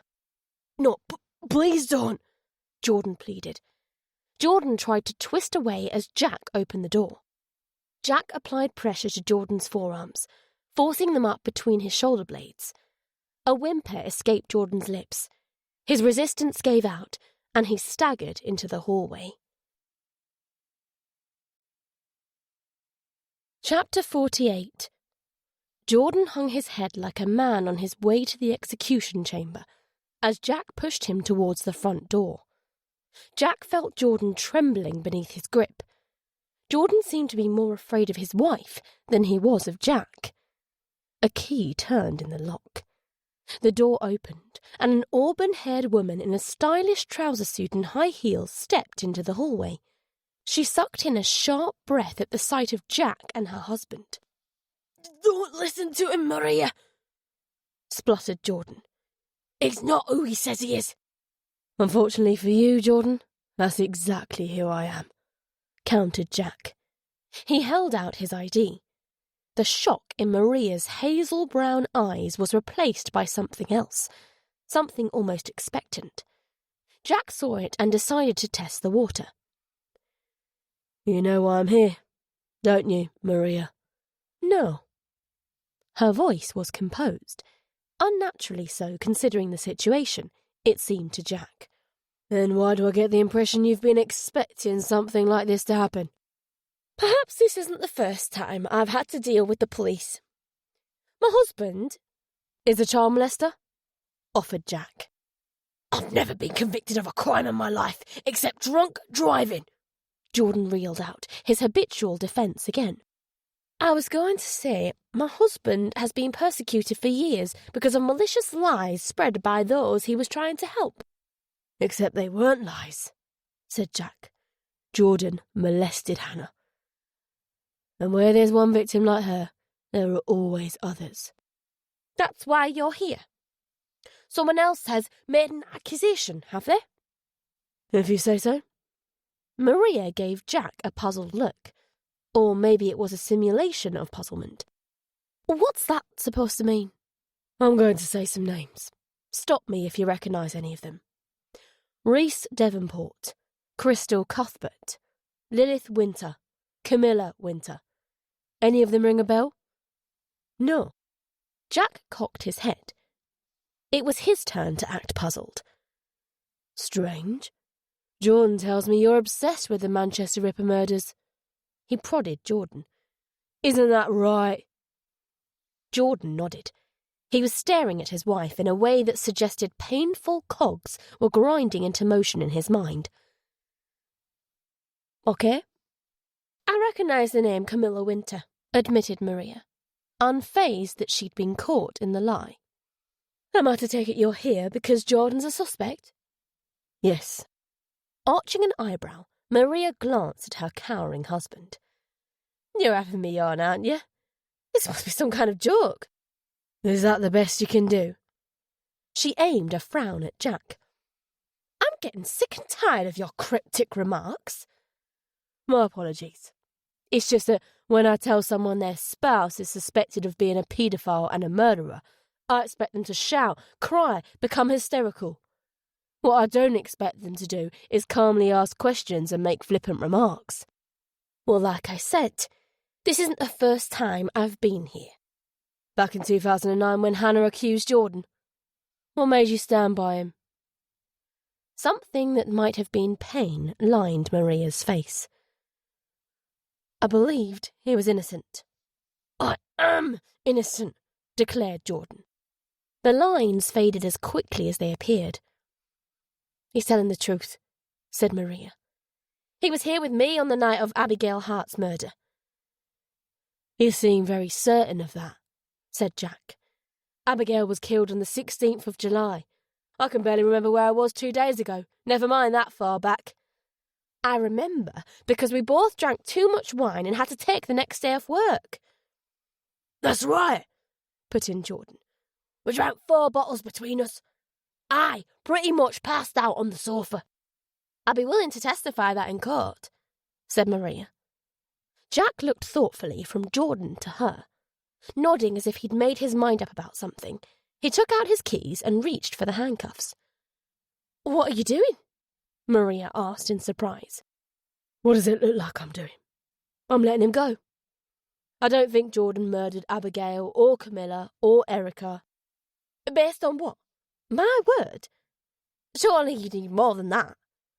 Jack hesitated to unlock the cuffs. Are you saying the alibi is false? No. What I'm saying is, how can you be certain I'm not lying to you? I did it before. I could be doing it again. Jack frowned. I'm a little confused. I'm telling you your husband's innocent. I thought you'd be happy. I am. You could have fooled me. You know what really strikes me as strange? You haven't asked who Reese Devonport and Crystal Cuthbert are. Why is that? I thought maybe you made up those names. That you were trying to trick me. Maria stumbled over her words. Only for a second, but it was enough for Jack. She was lying again, but not about the alibi. I'm just calling to find out how my favourite accomplice is doing. Recalling the killer's words, Jack's hand returned to the steel button. Perhaps Maria was involved in the murders, just not in the way he'd thought. It was enough for Jordan, too. Anger emboldened his voice. You bitch! You're trying to set me up! You and that little slag! Maria gave him wide, innocent eyes. What little slag? Crystal fucking Cuthbert. What did she tell you? Whatever it was, it's a lie. That slut doesn't know how to do anything but lie and... Jordan stopped short as if he'd thought better of saying what was on the tip of his tongue. And what? Maria asked, in a voice that sounded like something between a warning and a threat. Jordan blinked and dropped his gaze. Bitches, he muttered, his shoulders quaking as tears of self-pity took hold. You give them everything. Love, a home, children. And what do you get in return? A knife in the fucking back. You've never given me anything, retorted Maria, her eyes ablaze. Except for Anthony and Stuart. And I as good as raised them by myself. All you cared about was Rainbow's End. Sometimes I didn't see you for weeks on end. That was the job. Maria made a motion as if chopping up Jordan's words. And what about when you lost that job? I didn't lose it. I voluntarily left. You couldn't have stayed on at Rainbow's End if you'd wanted to. Your reputation was ruined. People didn't trust you anymore. They didn't want to know you. Or me. And what did you do about it? You hid in the house feeling sorry for yourself. Maria jabbed a long-nailed finger at her chest. I started M&J Recruitment Agency. I made a success of it. I paid the mortgage. Me, not you. If it had been left to you, we'd have ended up homeless as well as ostracised. Jordan shook his head as if to say, that's not how it happened. Maria lunged forwards as if to take a swing at him. Jack made no move to intervene. He wanted to see what other simmering resentments this spat brought to the fore.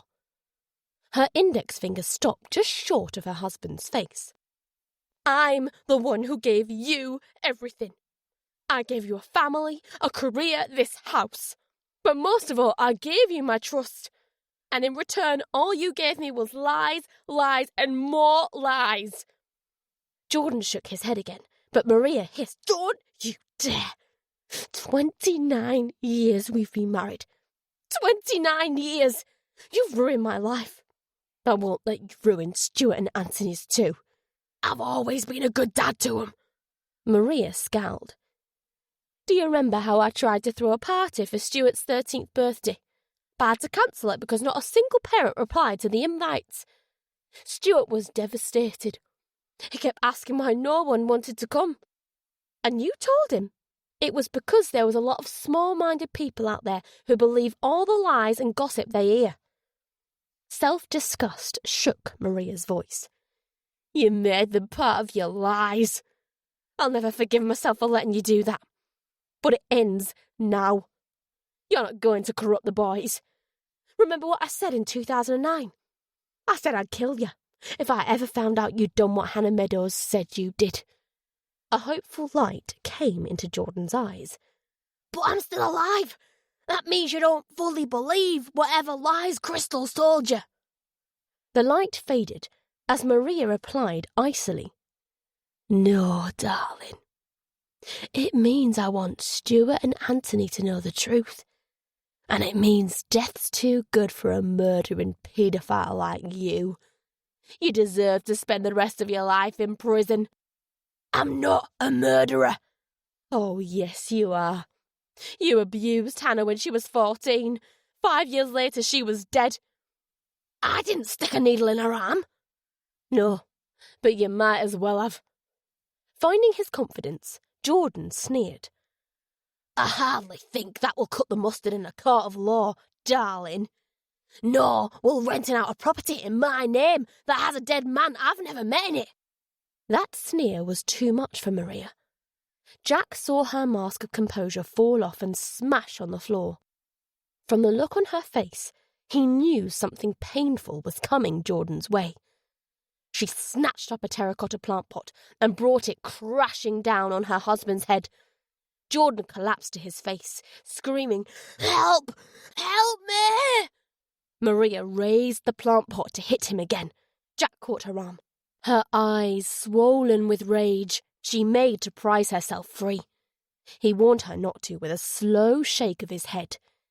She reluctantly allowed him to take the pot away. He gestured for her to sit on the bottom step of the stairs and bent to lift Jordan onto his knees. Blood was streaming from a gash on Jordan's bald scalp. You're... He stuttered at his wife, trailing off as if he had no words to describe what she was. His eyes reeled towards Jack. You could have stopped it. I have your job. Oh, God, I'm bleeding. I need to go to hospital. I demand... You're in no position to demand anything, interrupted Jack. If I were you, Jordan, I'd keep your trap shut, or I might let her finish the job. Jordan opened his mouth as if to say something else, but snapped it shut again. Jack turned to Maria. She was trembling like a restrained wild animal. Your husband's right. Jack's voice was calm, but he was coiled and ready for anything. The lease alone won't be enough to get a conviction. Maria stared at him silently. Play dumb if you like, but as things stand, Jordan will get away with abusing another girl. That's what Crystal told you, isn't it? That Jordan abused her when she was at Rainbow's End. Jack paused to see what effect his words had. Still no response. Listen carefully, Maria, because believe it or not, I'm trying to help you. Do you know what the sentence is for accessory to murder? It's the same as if you committed the crime yourself. You said you want to protect your sons. You won't be able to do that from a prison cell. This time Jack's words got through. Maria closed her eyes, pressing her lips into a pale line, as if damming back her voice. Forget getting Jordan put away for murder, Jack persisted. That's not going to happen. But you can still expose him for what he is. Crystal's word might not be enough to convict him, but it will be enough to ruin him. It might even inspire other victims to come forward. Things have moved on since 2009. People know the police will take those kinds of allegations seriously now. Maria's lips trembled. The words were getting through to her. Now it was time to offer the illusion of a way out. Jack had been through the process hundreds of times.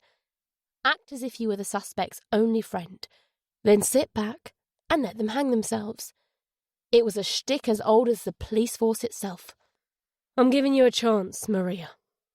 Tell me the truth, or I'll be forced to take these cuffs off Jordan and put them on you.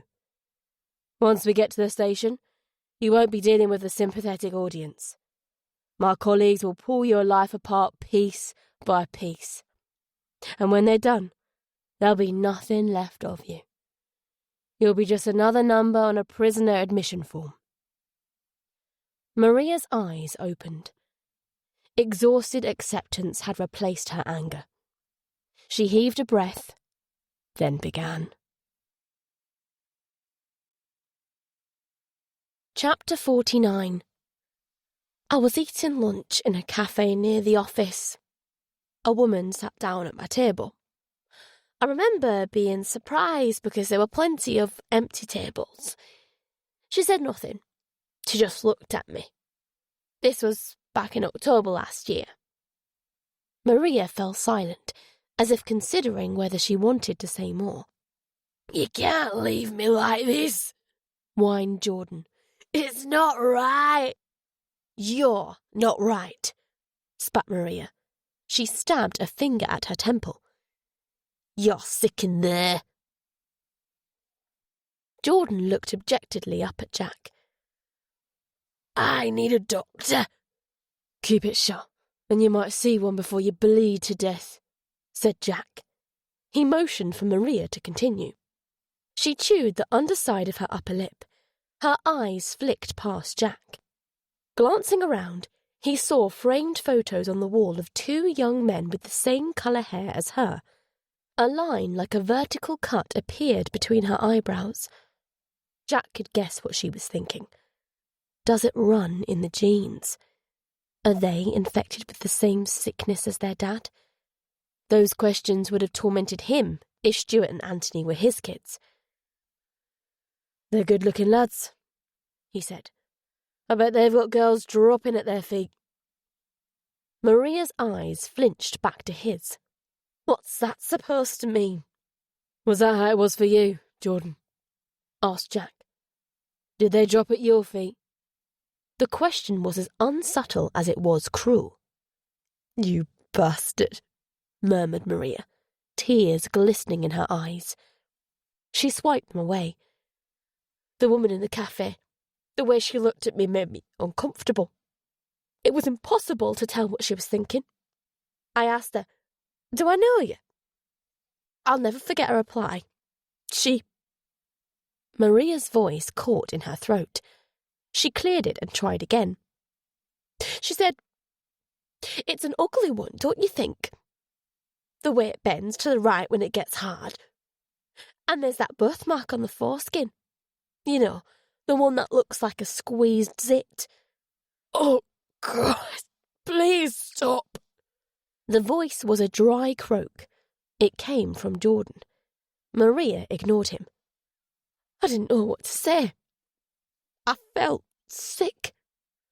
I tried to leave, but she grabbed me and said, "I'm going to tell you a story about a girl who was sent to Rainbow's End in 1998. Her name was Crystal Cuthbert. She was 14 and had spent her life in care. Her parents abandoned her as a baby. She had no friends. There was a man at Rainbow's End. He was kind to her. He made her feel like she was worth something for the first time in her life. She became attached to him, dependent on him. She believed he loved her. But he didn't know how to love anyone but himself. She didn't realise that for a long time, though. Not even after he raped her. She thought she was special. She thought they were going to run away together. That little girl was me. The man was your husband." Maria's eyes came back to the room. I knew she was telling the truth. How could I doubt it? Her story confirmed my worst fear. The man I loved was a monster. "No," snivelled Jordan. "Yes!" Maria hurled the word at him. "That's exactly what you are. A monster.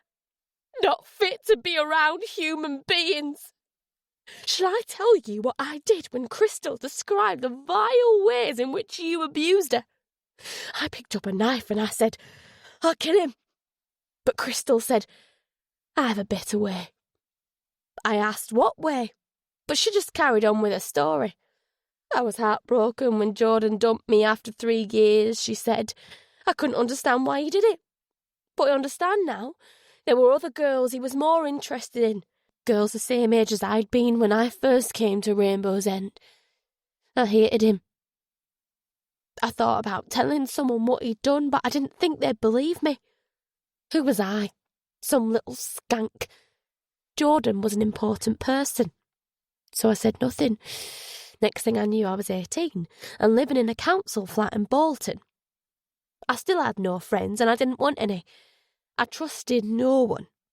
I was in and out of work, just shitty, menial stuff. I was too angry to hold down a job for long. I go off on people at the slightest thing. I thought about my parents a lot. Who were they? Why had they abandoned me? And had they been too young or poor to look after me? "Is there much more of this crap to go?" grumbled Jordan, blinking away the blood in his eyes. There was a defeated note in the question. He'd accepted that his marriage was beyond saving. All he wanted now was to get his head seen to. "This crap!" scowled Maria, glancing at the plant pot as if a bell had rung for round 2 of bashing in Jordan's skull. Jack warned her not to with another shake of his head. "She's making it up. Can't you see that?" Jordan appealed to Jack. "How could she remember word for word what Crystal said almost a year ago?" "'Cause every one of those words has been eating away at my brain ever since," countered Maria. "I wish I could forget them, but I can't." Jack guessed that both Jordan and Maria were right to some extent. Maria almost certainly didn't remember the conversation verbatim. She might even been embellishing it. But he didn't doubt that at the core of her story there was a nugget of truth. "Where was I?" said Maria, her eyebrows scrunching together. "I can't think with this bastard interrupting me all the time." "Too young and too poor to look after me," prompted Jack. "Oh, yes. So, Crystal told me how she drifted for several years. She said she would have gone on like that forever if it hadn't been for Hannah Meadows. The first thing she knew about the case was when she read a newspaper article about the CPS's decision not to press charges. She said, all I could think was, if I told someone what Jordan did to me, maybe Hannah wouldn't have had to go through the same thing. I told her she couldn't blame herself, and she said, I know now it wasn't my fault, but back then I thought differently. I didn't go out of the flat for days, didn't talk to anyone, didn't eat, didn't pay my bills. I basically had a complete breakdown. The guilt was too much for me. I constantly thought about killing myself." Jack's stomach gave a twist. "Rebecca, was the guilt too much for you? Or was there more to it? Where did your pain come from?" Revenge. The words sliced through Jack's thoughts. The thought of getting revenge on Jordan was the only thing that kept me from slashing my wrists. And it wasn't the only one I wanted revenge on. I used to daydream about tracking down my parents and making them pay for what they did. The problem was I didn't know where to start on either score. There was no point going to the police about Jordan. I'd only have got the same treatment as Hannah. I sometimes used to follow him around with a knife in my pocket, trying to work up the courage to stick it in him. But I couldn't get past the feeling that death was too easy a way out. I wanted him to suffer the way I'd suffered. And besides, if I went to prison for killing him, how would I fulfill my ambition of looking into my mum and dad's eyes as I told them about how Jordan raped me? Jordan managed a whimper of protest at the damning words. Jack silenced him with a sharp nudge in the back. Maria didn't appear to notice. Her eyes were lost in Crystal's story. I put up posters all over Blackpool asking if anyone remembered a pregnant woman who might have given up their baby in '84. No one came forward. I was at a dead end. And that's where I stayed for years. I got back into my old routine, drifting in and out of shitty jobs. I even made a friend. Her name was Angela. She was older than me and loved karaoke. She dragged me onto the microphone with her one night when I was drunk and I discovered that I had a talent. I could sing. Angela reckoned I had the voice and looks to make a go of it professionally. She even set me up with a gig at the Working Men's Club. But when it came to it, I couldn't get up on the stage. I just couldn't bear the thought of all those men looking at me. Maria's forehead furrowed, as if she'd reached a part of the story that she found particularly painful. Jack was thinking about Fiona Jenkins, the piano and vocal coach at Harmony Music Manchester, whose photo Crystal had sent him. He resisted an urge to hurry on Maria. He didn't want to break the reverie she'd fallen into. Not when he was so close to solving the puzzle. After a long few seconds, Maria said quietly, then it happened. Hannah OD'd. I had another breakdown. This time it was much worse. I lay in bed staring at the walls for weeks. I would have stayed like that until I died if Angela hadn't called the doctor. I was sectioned. I took all the drugs they gave me. I told the therapist the story of my shitty life, everything except Jordan. I kept that part for myself. When they let me out, I looked up Angela, but she'd moved away from the area, so I was alone again. One day, I decided to leave too. I packed a bag and headed down to London. I spent the next 2 years living in squats and on the streets. I learnt how to pickpocket, shoplift, break into places. I had a talent for those things too.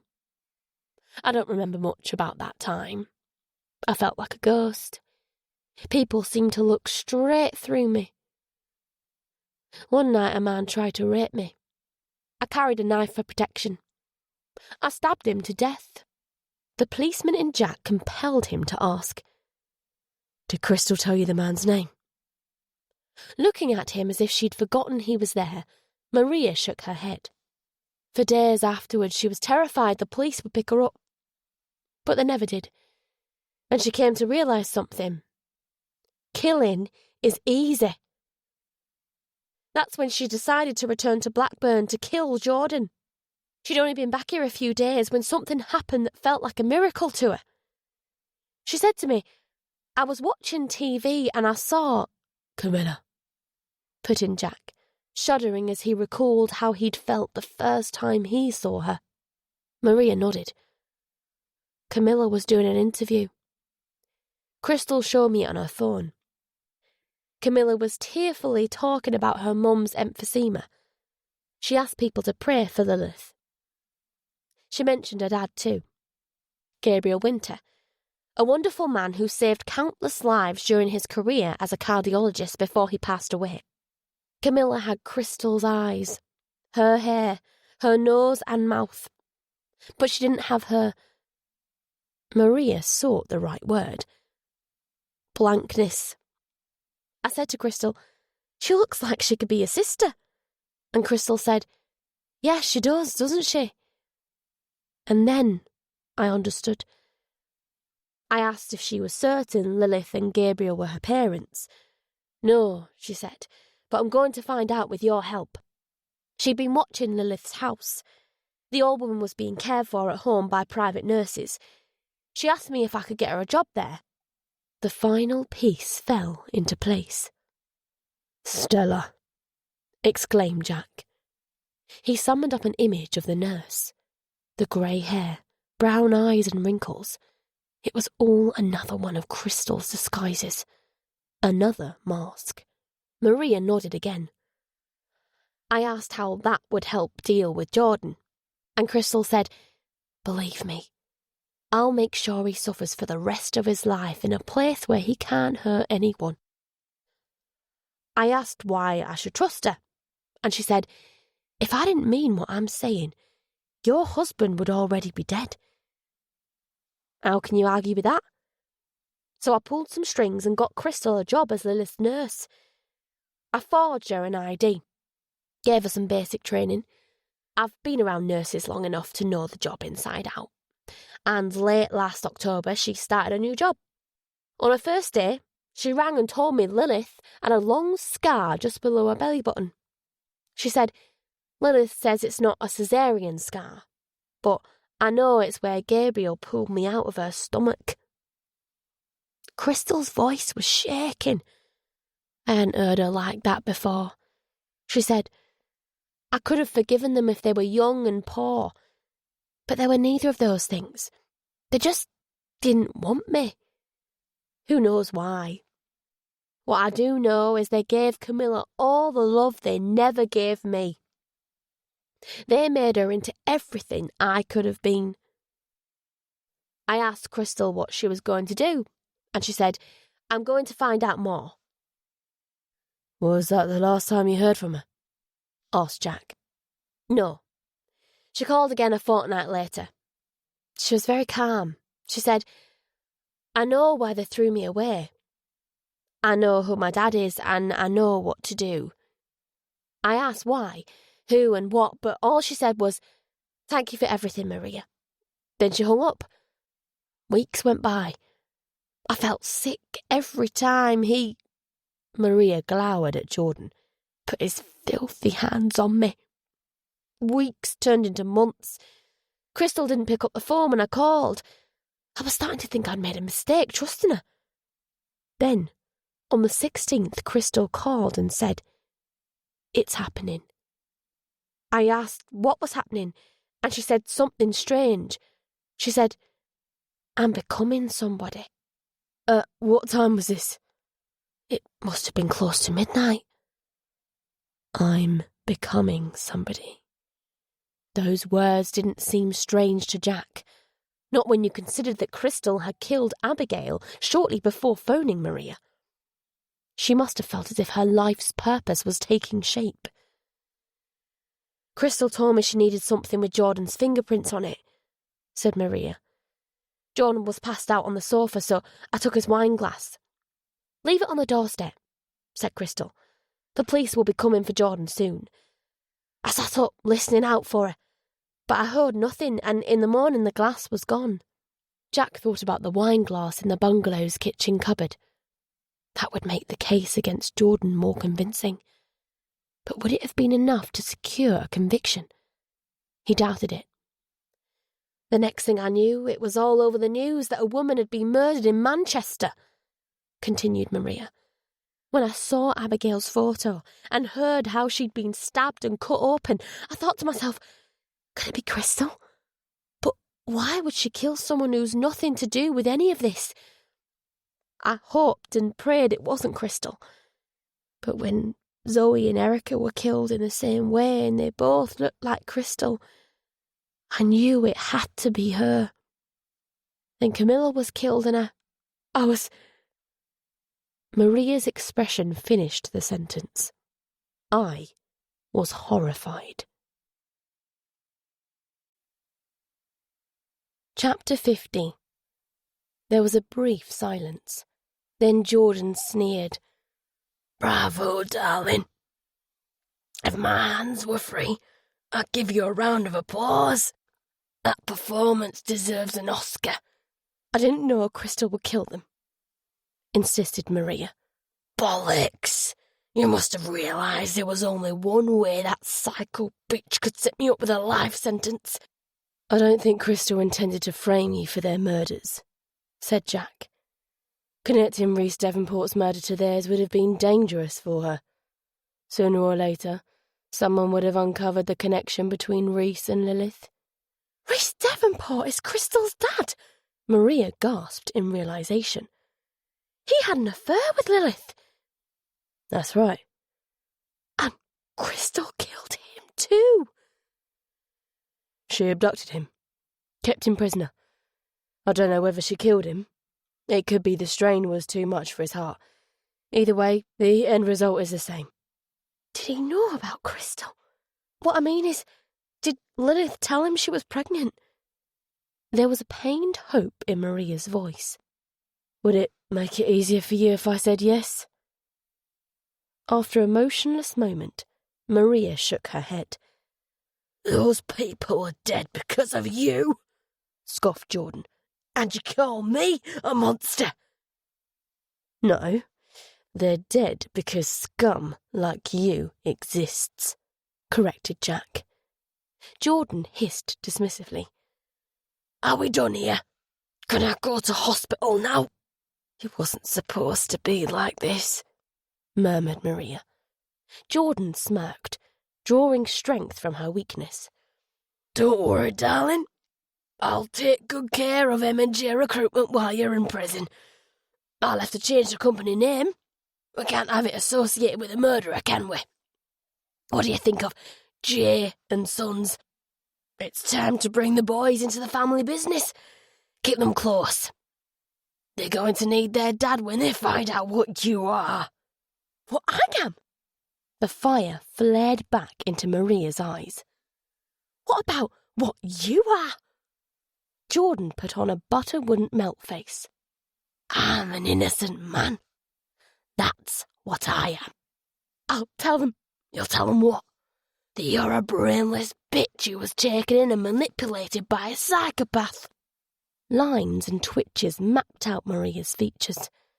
Jack stepped between her and Jordan. Do you believe me? She appealed to Jack. I believe Jordan abused Hannah and Crystal. Then how can you let him go? What other choice do I have? He'll do the same to others, and I'll keep on doing it until someone stops him. Jack knew that.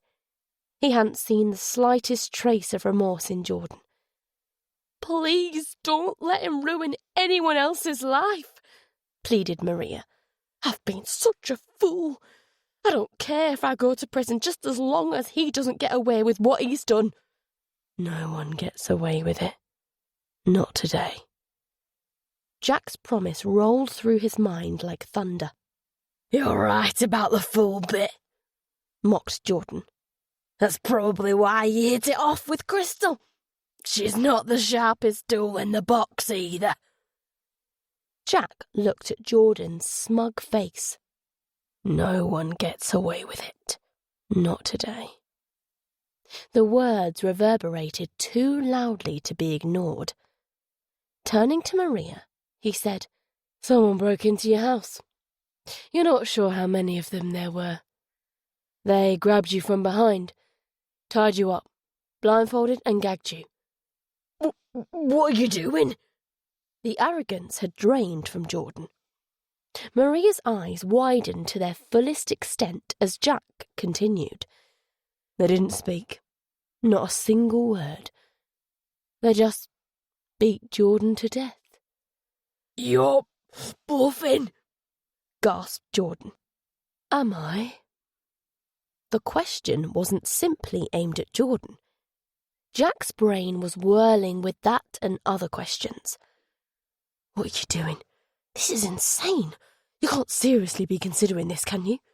As if echoing the thoughts, Jordan said, You can't do this. You're a policeman. The questions kept coming with irresistible force. Why should Jordan get away with it? Why should Lilith? Why should Crystal? Jack glanced at a cordless phone on a windowsill. I'll leave that within your reach, he told Maria. Half an hour after I leave, dial 999. You don't have to say anything. They'll trace your call and send someone out. Why bother with the police? Asked Maria, her eyes goggling as if she wasn't sure this was really happening. Why can't we hide the body? Jack pointed to the blood that was dripping from Jordan onto the carpet.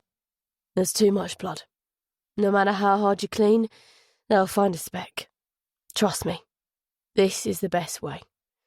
When the police realise nothing's been stolen, they'll figure it's a case of Jordan's crimes catching up with him. Help! Jordan cried out at the top of his lungs. Help! The breath whooshed from him as Jack thrust a foot into his back, pitching him onto his face. Jack pinned him there with a knee. Get a towel and a knife, he said to Maria. She quickly fetched the required items. Jack cut the towel into strips and made to stuff a bald piece into Jordan's mouth. I admit it, blurted out Jordan. I molested Hannah and Crystal. There were others too. I'll give you their names. How can I be sure the names would be real? Asked Jack. I secretly filmed them and took photos. Jack thought about the way Crystal had filmed and photographed him. Had she cottoned on to what Jordan was doing and taken twisted inspiration from it almost 2 decades later? Where are they? They're in the house. I'll show you. Jack removed his knee from Jordan's back. He's playing for time, said Maria. That look was back on her face. Her fingers twitched, as if impatient to get at Jordan's throat. No, I'm not. Jordan darted Jack a glance that said, Keep her away from me. Jack lifted him upright and motioned for him to show the way. On wobbly legs, Jordan led them to the study. He jerked his chin towards a corner of the carpet. Under there. Try anything, and I'll break your arms, warned Jack, manoeuvring Jordan to a radiator and cuffing him to it. He peeled back the carpet, exposing floorboards that appeared to be firmly nailed down. 3rd, 4th and 5th floorboards from the wall, said Jordan. Jack prized at the floorboards and found that the nails were loose. Beneath the floorboards was a cavity with a strong box in it. He lifted the box out. It was padlocked. Where's the key? Plant pot. There was a spider plant on the windowsill. Jack felt around in the soil until he discovered a key. He unlocked the box.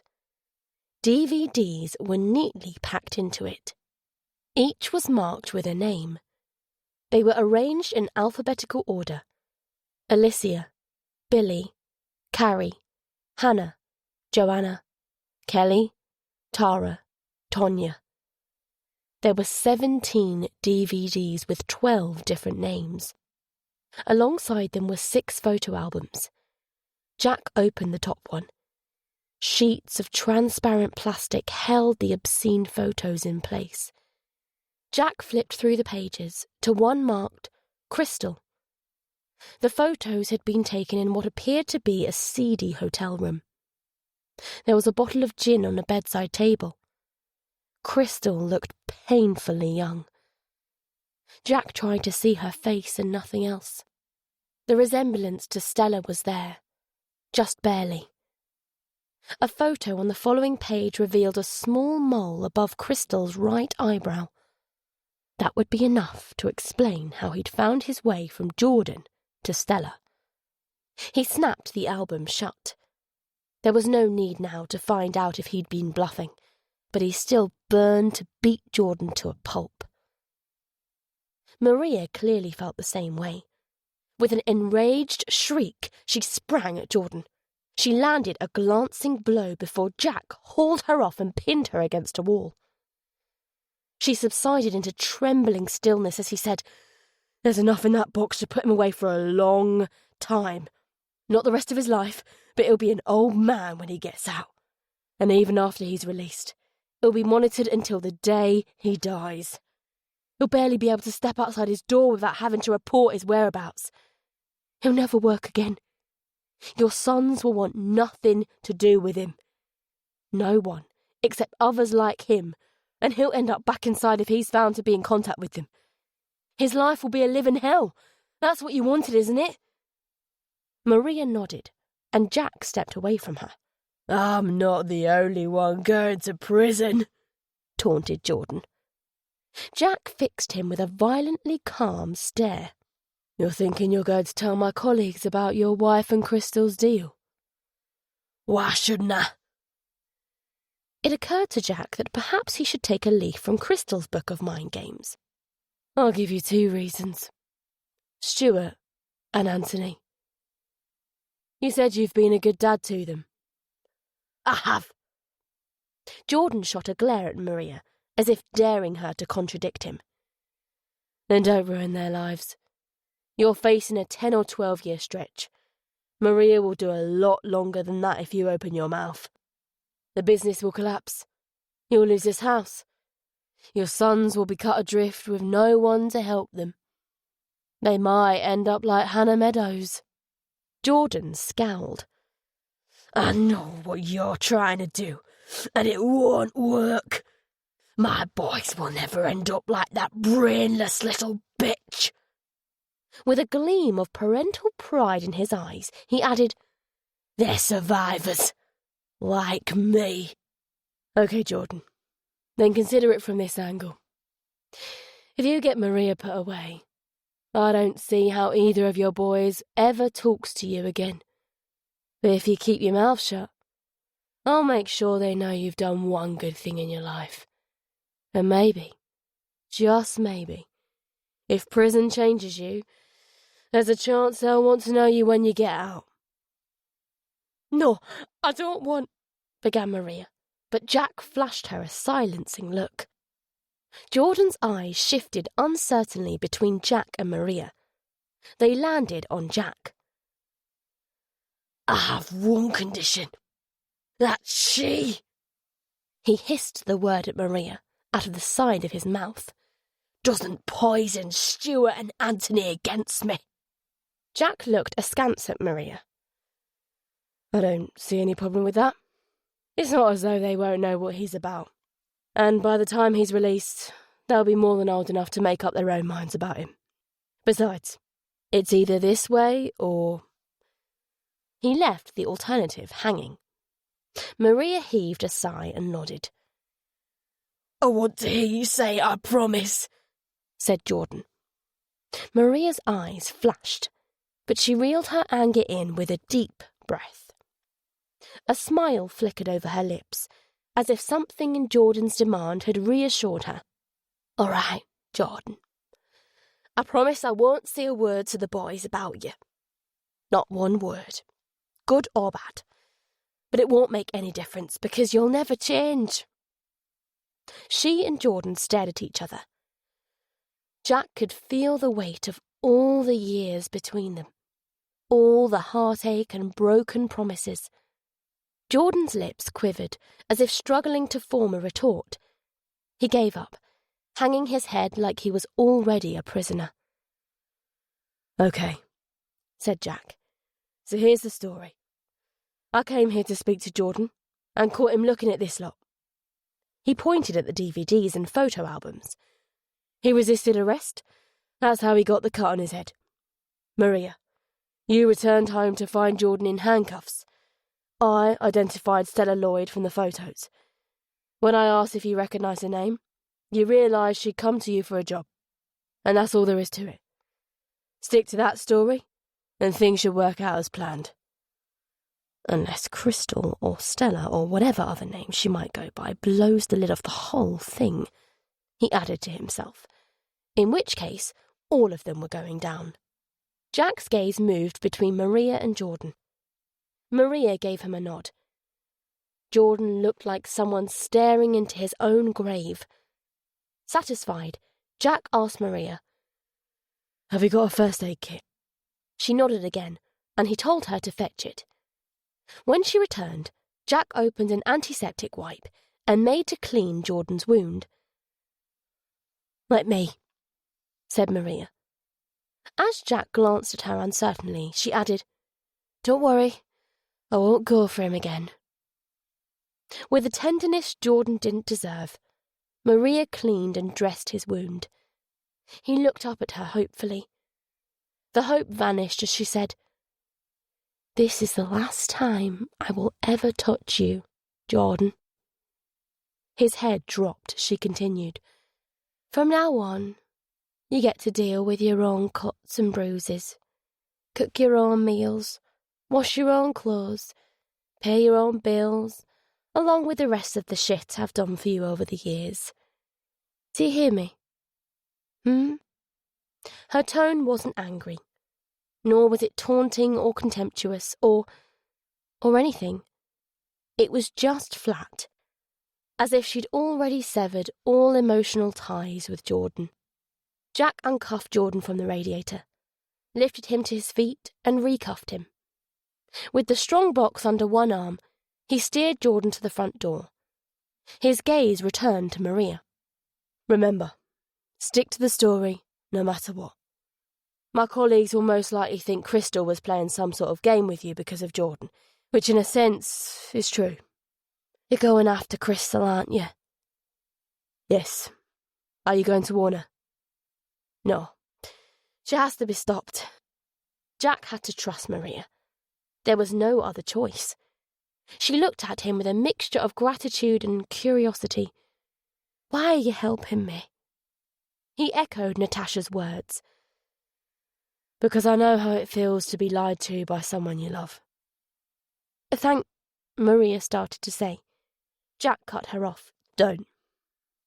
He didn't want her thanks. He'd freed her from Jordan's lies, but entangled her in his own. So many lies, one feeding into another. From where did this endless stream spring? Where was it going? Jordan's gaze remained fixed on the ground as Jack led him to the car. Jack put the strong box in the boot and cuffed Jordan to an overhead handle. "I just want to know one thing," said Jordan as they drove away. "Would you really have killed me?" Jack remained silent. It wasn't simply that Jordan didn't deserve an answer. Jack didn't have one to give him. Chapter 51. Truth. Lies. All the way back to Manchester, Jack's mind was like a coin flipping over and over. Which side up would it land? All he could do was watch and wait. Truth. Lies. He told himself he would take Crystal in unharmed. But what if he couldn't get hold of the video and photos? Truth. Lies. Doubt crept into his expression. Did he even know what the truth was anymore? What if Crystal resisted arrest? What if she fought him tooth and nail? At what point would he be justified in hurting or even killing her? Where was the line? He looked in the rearview mirror, as if seeking something he recognized. Who were you, Rebecca? He drove as if some relentless force was hurling him towards his destination. He pulled over across the street from Lilith's house and cut the engine. His eyes sketched the outline of the house. Was Crystal waiting for him? Even if Maria wanted to warn Crystal, she hasn't been able to contact her in months, Jack reminded himself. Or had Maria been lying about that too? He pressed his fingertips to his forehead. The coin was turning so fast he couldn't tell which side was which. There was a knock on the driver's side window. Jack's heart almost punched a hole through his ribcage when he saw who it was. He lowered the window. Emma, what are you doing here? Emma's stare was hard and searching. I spoke to Maria Murphy. How? Jack started, but broke off. The answer to the question he'd been about to ask was obvious. Emma had found her way to Maria the same way he had. His eyes ran up and down the street. There was no sign of any of his other colleagues. Are you here alone? Yes. Emma glanced at Jordan, as if he was something nasty a cat had brought in. She motioned for Jack to get out of the car. He did so, and she continued. I wanted to give you a chance to explain yourself before I show this to the DCI. She unfolded a printout of a CCTV image tagged City Road Inn, Albion Street. A man was frozen in the act of running. Emma had zoomed in on his unshaven features. And don't tell me that's not you. Jack was silent. The coin had reached its zenith. I'm waiting, pressed Emma. What can I say? I was drinking in the area. That's your story, is it? You just happened to be out drinking in the same area as Camilla and Dale. And you just happened to be caught on camera running away from that area at around the time Dale and Mr. Average had their altercation. Jack nodded feebly. The coin plummeted groundwards. 2 questions, Jack. Why did you try to conceal this from me? And why were you running? I didn't tell you because... His mind raced for a plausible reason and found one that could easily have been true. I didn't want Paul to know I was out boozing a few days before returning to work. And I was running to get a taxi. It was just a coincidence. What about this? Is this coincidence too? Emma handed Jack another printout. This one was of an email. The first sentence read, regarding samples taken from the altar tomb, chemical analysis of the ash has determined that the brand of cigarette is Marlboro. You smoke Marlboros, don't you, Jack? Yes. In fact, he could do with one right now. Me and several other people. Just another coincidence, eh? Emma's tone wasn't simply sceptical. It was outright disbelieving. Like a magician pulling rabbits from a hat, she produced yet another printout. A CCTV still of Manchester Opera House's lobby. The lobby was crowded with smartly dressed people. Amongst them, partially obscured but there for eyes that knew what they were looking for to see, was a man in a blue suit. Jack closed his eyes at the sight of himself. The coin hit the ground. Truth. No one gets away with it. Not even you. I'm Mr. Average. The words came out in a rush. It burned his heart to think what it would do to Naomi if he went to prison. But the pain was outweighed by relief. Christ, the relief. It was like he'd heaved a concrete slab off his back. He didn't need to know where the line was. It was no longer up to him alone whether Crystal lived or died. I was watching Camilla on the night she was murdered. I'd been watching her for days. I'm not sure how many. I was drinking a lot at that time. You were stalking her? Jack didn't even try to argue otherwise. I saw her by chance one night and... A choking lump rose into his throat. It was like I was seeing Rebecca. His mind drifted off course. He caught hold of it. I wanted to stop, but I couldn't. I had to keep going back there. I saw a masked figure in the flat. The figure killed Dale. I tried to save Camilla, but it was too late. The killer was gone and she was dying. If you try to save her, why cover up your presence? Because I've already lost so much. I couldn't face losing anything else. You let the killer get away. If you'd rung it in, we could have thrown a net over the area. Emma's tone was rebuking, but she looked at Jack with a trace of sympathy. That's why I'm here, to put things right. Emma's eyes narrowed. She glanced at Lilith's house. Are you saying the killer's in there? What did Maria tell you? Only that you'd arrested her husband and were on your way here. Jack gave the house an uneasy look of his own. This wasn't the time to give Emma the whole sad story of Crystal's life. The longer they stood there, the greater the chance of Crystal getting wind of their presence. He opened the boot and took the relevant photo album out of the strongbox. He showed Emma the images of Crystal. Does she look familiar to you? No. What about if he gave her grey hair and glasses and changed the colour of her eyes to brown? Emma's furrowed brow smoothed out in sudden realisation. Stella Lloyd. Camilla wasn't Lilith's only daughter. Lilith had an affair, got pregnant and abandoned the baby. That baby grew up to be an extremely troubled woman. Her name's Crystal Cuthbert, but she's using the alias Stella Lloyd. So Crystal killed her sister in revenge. But why kill those other women? Maybe it was for practice. Maybe it was to confuse us. Jack thought about the scar on Lilith's stomach and the way the victims had been slashed open. Or maybe it was a howl of rage for what Lilith did. Emma nodded. That makes sense. Crystal's killing her mother over and over. I'm becoming somebody. Crystal's words offered another possibility. Or maybe she just likes the way killing makes her feel. Emma shot another look at Lilith's house, as if to make sure no one was sneaking up on her. As much to herself as Jack, she said, I need to call this in. She eyed him awkwardly. Sorry, Jack, but I have to cuff you. He wasn't surprised. He'd have done the same in her position. You're a better copper than I ever was, Emma. I'm sure we'd have been good friends if it wasn't for all this. And I appreciate you coming to me before Paul. His lips thinned at the sour taste of the name. You can put the cuffs on me after I've arrested Crystal. Emma frowned. That's not going to happen. We're going to wait here for backup to...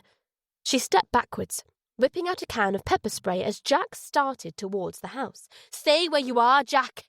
It'll make a lot of noise if you try to stop me, Emma. Enough for Crystal to hear. I'm warning you, said Emma, but she didn't block his way. Shit, she hissed, lowering the pepper spray and hurrying after him. As they passed between the gateposts, she muttered, I must be out of my fucking mind. Welcome to the club, Jack replied dryly. Chapter 52. Staying low, Jack and Emma crossed the lawn. The house loomed over them, a brooding, watchful presence. They padded up the steps to the front door. Jack tried the handle. Locked. The door had a big old lock, not the kind he could pick with his bump keys. He signalled to head around back. They slunk along the side of the house. Honeysuckle and wisteria perfumed the warm air. It was the type of day when people flung their windows wide open, but all the windows were closed. The back garden was bathed in shadows cast by tall trees. The French doors also had an old-fashioned lock. The windows were leaded. It wouldn't be difficult to punch out a square with a button and undo a latch. It's not locked, Emma whispered. She was at the back door. Jack's eyes narrowed at her. Why wasn't it locked? It was almost like an invitation. Extreme caution, he whispered back. Baton at the ready, Jack eased the door open. It led into the kitchen. He saw what he hadn't been able to see from the hallway. A display cabinet. Surely it had to be the mahogany display cabinet. It was a beautifully crafted piece that would have graced many living rooms. but it was tucked away in a gloomy corner, crammed full of pots and pans. Perhaps Gabriel had put it there. If so, it had got off lightly. There was a pair of black lace-up shoes on the lino. Jack picked one up and checked the size. 7. He checked the soles. The tread was evenly worn. He frowned, perplexed. Then he pulled a corrective inner sole out of the shoe. He showed it to Emma. She gave a nod of understanding. Jack gently opened the door to the high-ceilinged hallway. The sideboard clock ticked. Quiet but loud inside Jack's ears. They didn't check to see what, if anything, was lurking behind the other doors. Their priority had to be making sure Lilith was safe, regardless of whether she had 1 day or 100 left to live. Emma tapped Jack's shoulder and pointed to the front door. The key was in the lock. Jack unlocked the door, in case they needed to make a quick exit, and pocketed the key. They started up the stairs. The threadbare red carpet barely deadened their footfalls. The floorboards were a minefield of creaks. Sweat seeped from Jack's armpits as he tested each step. It seemed to take him a long time to reach the top. The bathroom door was open. An empty hoist dangled above the claw-footed bath. Hardly breathing, Jack approached Lilith's door. As he opened it, the hinges gave out a wince-inducing squeak. Signalling for Emma to stay where she was, he entered the bedroom. The sulphurous smell was oppressively thick. He wouldn't have been surprised to find Lilith drenched in blood, her vital organs trailing out of her belly. But she appeared to be asleep.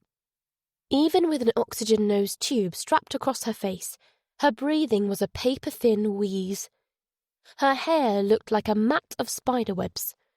The sapphire ring sparkled on her bony finger, as if illuminated from within.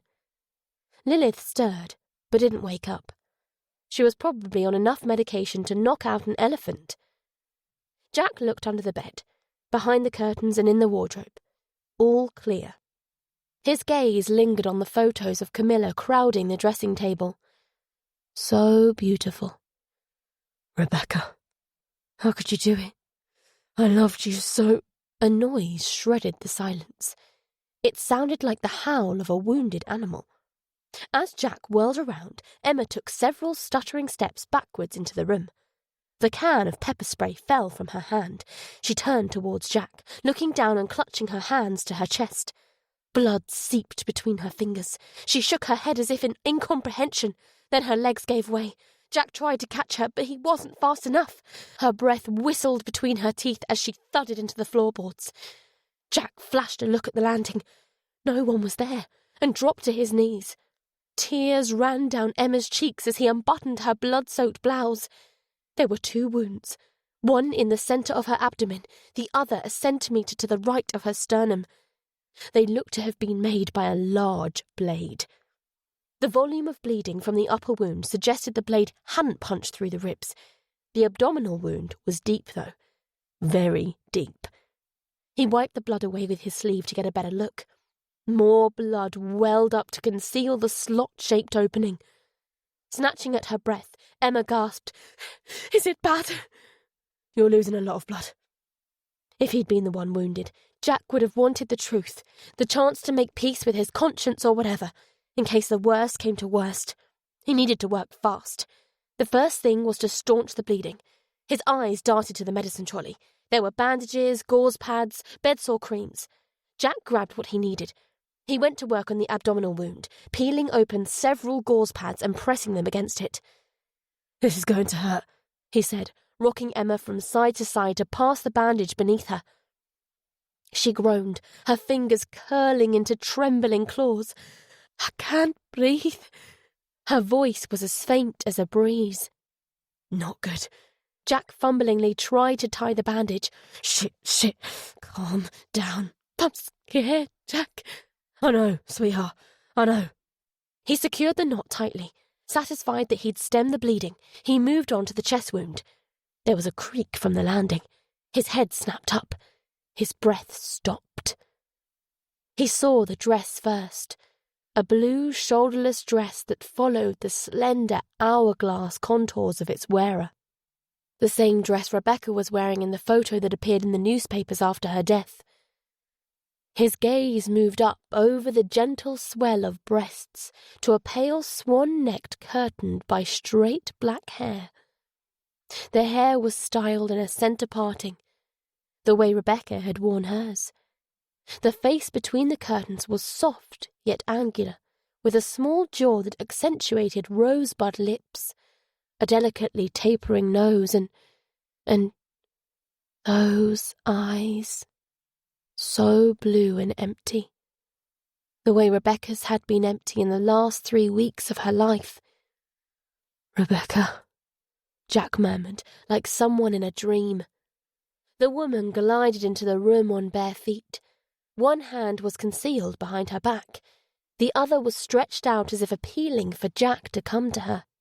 "There's no such thing as perfection, Jack," she said, in a voice of profound sadness. "You expected too much. I couldn't be who you wanted me to be." The words drew Jack's breath out of him in a shudder. Was that the answer? Had he put Rebecca up on too high a pedestal? Was that why she'd fallen? "It's not Rebecca," Emma found enough air to murmur. But all Jack heard was that sad voice. All he saw were those unfathomable eyes. "I'm sorry, Rebecca. Please forgive." There was a squeak of bed springs. Lilith was sitting up, her hair a wild white cascade. "What? Who are you?" she croaked. In an instant, the sadness dropped away, and Jack was no longer looking at Rebecca. He was looking at Crystal. Crystal's face was harder than Rebecca's, more pinched, but above all, it was angrier. There was a rage in Crystal's eyes that could have burned a hole through Lilith. "Who am I?" Crystal's voice was like a knife sliding from its sheath. "I'm your daughter." "My daughter?" Lilith blinked, as if trying to work out whether this was a medication-induced hallucination. Crystal watched with obvious satisfaction as horrified comprehension dawned over Lilith's ravaged face. "You killed Camilla?" Rattling breaths punctuated the words. "Yes, I killed your precious Camilla. I cut her open the same way Gabriel cut you open on the day you threw me away." "How?" Crystal anticipated the question. "How did I find you?" She mimicked Camilla's voice with eerie accuracy. "I couldn't have achieved any of this without my mother's love and support." A bitterly ironic smile formed on her lips. "If you hadn't given my sister everything she needed to be a success, I'd never have found you. Nor would I have read the love letters you keep hidden in your jewelry box. The ones when my dad tells you how much he loves you." She stabbed a finger into her chest. "Well, what about me? Who's ever loved me?" "Jack," breathed Emma, trailing off into ominous silence. Glancing down, Jack saw her eyes roll white. His mind flashed back to Camilla dying despite his efforts to save her. No matter what, he wasn't going to let that happen again. He pressed a gauze pad to Emma's chest wound and appealed to Crystal. "She'll die if she doesn't get medical attention." "No one. That's who." Crystal continued to rant at Lilith. "Well, now it's your turn to find out what it's like to have nothing and nobody. And when you die, dear mother, the last face you will see will be mine." "You're evil," said Lilith. "I'm evil. I'm not the one who drove their husband to an early grave. I'm not the one who abandoned their child to a life of abuse. Shall I tell you how old I was when I was first raped?" Crystal laughed. a soft chuckle that was chillingly familiar to Jack.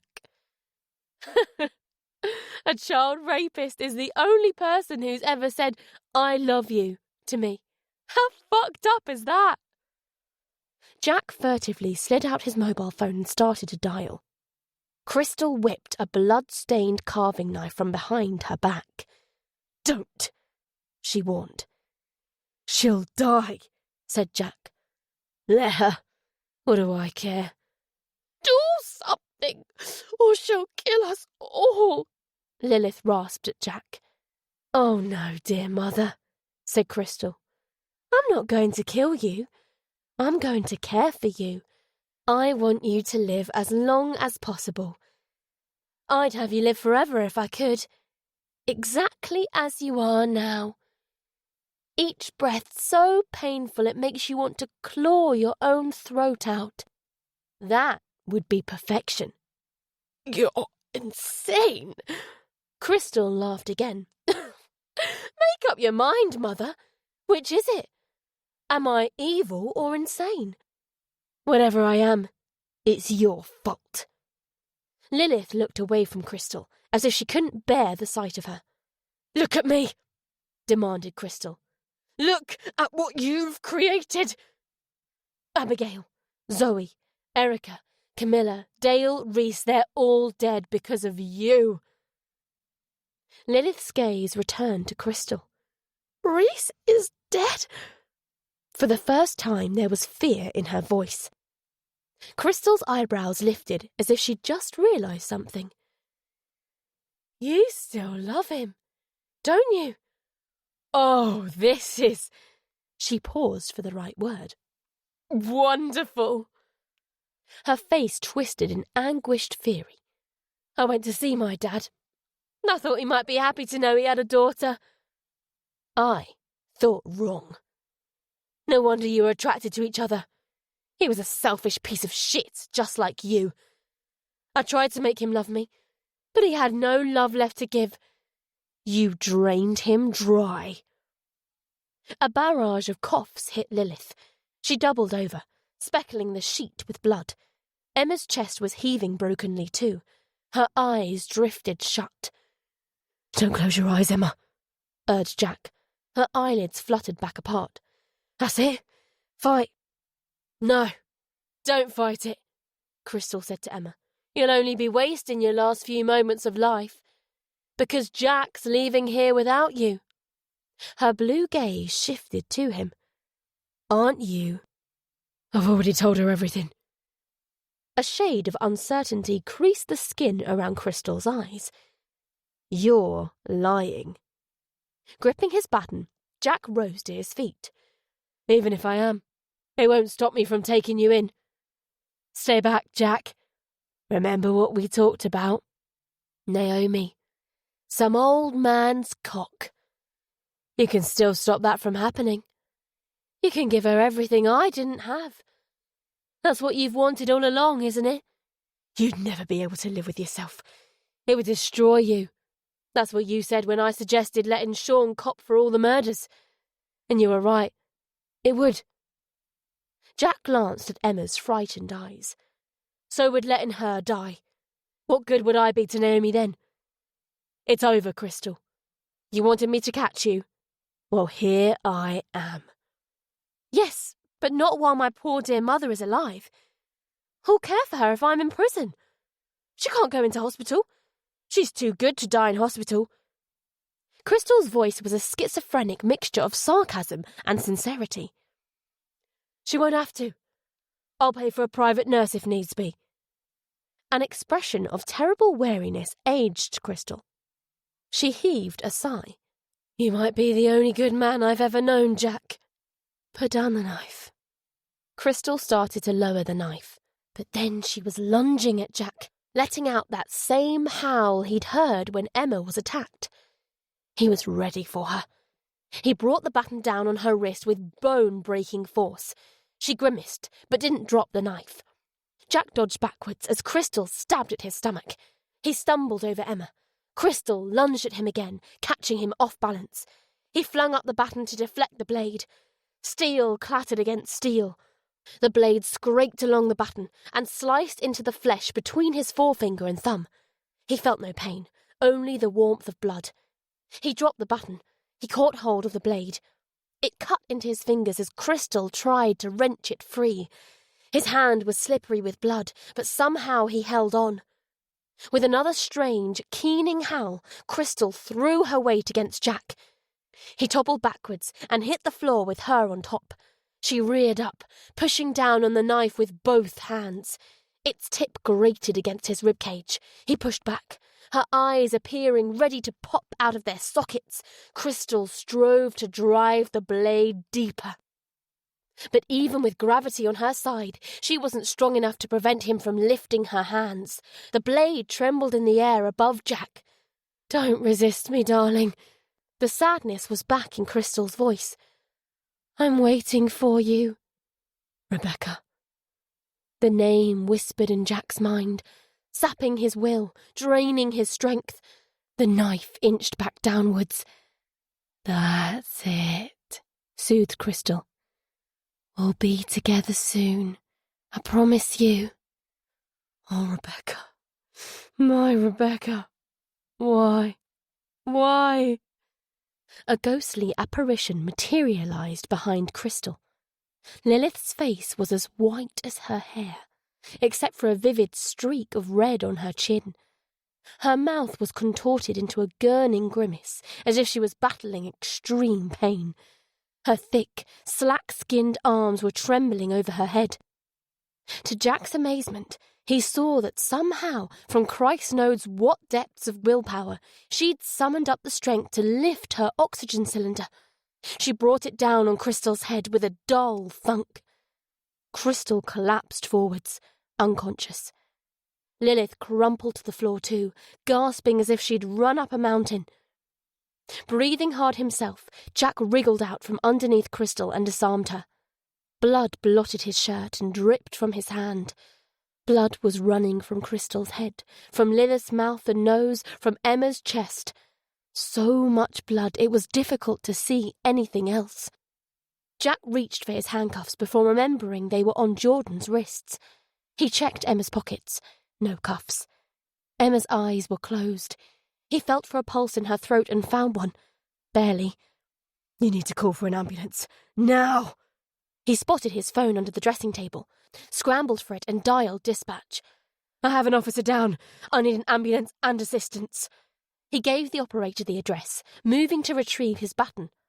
Crystal was as still as a corpse. Maybe she was a corpse. "Cigarette?" For a second, Jack thought he was hearing things.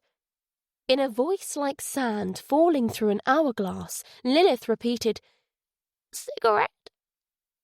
Her face was turning from white to blue. She looked as if she only had minutes before she shuffled off to join Gabriel, Camilla, and Reese. There was no fear in her eyes. If anything, there was a glimmer of impatience. "Am I to turn down her final request?" thought Jack. He placed a cigarette between Lilith's lips and sparked his Zippo. A faint moan drew his attention. Crystal was alive. Her eyelids were flickering. She was regaining consciousness. As Jack's eyes darted around for something to restrain Crystal with, Lilith took the Zippo from him and lit her cigarette. She wheezed out smoke, her face contorting with pain and pleasure. His gaze landed on the bandages.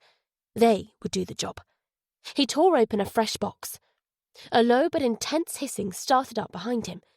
Turning, he saw that Lilith had removed the tube from the oxygen cylinder and was twisting the flow regulator knob.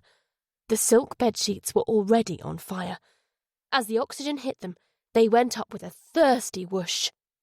Jack lunged for the cylinder. Lilith threw herself on top of it, clinging to the regulator knob with the same deathly strength she demonstrated earlier. Feeding insatiably on pure oxygen, the flames raced across the bed and sprang onto the curtains. The dressing table was going up in flames too, bubbling and blackening the photos in their frames. It was too late, Jack realised. The fire was already raging beyond his control. At any moment, the pressurised cylinder could split open like a sausage in a frying pan. Then, The massive release of accelerant would incinerate everything in the immediate vicinity. It was time to get the hell out. But he wasn't going alone. He turned to shake Crystal, trying to bring her around. She groaned but remained limp. He couldn't carry her and Emma at the same time, and Emma had to come first. Hooking his arms under Emma's legs and back, he lifted her. She sagged like a sack of compost. Jack half ran, half staggered from the room and down the stairs. He awkwardly opened the front door. When he was 10 or so meters from the house, he lowered Emma to the lawn. He turned to sprint back to the house. Crystal has to live. The thought drove his legs like pistons. She has to. It wasn't simply that he wanted her to face justice. It was the thought of never again looking into her eyes and seeing that unknowable sadness. Lilith's bedroom window blew out with an echoing boom, belching flames into the sky. Jack threw himself to the grass, shielding his head from a hail of glass. He scrambled to his feet and continued running. No way could Crystal have survived the explosion, but he had to be sure. Heat and smoke buffeted him as he entered the house. Covering his mouth and nose with his forearm and keeping low, he climbed the stairs. His eyes smarted. He could barely breathe. Vines of flame were spreading across the ceiling and walls. The landing was an impenetrable barrier of orange glowing smoke. The heat was blistering. He took one more step towards Lilith's bedroom. Then he could go no further. "Crystal!" he shouted. The only reply was the roar and pop of flames. He reluctantly retreated from them. There was a cracking, snapping sound. He sprang down the stairs as a section of the ceiling collapsed. His momentum carried him through the front door. He fell to his knees on the lawn, coughing and spluttering. Flames reached out as if beckoning him back inside as he crawled to Emma. Their glow lent the illusion of colour to her cheeks, but when he put his ear to her mouth, there was nothing. Not even the faintest whisper of breath. He hoarsely called her name, slapping her cheeks. Nothing. He began CPR. Each thrust of his hand brought fresh wells of blood to the surface of Emma's chest. He breathed into her mouth. She exhaled his breath back at him. Then, nothing. From the near distance came the wail of sirens. The noise rapidly grew louder, but not rapidly enough. Emma was dead. He'd failed again. Tears tracked down Jack's sooty face as he lowered his head and awaited his colleagues. Chapter 53. The curved needle slid into Jack's skin. The suture pulled tight, closing the gash between his thumb and forefinger. His chest wound had already been stitched and dressed. Somewhere nearby, Emma's husband was sobbing. The sound hurt Jack more than any needle ever could do. After tying off the thread and applying a dressing, the doctor left him alone with the wails of grief. The plastic curtain swished open. Jack's pupils contracted to pinpricks of hate. Paul returned his gaze warily, hesitating to enter the cubicle. "The doctor tells me you were lucky," he said. "The knife struck a rib over your heart." "Lucky," Jack murmured, as if the word was foreign to him. His voice raw from smoke and fatigue. "What happened, Jack?" "What happened?" The coin was in the air again. Truth, lies, truth, lies, lies. Even if he couldn't be the dad he wanted to be, he could be there for Naomi. He could protect her from the Jordans of the world and make sure she didn't become one of the crystals. "Emma and I tracked down the real killer." "So you were right. Shane Hardy's not our man." "The killer wasn't a man. At least not the killer of Abigail, Zoe, Erica, Camilla, Dale, Emma and Reese." "Reese Devonport's dead." "His body's in a bungalow on Sale Road." Paul jotted down the address. "You said the killer wasn't a man. I assume that means you think they died in the fire." Jack nodded. Crystal Cuthbert. Who's Crystal Cuthbert? Jack took a moment to organise his thoughts. He needed to get his story straight, but it was difficult with the sound of grief assaulting him. Then he laid out the whole sordid, tragic tale. Lilith and Rhys's doomed love affair, Helen Bancroft Harding's sad side story, Crystal's heartbreaking upbringing, her quest for revenge. He was careful to paint Maria as an innocent bystander. So you don't think Maria knew her husband was guilty? Said Paul. Perhaps somewhere in her mind. Jack's eyes gleamed like knife points. But you know how it is. Sometimes we tell ourselves so many lies that they begin to feel like the truth. Paul blinked away from him. Christ, mate, what a mess. Jack couldn't tell if he was referring to the fallout of Lilith's affair or his own. I'm not your fucking mate. Paul held up a placatory hand. Emma's dead. Can we put aside our personal issues and concentrate on catching her killer? Crystal is dead. Did you see her body? No. Then we don't know for sure she's dead. She's dead, Jack reiterated. No one could have survived that explosion. I suppose we'll find out if you're right soon enough. Anything else to tell me? Something about the way Paul said it put Jack on his guard. Not that I can think of right now. Okay. Go home. Get a few hours rest. The IIO will want an initial account from you when you're up to it. Paul glanced towards a fresh outbreak of sobbing. More of Emma's loved ones had turned up. He released a heavy sigh. I should go talk to them. Do you want me to come with you? The thought of facing up to Emma's relatives was enough to make Jack break into a cold sweat, but he felt compelled to offer. I don't think that would be advisable. Do you? Now it was Jack's turn to blink away from Paul. No. Paul ran a hand through his hair and buttoned his jacket, as if making himself presentable for an important business meeting. He paused and said quietly, I'll never stop regretting what I did. I'd give anything to go back and undo it, but I can't. He left Jack with those words. Jack rose from the trolley bed and exited the cubicle. At first his movements were slow, but they quickened with every step away from the relentless sobbing. By the time he reached the A&E waiting room, he was almost running. He didn't stop until he got to his car. Steve had taken Jordan into custody. The last Jack had seen of him, Jordan was being guided none too gently into the back seat of Steve's car. Would he keep his side of the deal? Only time would tell. Jack had other concerns too. The footage of his altercation with Dale and photos of him stalking Camilla was still out there somewhere. Had Crystal's phones been destroyed in the fire?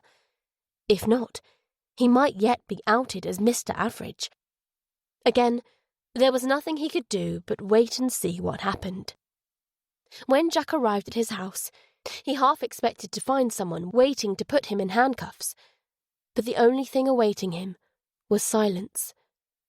He stripped off his blood and soot-stained clothes and got under the shower. Then he flopped onto the bed. He checked his phone. Laura had left a voicemail. I saw on the news that there's a house on fire in Didsbury. They're saying it's got something to do with the Ripper murders. Is it true? Jack was too exhausted to talk to Laura. He texted her. We got the killer. I'll tell you all about it later. Not all, he corrected himself. There were certain things Laura could never know. Jack's eyelids were too heavy to keep open any longer. But instead of sleep, he found a new question lurking behind them. Had he expected too much? Was that what had driven Rebecca into Paul's arms and ultimately to her death? He shook his head. He was finished with trying to be a rational man in an irrational world, futilely seeking answers where none existed. Who knew the real reasons Rebecca, or for that matter Crystal, had done what they did? All he knew for certain was that he was alive and they were dead.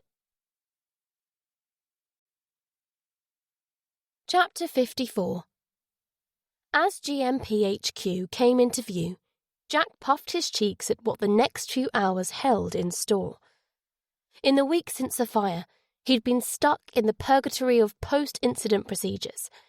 Officially, he was on medical suspension, but he'd gone into headquarters almost every day for meetings with the initial investigating officer, the police incident manager, and the senior investigating officer, a trio whose duties ranged from officer welfare to determining whether there were grounds for officers to face misconduct or criminal charges. So far, so good, Jack reminded himself, mentally reeling off the reasons to believe those words. Top of the list was Jordan Murphy. Jordan was detained on remand awaiting trial. Since his arrest, 4 other of his victims had been tracked down and agreed to testify against him. His predicament was looking bleak, but he'd kept his mouth shut so far. Next came a pair of CCTV films that made Jack wonder whether Crystal had been insane or merely stupid. The first was entitled Crystal Cuthbert, a.k.a. Stella Lloyd, making a deposit for Lilith Winter at RBS Chawton, and included a brief cameo from Erica Cook. The sequel saw Crystal taking to the screen with Zoe Saunders in Crystal Cuthbert, a.k.a. Stella Lloyd, purchasing medical supplies at Moss Lane Pharmacy. Through luck or choice, Stella hadn't used the pharmacy for Lilith's prescriptions, otherwise he would have found his way to her much sooner. The films were closely followed by the incriminating photos and video of Jack, or rather, the absence of them. Whatever device they were stored on had seemingly been reduced to ashes, along with pretty much everything else in Lilith's house. Below that were some loose ends Jack had been working on tying up. He'd searched the streets around the scorched shell of Lilith's house for Reese's Punto. He'd also checked out the block of flats in School Hill, Bolton, that Crystal had used as the delivery address for the ugly mask. No Punto. No mask either. The flat itself was empty, and judging from the dust, had been so for a considerable time. The Punto and mask couldn't hurt him, though. Just so long as someone didn't find them together and find their way to Lucrezia Moretti. In which case, he would have a difficult time explaining how he'd come to contact Lucrezia only hours after Camilla and Dale's murders. Jack parked up and made his way to the SCD's offices. Steve was waiting for him. He ushered Jack into an empty room. Steve had been his main line for information over the past week. Gone was the Neanderthal, so desperate to assert his alpha status. Underneath Steve's arsehole demeanour, there seemed to exist a decent enough, if somewhat insecure, bloke. I thought you might be interested in this.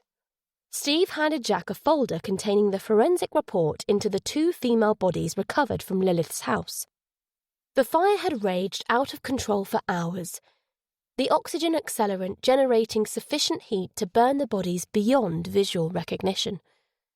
The charring was not severe enough to prevent forensic identification. Lilith had been positively identified from dental records and recent chest x-rays. The second body was more problematic. The force of the blast had destroyed the lower part of the woman's face, so dental analysis was out of the question. The morphology of her pubic symphysis, hip bone and medial rib ends suggested she was between 48 and 54 years old. Tension crept into Jack's face. Factors such as disease and lifestyle could skew estimations based on bone morphology. Crystal had been 33, but those were 33 hard years. The abuse, the breakdowns, the rough sleeping, doubtless those factors had added years to her body. But 18 years? He continued reading. Skeletal analysis had found that the second body had size 7 feet with fallen arches and was 5 feet 6 inches tall. That matched Crystal's particulars. DNA had been successfully extracted from bone marrow, but there were no matches on the DNA database. That meant a hairbrush, toothbrush, or other object that might yield a sample for comparison was needed, but all such items had perished in the fire. Between 48 and 54. Jack murmured thoughtfully. Crystal's alter identity, Stella, had fallen within that age bracket. Either the conclusion of the morphological analysis was an anomaly, or... Shit, he swore softly. This was not good at all. He frowned at a voice in the corridor. Have you seen D.I. Anderson? Paul asked someone. No, sir, came the reply. Footsteps moved away from the door. Jack gave the folder back to Steve. I'd better find out what he wants. Good luck with that, said Steve. He, along with the rest of the team, had doubtless clocked that Jack and Paul had, to put it mildly, fallen out. Unless they had something important to say to one another, the former friends now only communicated with curt nods, grunts and stony looks. Jack peeked into the corridor. Paul was in the doorway of the incident room. Clamping down on a familiar rise of anger, Jack approached him. I heard you were looking for me, sir. He was careful to observe rank. He didn't want to give Paul any excuse to censure him. Paul threw him a deadpan glance. Then his gaze slid across to Emma's empty desk. With a heavy heart, Jack looked at it too. The coroner hadn't yet released Emma's body, but when they did, there would be the agony of the funeral to look forward to. She would be buried with all the ceremony afforded an officer killed in the line of duty. Funny thing, said Paul. Every time I come in here, part of me still expects to see Emma at her desk. Do you know what I mean? Jack knew exactly what he meant. For months after Rebecca's death, he'd felt something akin to surprise every time he stepped into the house and she wasn't there.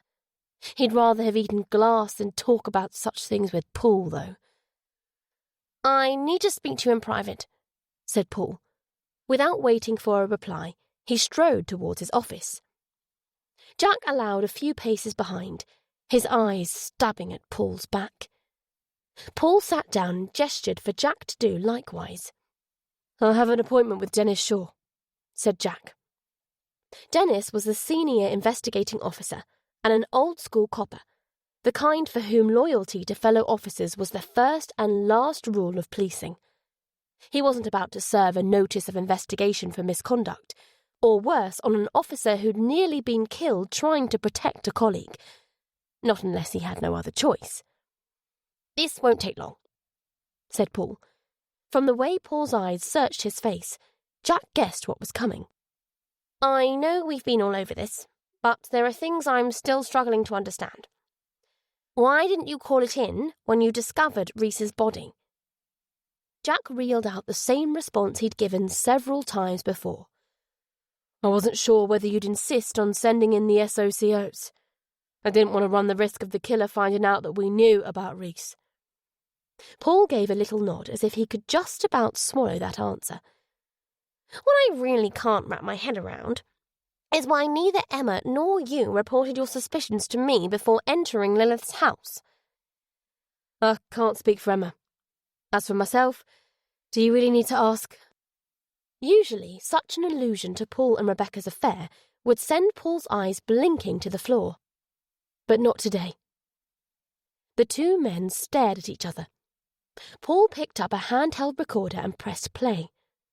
Jack kept his face expressionless as an androgynous voice crackled into the room. Hello, Fiona. You don't know me, but I know you. I've been watching you like I watched those other women. You might have heard of them. Abigail Hart, Zoe Saunders, Erica Cook, Camilla Winter. They're all dead now. I killed them. And I'll kill you too unless someone stops me. I don't want to kill you, Fiona, but I can't help myself. I need to kill and kill again. The need is getting stronger. I'm not sure I can resist it. Oh, God, I need to see blood. I need to smell it. I need it. We found that message on the answering service of one Fiona Jenkins of Allen Road, Withington, said Paul. He handed Jack a photo of a brown-haired woman with big blue eyes. Fiona was reported missing 3 days ago. She's 5'6", flat-footed, 50 years old. Sound familiar? When was the last contact? 3 days before Crystal supposedly burned to death. Jack's mind raced. Was it possible? Could the lump of human charcoal on ice in the mortuary be Fiona Jenkins? Have you done a DNA comparison? That's another funny thing. I had forensics go over Fiona's flat, but they came up with nothing. No hairs, no toothbrush. It's almost like someone made sure there was no way to get a comparative sample. What about Fiona's parents? Both dead. Fiona has no living relatives. She's all alone in the world. All alone. You would never have known from her smiling face. Another mask? How come it took a week for her to be reported missing? Her friends and colleagues. She teaches at a private music school. Thought she was at a yoga retreat in Goa. Only thing is, she didn't get on her outbound plane. Jack was suddenly thinking about Naomi. She'd been living with him for the past 4 days. Laura was babysitting her at his house today. He wouldn't have let her out of his sight if he'd known about Fiona Jenkins. Why have you kept this from me until now? There was an edge of anger in his voice. I didn't want to worry you. Like I said, I was hoping to find a comparative sample to confirm whether the second body is Fiona. Bullshit, retorted Jack, half standing. You're just sticking it to me for not telling you about Reese and Crystal. Careful, Jack. I'm your senior officer, and you'll show me the proper respect. Jack scowled. Respect? What respect have you ever shown me? He stalked out of the office. Paul pursued him, saying, You're not the only one who smells bullshit. There's something off about your version of events, and I intend to find out what it is. Unless that is you've changed your mind about applying for a transfer. Jack gave a sharp laugh. It's going to take a hell of a lot more than empty threats to change my mind. Well, this situation can't go on. You're right. It can't. Jack's reply was full of unspoken meaning. As if his batteries had finally run out, Paul's shoulders dropped and he heaved a sigh. Natasha and the kids have gone to live with her parents in Eastbourne. Jack looked at him with, if not sympathy, then at least a lack of hostility. I'm sorry to hear that. Are you? It may well mean you get what you want.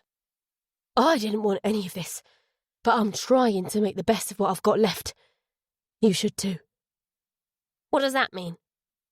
Jack spread his hands as if to say, That's up to you to decide. They faced each other a moment longer. Then Paul said, Go see Naomi. He added hopefully, Oh, and forget about my thread. Perhaps we can just call it even? Jack's lips pulled into a humourless smile. You know what, Paul? You really are a cunt. Without waiting to see what effect his parting shot had, Jack hurried on his way. As he exited the car park, he dialed Laura. Her number was engaged. He tried the landline. No one picked up. Relax, he told himself. She'll be on the phone to one of her friends. Crystal's dead, burned to a crisp. And even if she's alive, she planted Fiona's body because she wants us to believe otherwise. She'd have to be crazy to come out of hiding. Crazy. Crystal's eyes loomed large in his mind. He saw no rationality in them, only wild blue abandon. He tried phoning Laura again. Still engaged. Fuck, he muttered, putting his foot down. The journey to Chawton took half the time to usual, but felt twice as long. Jack scanned the cars parked along the curb outside his house. No silver Punto. The front door was open. Naomi's little pink bike lay on the path, but she was nowhere to be seen. He pulled in behind Laura's car and ran into the house, calling out, Naomi! Laura! Laura appeared at the top of the stairs. What's going on? I was about to ask you the same thing. Where were you? I was on the toilet. Your phone was engaged. I got a call from work. Where's Naomi? In the garden. Well, she's not there now. She's probably around the back. Laura started down the stairs. She knows not to leave the garden. Jack dashed through to the kitchen and peered out the window. The back lawn was empty. He craned his neck to make sure Naomi wasn't behind the garage. Nothing. "Isn't she there?" Laura asked. The taut lines on Jack's face answered her question. He sprinted upstairs to Naomi's bedroom. Elsa, the scrawny black and white cat they'd taken in, was curled up on the bed. No Naomi. Shit! "Naomi! Naomi! Naomi!" Laura called out in the street, her voice rising with each repetition. The phone locator. Jack snatched out his phone and checked the location of Naomi's phone. A hand seemed to close around his throat. The phone was on the A56, south of Chorlton. He barely had time to wonder what that meant before there came a sound that turned his skin cold. Bring. Please don't be no caller ID. Naomi flashed up. Pressing the phone to his ear, Jack asked, "Where are you, sweetheart? Are you okay?" "Yes, I'm okay, Dad," Naomi replied.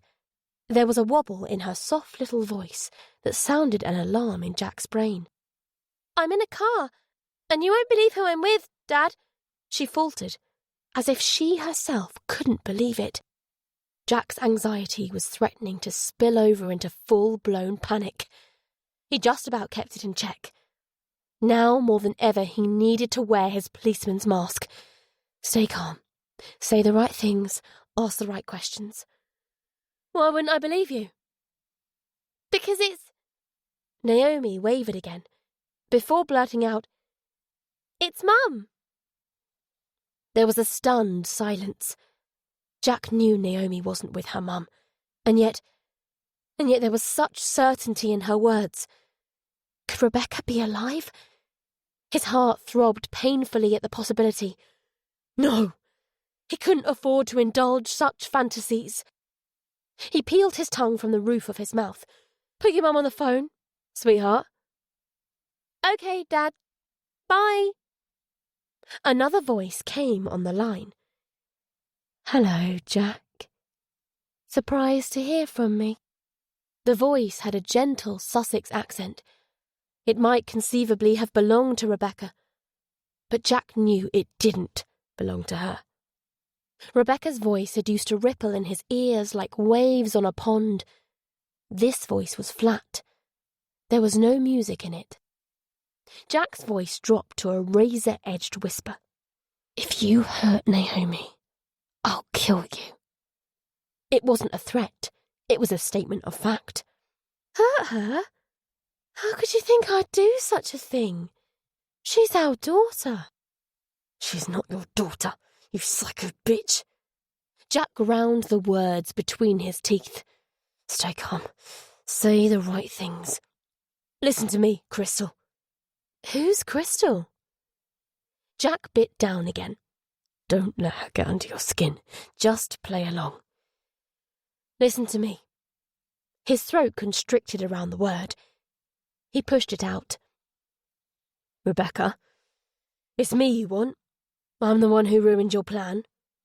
"What plan?" Crystal sounded baffled. "You were the one always making plans, Jack, not me. I go where the wind takes me." That was true. Rebecca had hated to make plans. She'd felt hemmed in by them, stifled. But this isn't Rebecca, Jack reminded himself. She's reading you like a fortune teller, probing for ways in. That's what she does. "And where's that?" "You know where." "I'm becoming somebody." Jack's face pulled tauter as those cryptic words replayed in his mind. Perhaps Crystal had meant them literally. Maybe she was like an empty bottle, something that became whatever it was filled with. Lilith had given birth to a baby without a name. That baby had become Crystal Cuthbert, and Crystal Cuthbert had become Stella Lloyd. Had Stella Lloyd now become Rebecca Anderson? If so, the right question wasn't, where would Crystal take Naomi? It was, where would Rebecca take Naomi? Jack felt as if his legs might buckle. His voice scraped out, "The cliffs!" You know me so well, Jack. Do I? He wondered. Did I ever really know you, Rebecca? Better even than I know myself. Crystal continued as if replying to his thoughts. I thought I wanted to be alone. I was wrong. I want to be with my family. But I'm not stupid, Jack. I know there's no way back for us. You're wrong about that, Rebecca. Jack tried to sound as sincere as he was desperate. It wasn't difficult. All he had to do was give voice to the fantasies that had tormented him since Rebecca's death. We can still be together. We can be a real family again. Just you, me, and Naomi. Just you, me, and Naomi. Crystal echoed in a tone suspended between doubt and hope. How do I know you're not just telling me what I want to hear? I'll prove it. Just give me the chance. The line was momentarily silent. Then, emphasizing each word, Crystal repeated, just you, me, and Naomi. The warning behind the words was clear. Involve anyone else, and it will end badly. Yes. More agonizing silence, interrupted by footsteps running up the stairs. Laura came into the room, flushed and breathless. She opened her mouth to speak, but Jack darted a finger to his lips. All right, Jack, said Crystal. We'll see you at the cliffs. No, not there, Jack's mind yelled. Anywhere but there. There must be somewhere closer to... He broke off. The line was dead. He squeezed his eyes shut. Images and sounds rushed at him. The crowd, the cliffs, the sea, the whoosh of waves, the whoomp-whoomp of rotor blades. I can't find her, said Laura. Who were you talking to? Jack's eyes snapped open. I've got to go. Where? Laura asked as he darted past her. Without replying, Jack ran downstairs. Laura caught up with him at his car and grabbed his arm. What the hell's going on, Jack? He tried to shake her off, but she tightened her grip. I won't let you shut me out, she said. Not where Naomi's concerned. Either you speak to me or I'm calling the police. No, you can't do that, Laura, exclaimed Jack. She'll hurt Naomi. Maybe even... He couldn't bring himself to say it. Just the thought of it made him feel as if he was about to plunge off a cliff. Who's she? Laura's eyes contracted behind her glasses, then expanded like saucers. You mean that insane woman? The one who's supposed to be dead? She's got Naomi, hasn't she? Where are they? Tell me. I can't. I have to do as she says. I know Crystal. I know what she's capable of. I've got to go now, and I've got to go alone. As Laura shook her head, Jack snapped, Yes! This is how it's going to be, or I'll cuff you and lock you in the house. Jack and Laura glared at each other for a few seconds, their eyes unyielding. Jack's expression softened into something more pleading than commanding. You've got to trust me, Laura. This is the only chance we've got to get Naomi back alive. Laura gnawed her lips uncertainly. Jack placed his hands over hers. Please, he mouthed. I can do this. She stopped chewing and pulled her hand away. Then what are you standing here for? There were tears in her eyes, but her voice had taken on an icily practical tone. Go and fucking get her. With a sharp nod, Jack ducked into the car. The engine flared as he sped away. He attempted to check the location of Naomi's phone again, thinking that maybe he could catch them up long before Hastings. Location unavailable came up. Crystal must have taken out the SIM card. He slammed a fist into the dashboard. Oh, God, if you hurt her! If you hurt her! He raced south out of the city. He didn't need the sat-nav. He knew the route. M6, M1, M25, A21. Nearly 300 miles. Just over 5 hours on a good day. He glanced at the clock. 10:22. The sky was faultlessly blue. It was the type of day when, standing on the cliffs east of Hastings, it seemed as if you could see forever. Chapter 55. The journey passed in a white heat of frantic activity. Change gear, accelerate, overtake, don't brake, don't stop, don't stop. Vehicles, bridges, trees, fields, towns, cities, all of them swept by in a blur. Jack saw only what he needed to see: the road ahead, the signposts and the clock. Then he was on a 2-lane road hemmed in by trees. He fought his way past every vehicle in front of him, flooring the accelerator, hammering the horn at oncoming traffic. His shirt was dark with sweat. His lower back and legs begged to be stretched. He didn't notice. Change gear, accelerate, overtake, overtake, overtake, beep, beep, move out of the way, move, you bastards! The road widened into a dual carriageway. The trees gave way to rolling fields. His petrol light blinked on. Fuck! He screeched into a service station, filled the tank, threw the money at the attendant, and raced onwards. Another 2-lane road. Red brick cottages, Tudor-framed pubs, thick hedgerows, sun-bleached wheat, grazing cows, all of it so familiar, all of it unseen. That is, until he hit the outskirts of Hastings. The town began on the far side of an ugly grey overpass. His stomach twisted at what awaited him a short distance further along the road. Not the cliffs. They were still several miles away. But something almost as bad. Queasiness threatened to overwhelm him when he saw the Premier Inn. It was a nothing place. A bland brick building sandwiched between a pub and a car dealership. But he would rather have been struck blind than set eyes on it again. Fuck me harder, Paul. Harder, harder, strangle me, Paul. Every word was a razor blade slicing into Jack. For a second, he thought he was going to throw up and pass out all at the same time. Then he was beyond the building, and Rebecca's voice was fading. There was a salty, metallic taste in his mouth. Blood. He'd bitten a chunk out of the underside of his lip. He hauled in a breath and refocused. Not much further now. He took a left turn to avoid getting caught up in the traffic that crawled along the beachfront promenade.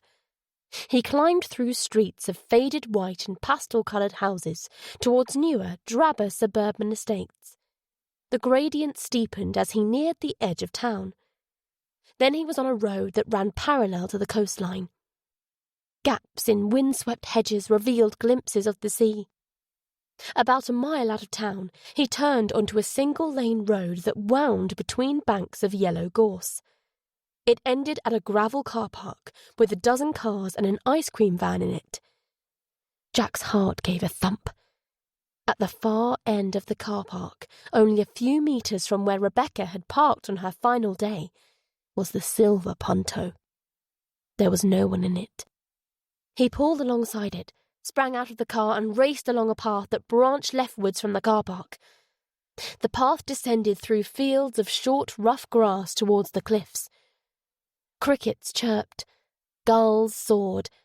About 50 metres away to his right was the grey box of the Coast Guard station.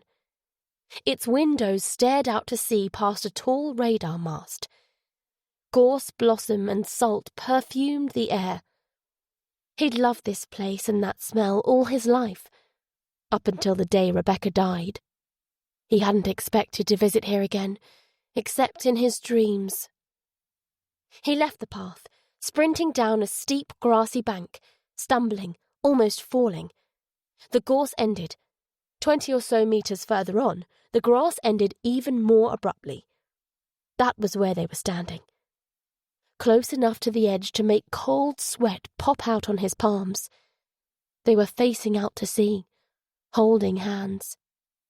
Crystal was wearing the blue dress. Her hair lay over her shoulders, as black as the cormorants that sunned themselves at the foot of the cliffs. Her feet were bare. In her hand, she was holding the ugly mask. Jack could hear waves sloshing against the rocks 100-odd metres below. The tide was in. That wouldn't save Naomi, though. The cliffs were sheer at the top, but flared outwards, where successive slips of friable sandstone and clay had been deposited at their base. Anyone falling or jumping would be smashed into a boneless bag long before they hit the water. Naomi looked tense. Her head was down. Her shoulders were hunched. She was standing the full length of her arm away from Crystal. She's realised that Crystal isn't who she claims to be, thought Jack. That wasn't necessarily a good thing. He needed to keep the situation as calm as possible. He passed a danger, risk of imminent cliff falls sign. Crystal and Naomi were only 15 metres away now. Neither showed any indication of being aware of his presence. Could he sneak up and grab Naomi? It would be a huge risk. A miscalculation could send them plummeting to their deaths. The question became moot as Jack's phone pinged. Naomi turned towards the sound, her hand pulling free of Crystal's. "Dad!" she cried out as Crystal caught hold of her. Her eyes were swollen with tears. She strained towards Jack, but Crystal pulled her back like a dog on a lead. "She's a liar!" sobbed Naomi. "She's not my mum!" "Don't worry, everything will be okay," he replied, in a voice that only revealed a tremor of fear surging through him. "Will it?" put in Crystal. Her eyes were as empty as the horizon, more reminiscent than ever of Rebecca during those last weeks. She held up the hideously wrinkled mask. "That depends on which face you want me to wear." Jack raised his hands, palms outwards. He tried to edge forward so slowly as for it to be imperceptible.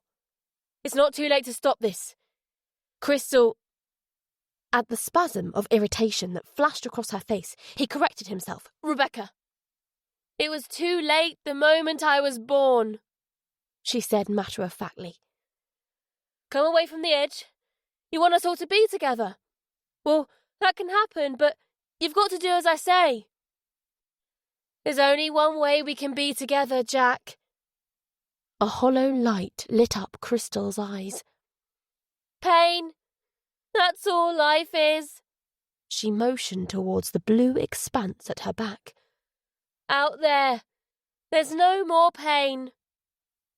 Staring into those bottomless eyes, Jack felt a tug of something. It reminded him of a thought that had flashed through his mind soon after Rebecca's death. Our lives are over. I might as well throw Naomi and myself off the cliffs.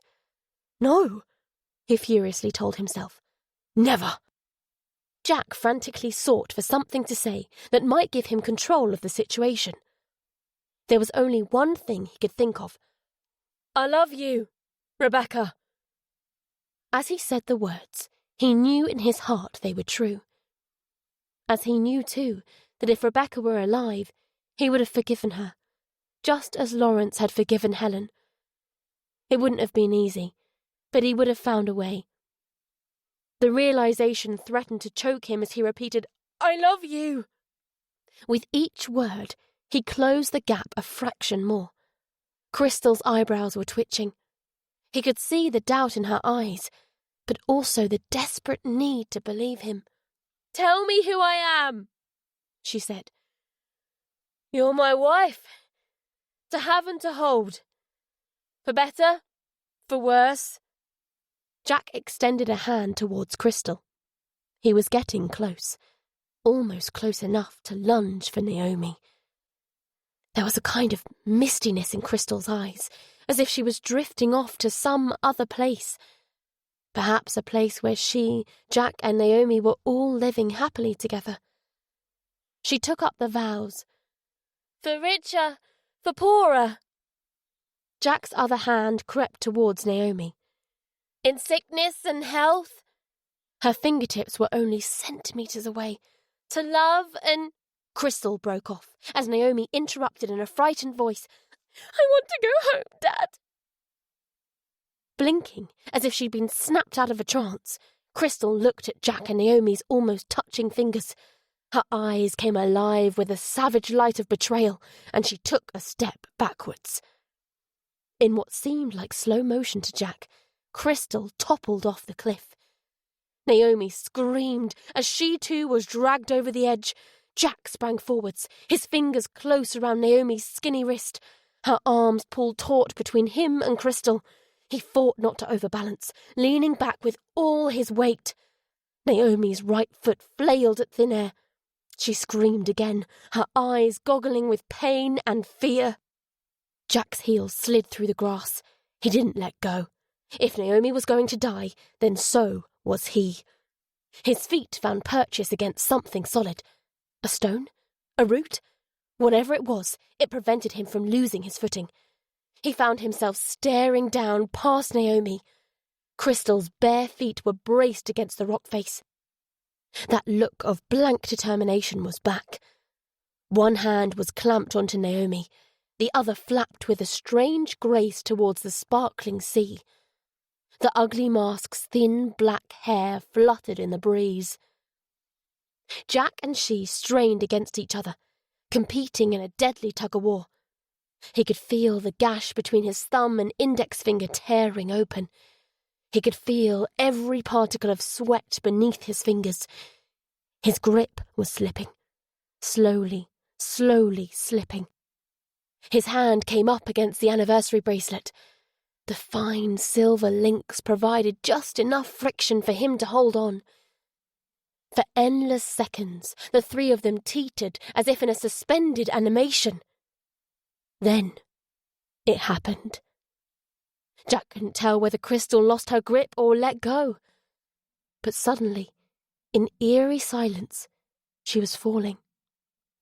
He reeled backwards, dropping to the grass. Naomi lay sobbing against his legs. He enfolded her in his arms. "Daddy's got you. Daddy's got you." He breathlessly soothed her. "My arms hurt," she said. Jack examined her shoulders. The joints must have almost been torn out of their sockets, but there was no sign of dislocation. He manoeuvred her further away from the cliff's edge before moving to peer over it. Waves lapped at the pale cliffs. Crystal was nowhere to be seen. Just as Rebecca had been nowhere to be seen. He didn't feel glad that Crystal was dead. He didn't feel sad. He didn't feel much of anything at all. Naomi was safe. Nothing else mattered. "Till death do us part," he murmured. "Are you okay?" called a voice from behind him. A woman was by the warning sign. Jack knew what would happen next. More people would stop to find out what was going on. The Coast Guard would scramble a search helicopter. Chances were, Crystal wouldn't be found. The tide would soon be on the turn, and strong currents would carry her out to the same deep, dark grave as Rebecca. He replied with a nod. His gaze fell to the gold band on his ring finger. He ran his thumb over its smooth surface. Something Lawrence had said returned to him. Only remember the good things. He thought about Rebecca. That time she'd danced in the rain. The way she'd kissed him when he proposed to her. The tears of exhausted joy she'd cried the first time she held Naomi. Her infectious laugh. Her open-mindedness. Her generosity. Her gentleness. But most of all, he thought about her eyes. Not her eyes at the end, but her eyes at the beginning. Jack worked the ring over his knuckle and put it in his pocket. Recalling the ping that had given him away, he took out his phone. There was a text message from No Caller ID. That meant the incriminating video and photos had, presumably, gone over the cliff with Crystal. He deleted the message without reading it. Then he gently scooped up Naomi. "Why did that woman say she was Mum?" she asked. "She was very ill, sweetheart." "Ill like Mum was?" "No, not like your mum." Naomi was thoughtfully silent for a moment. There was a little knot between her eyebrows. "Are we going home, Dad?" "You mean home as in Manchester?" Naomi nodded. Jack smiled down at her. Yes, we're going home. As he carried her to the car, he said, You know I loved your mum very much. I still do. The knot disappeared as Naomi replied, I know, Dad. I love her too.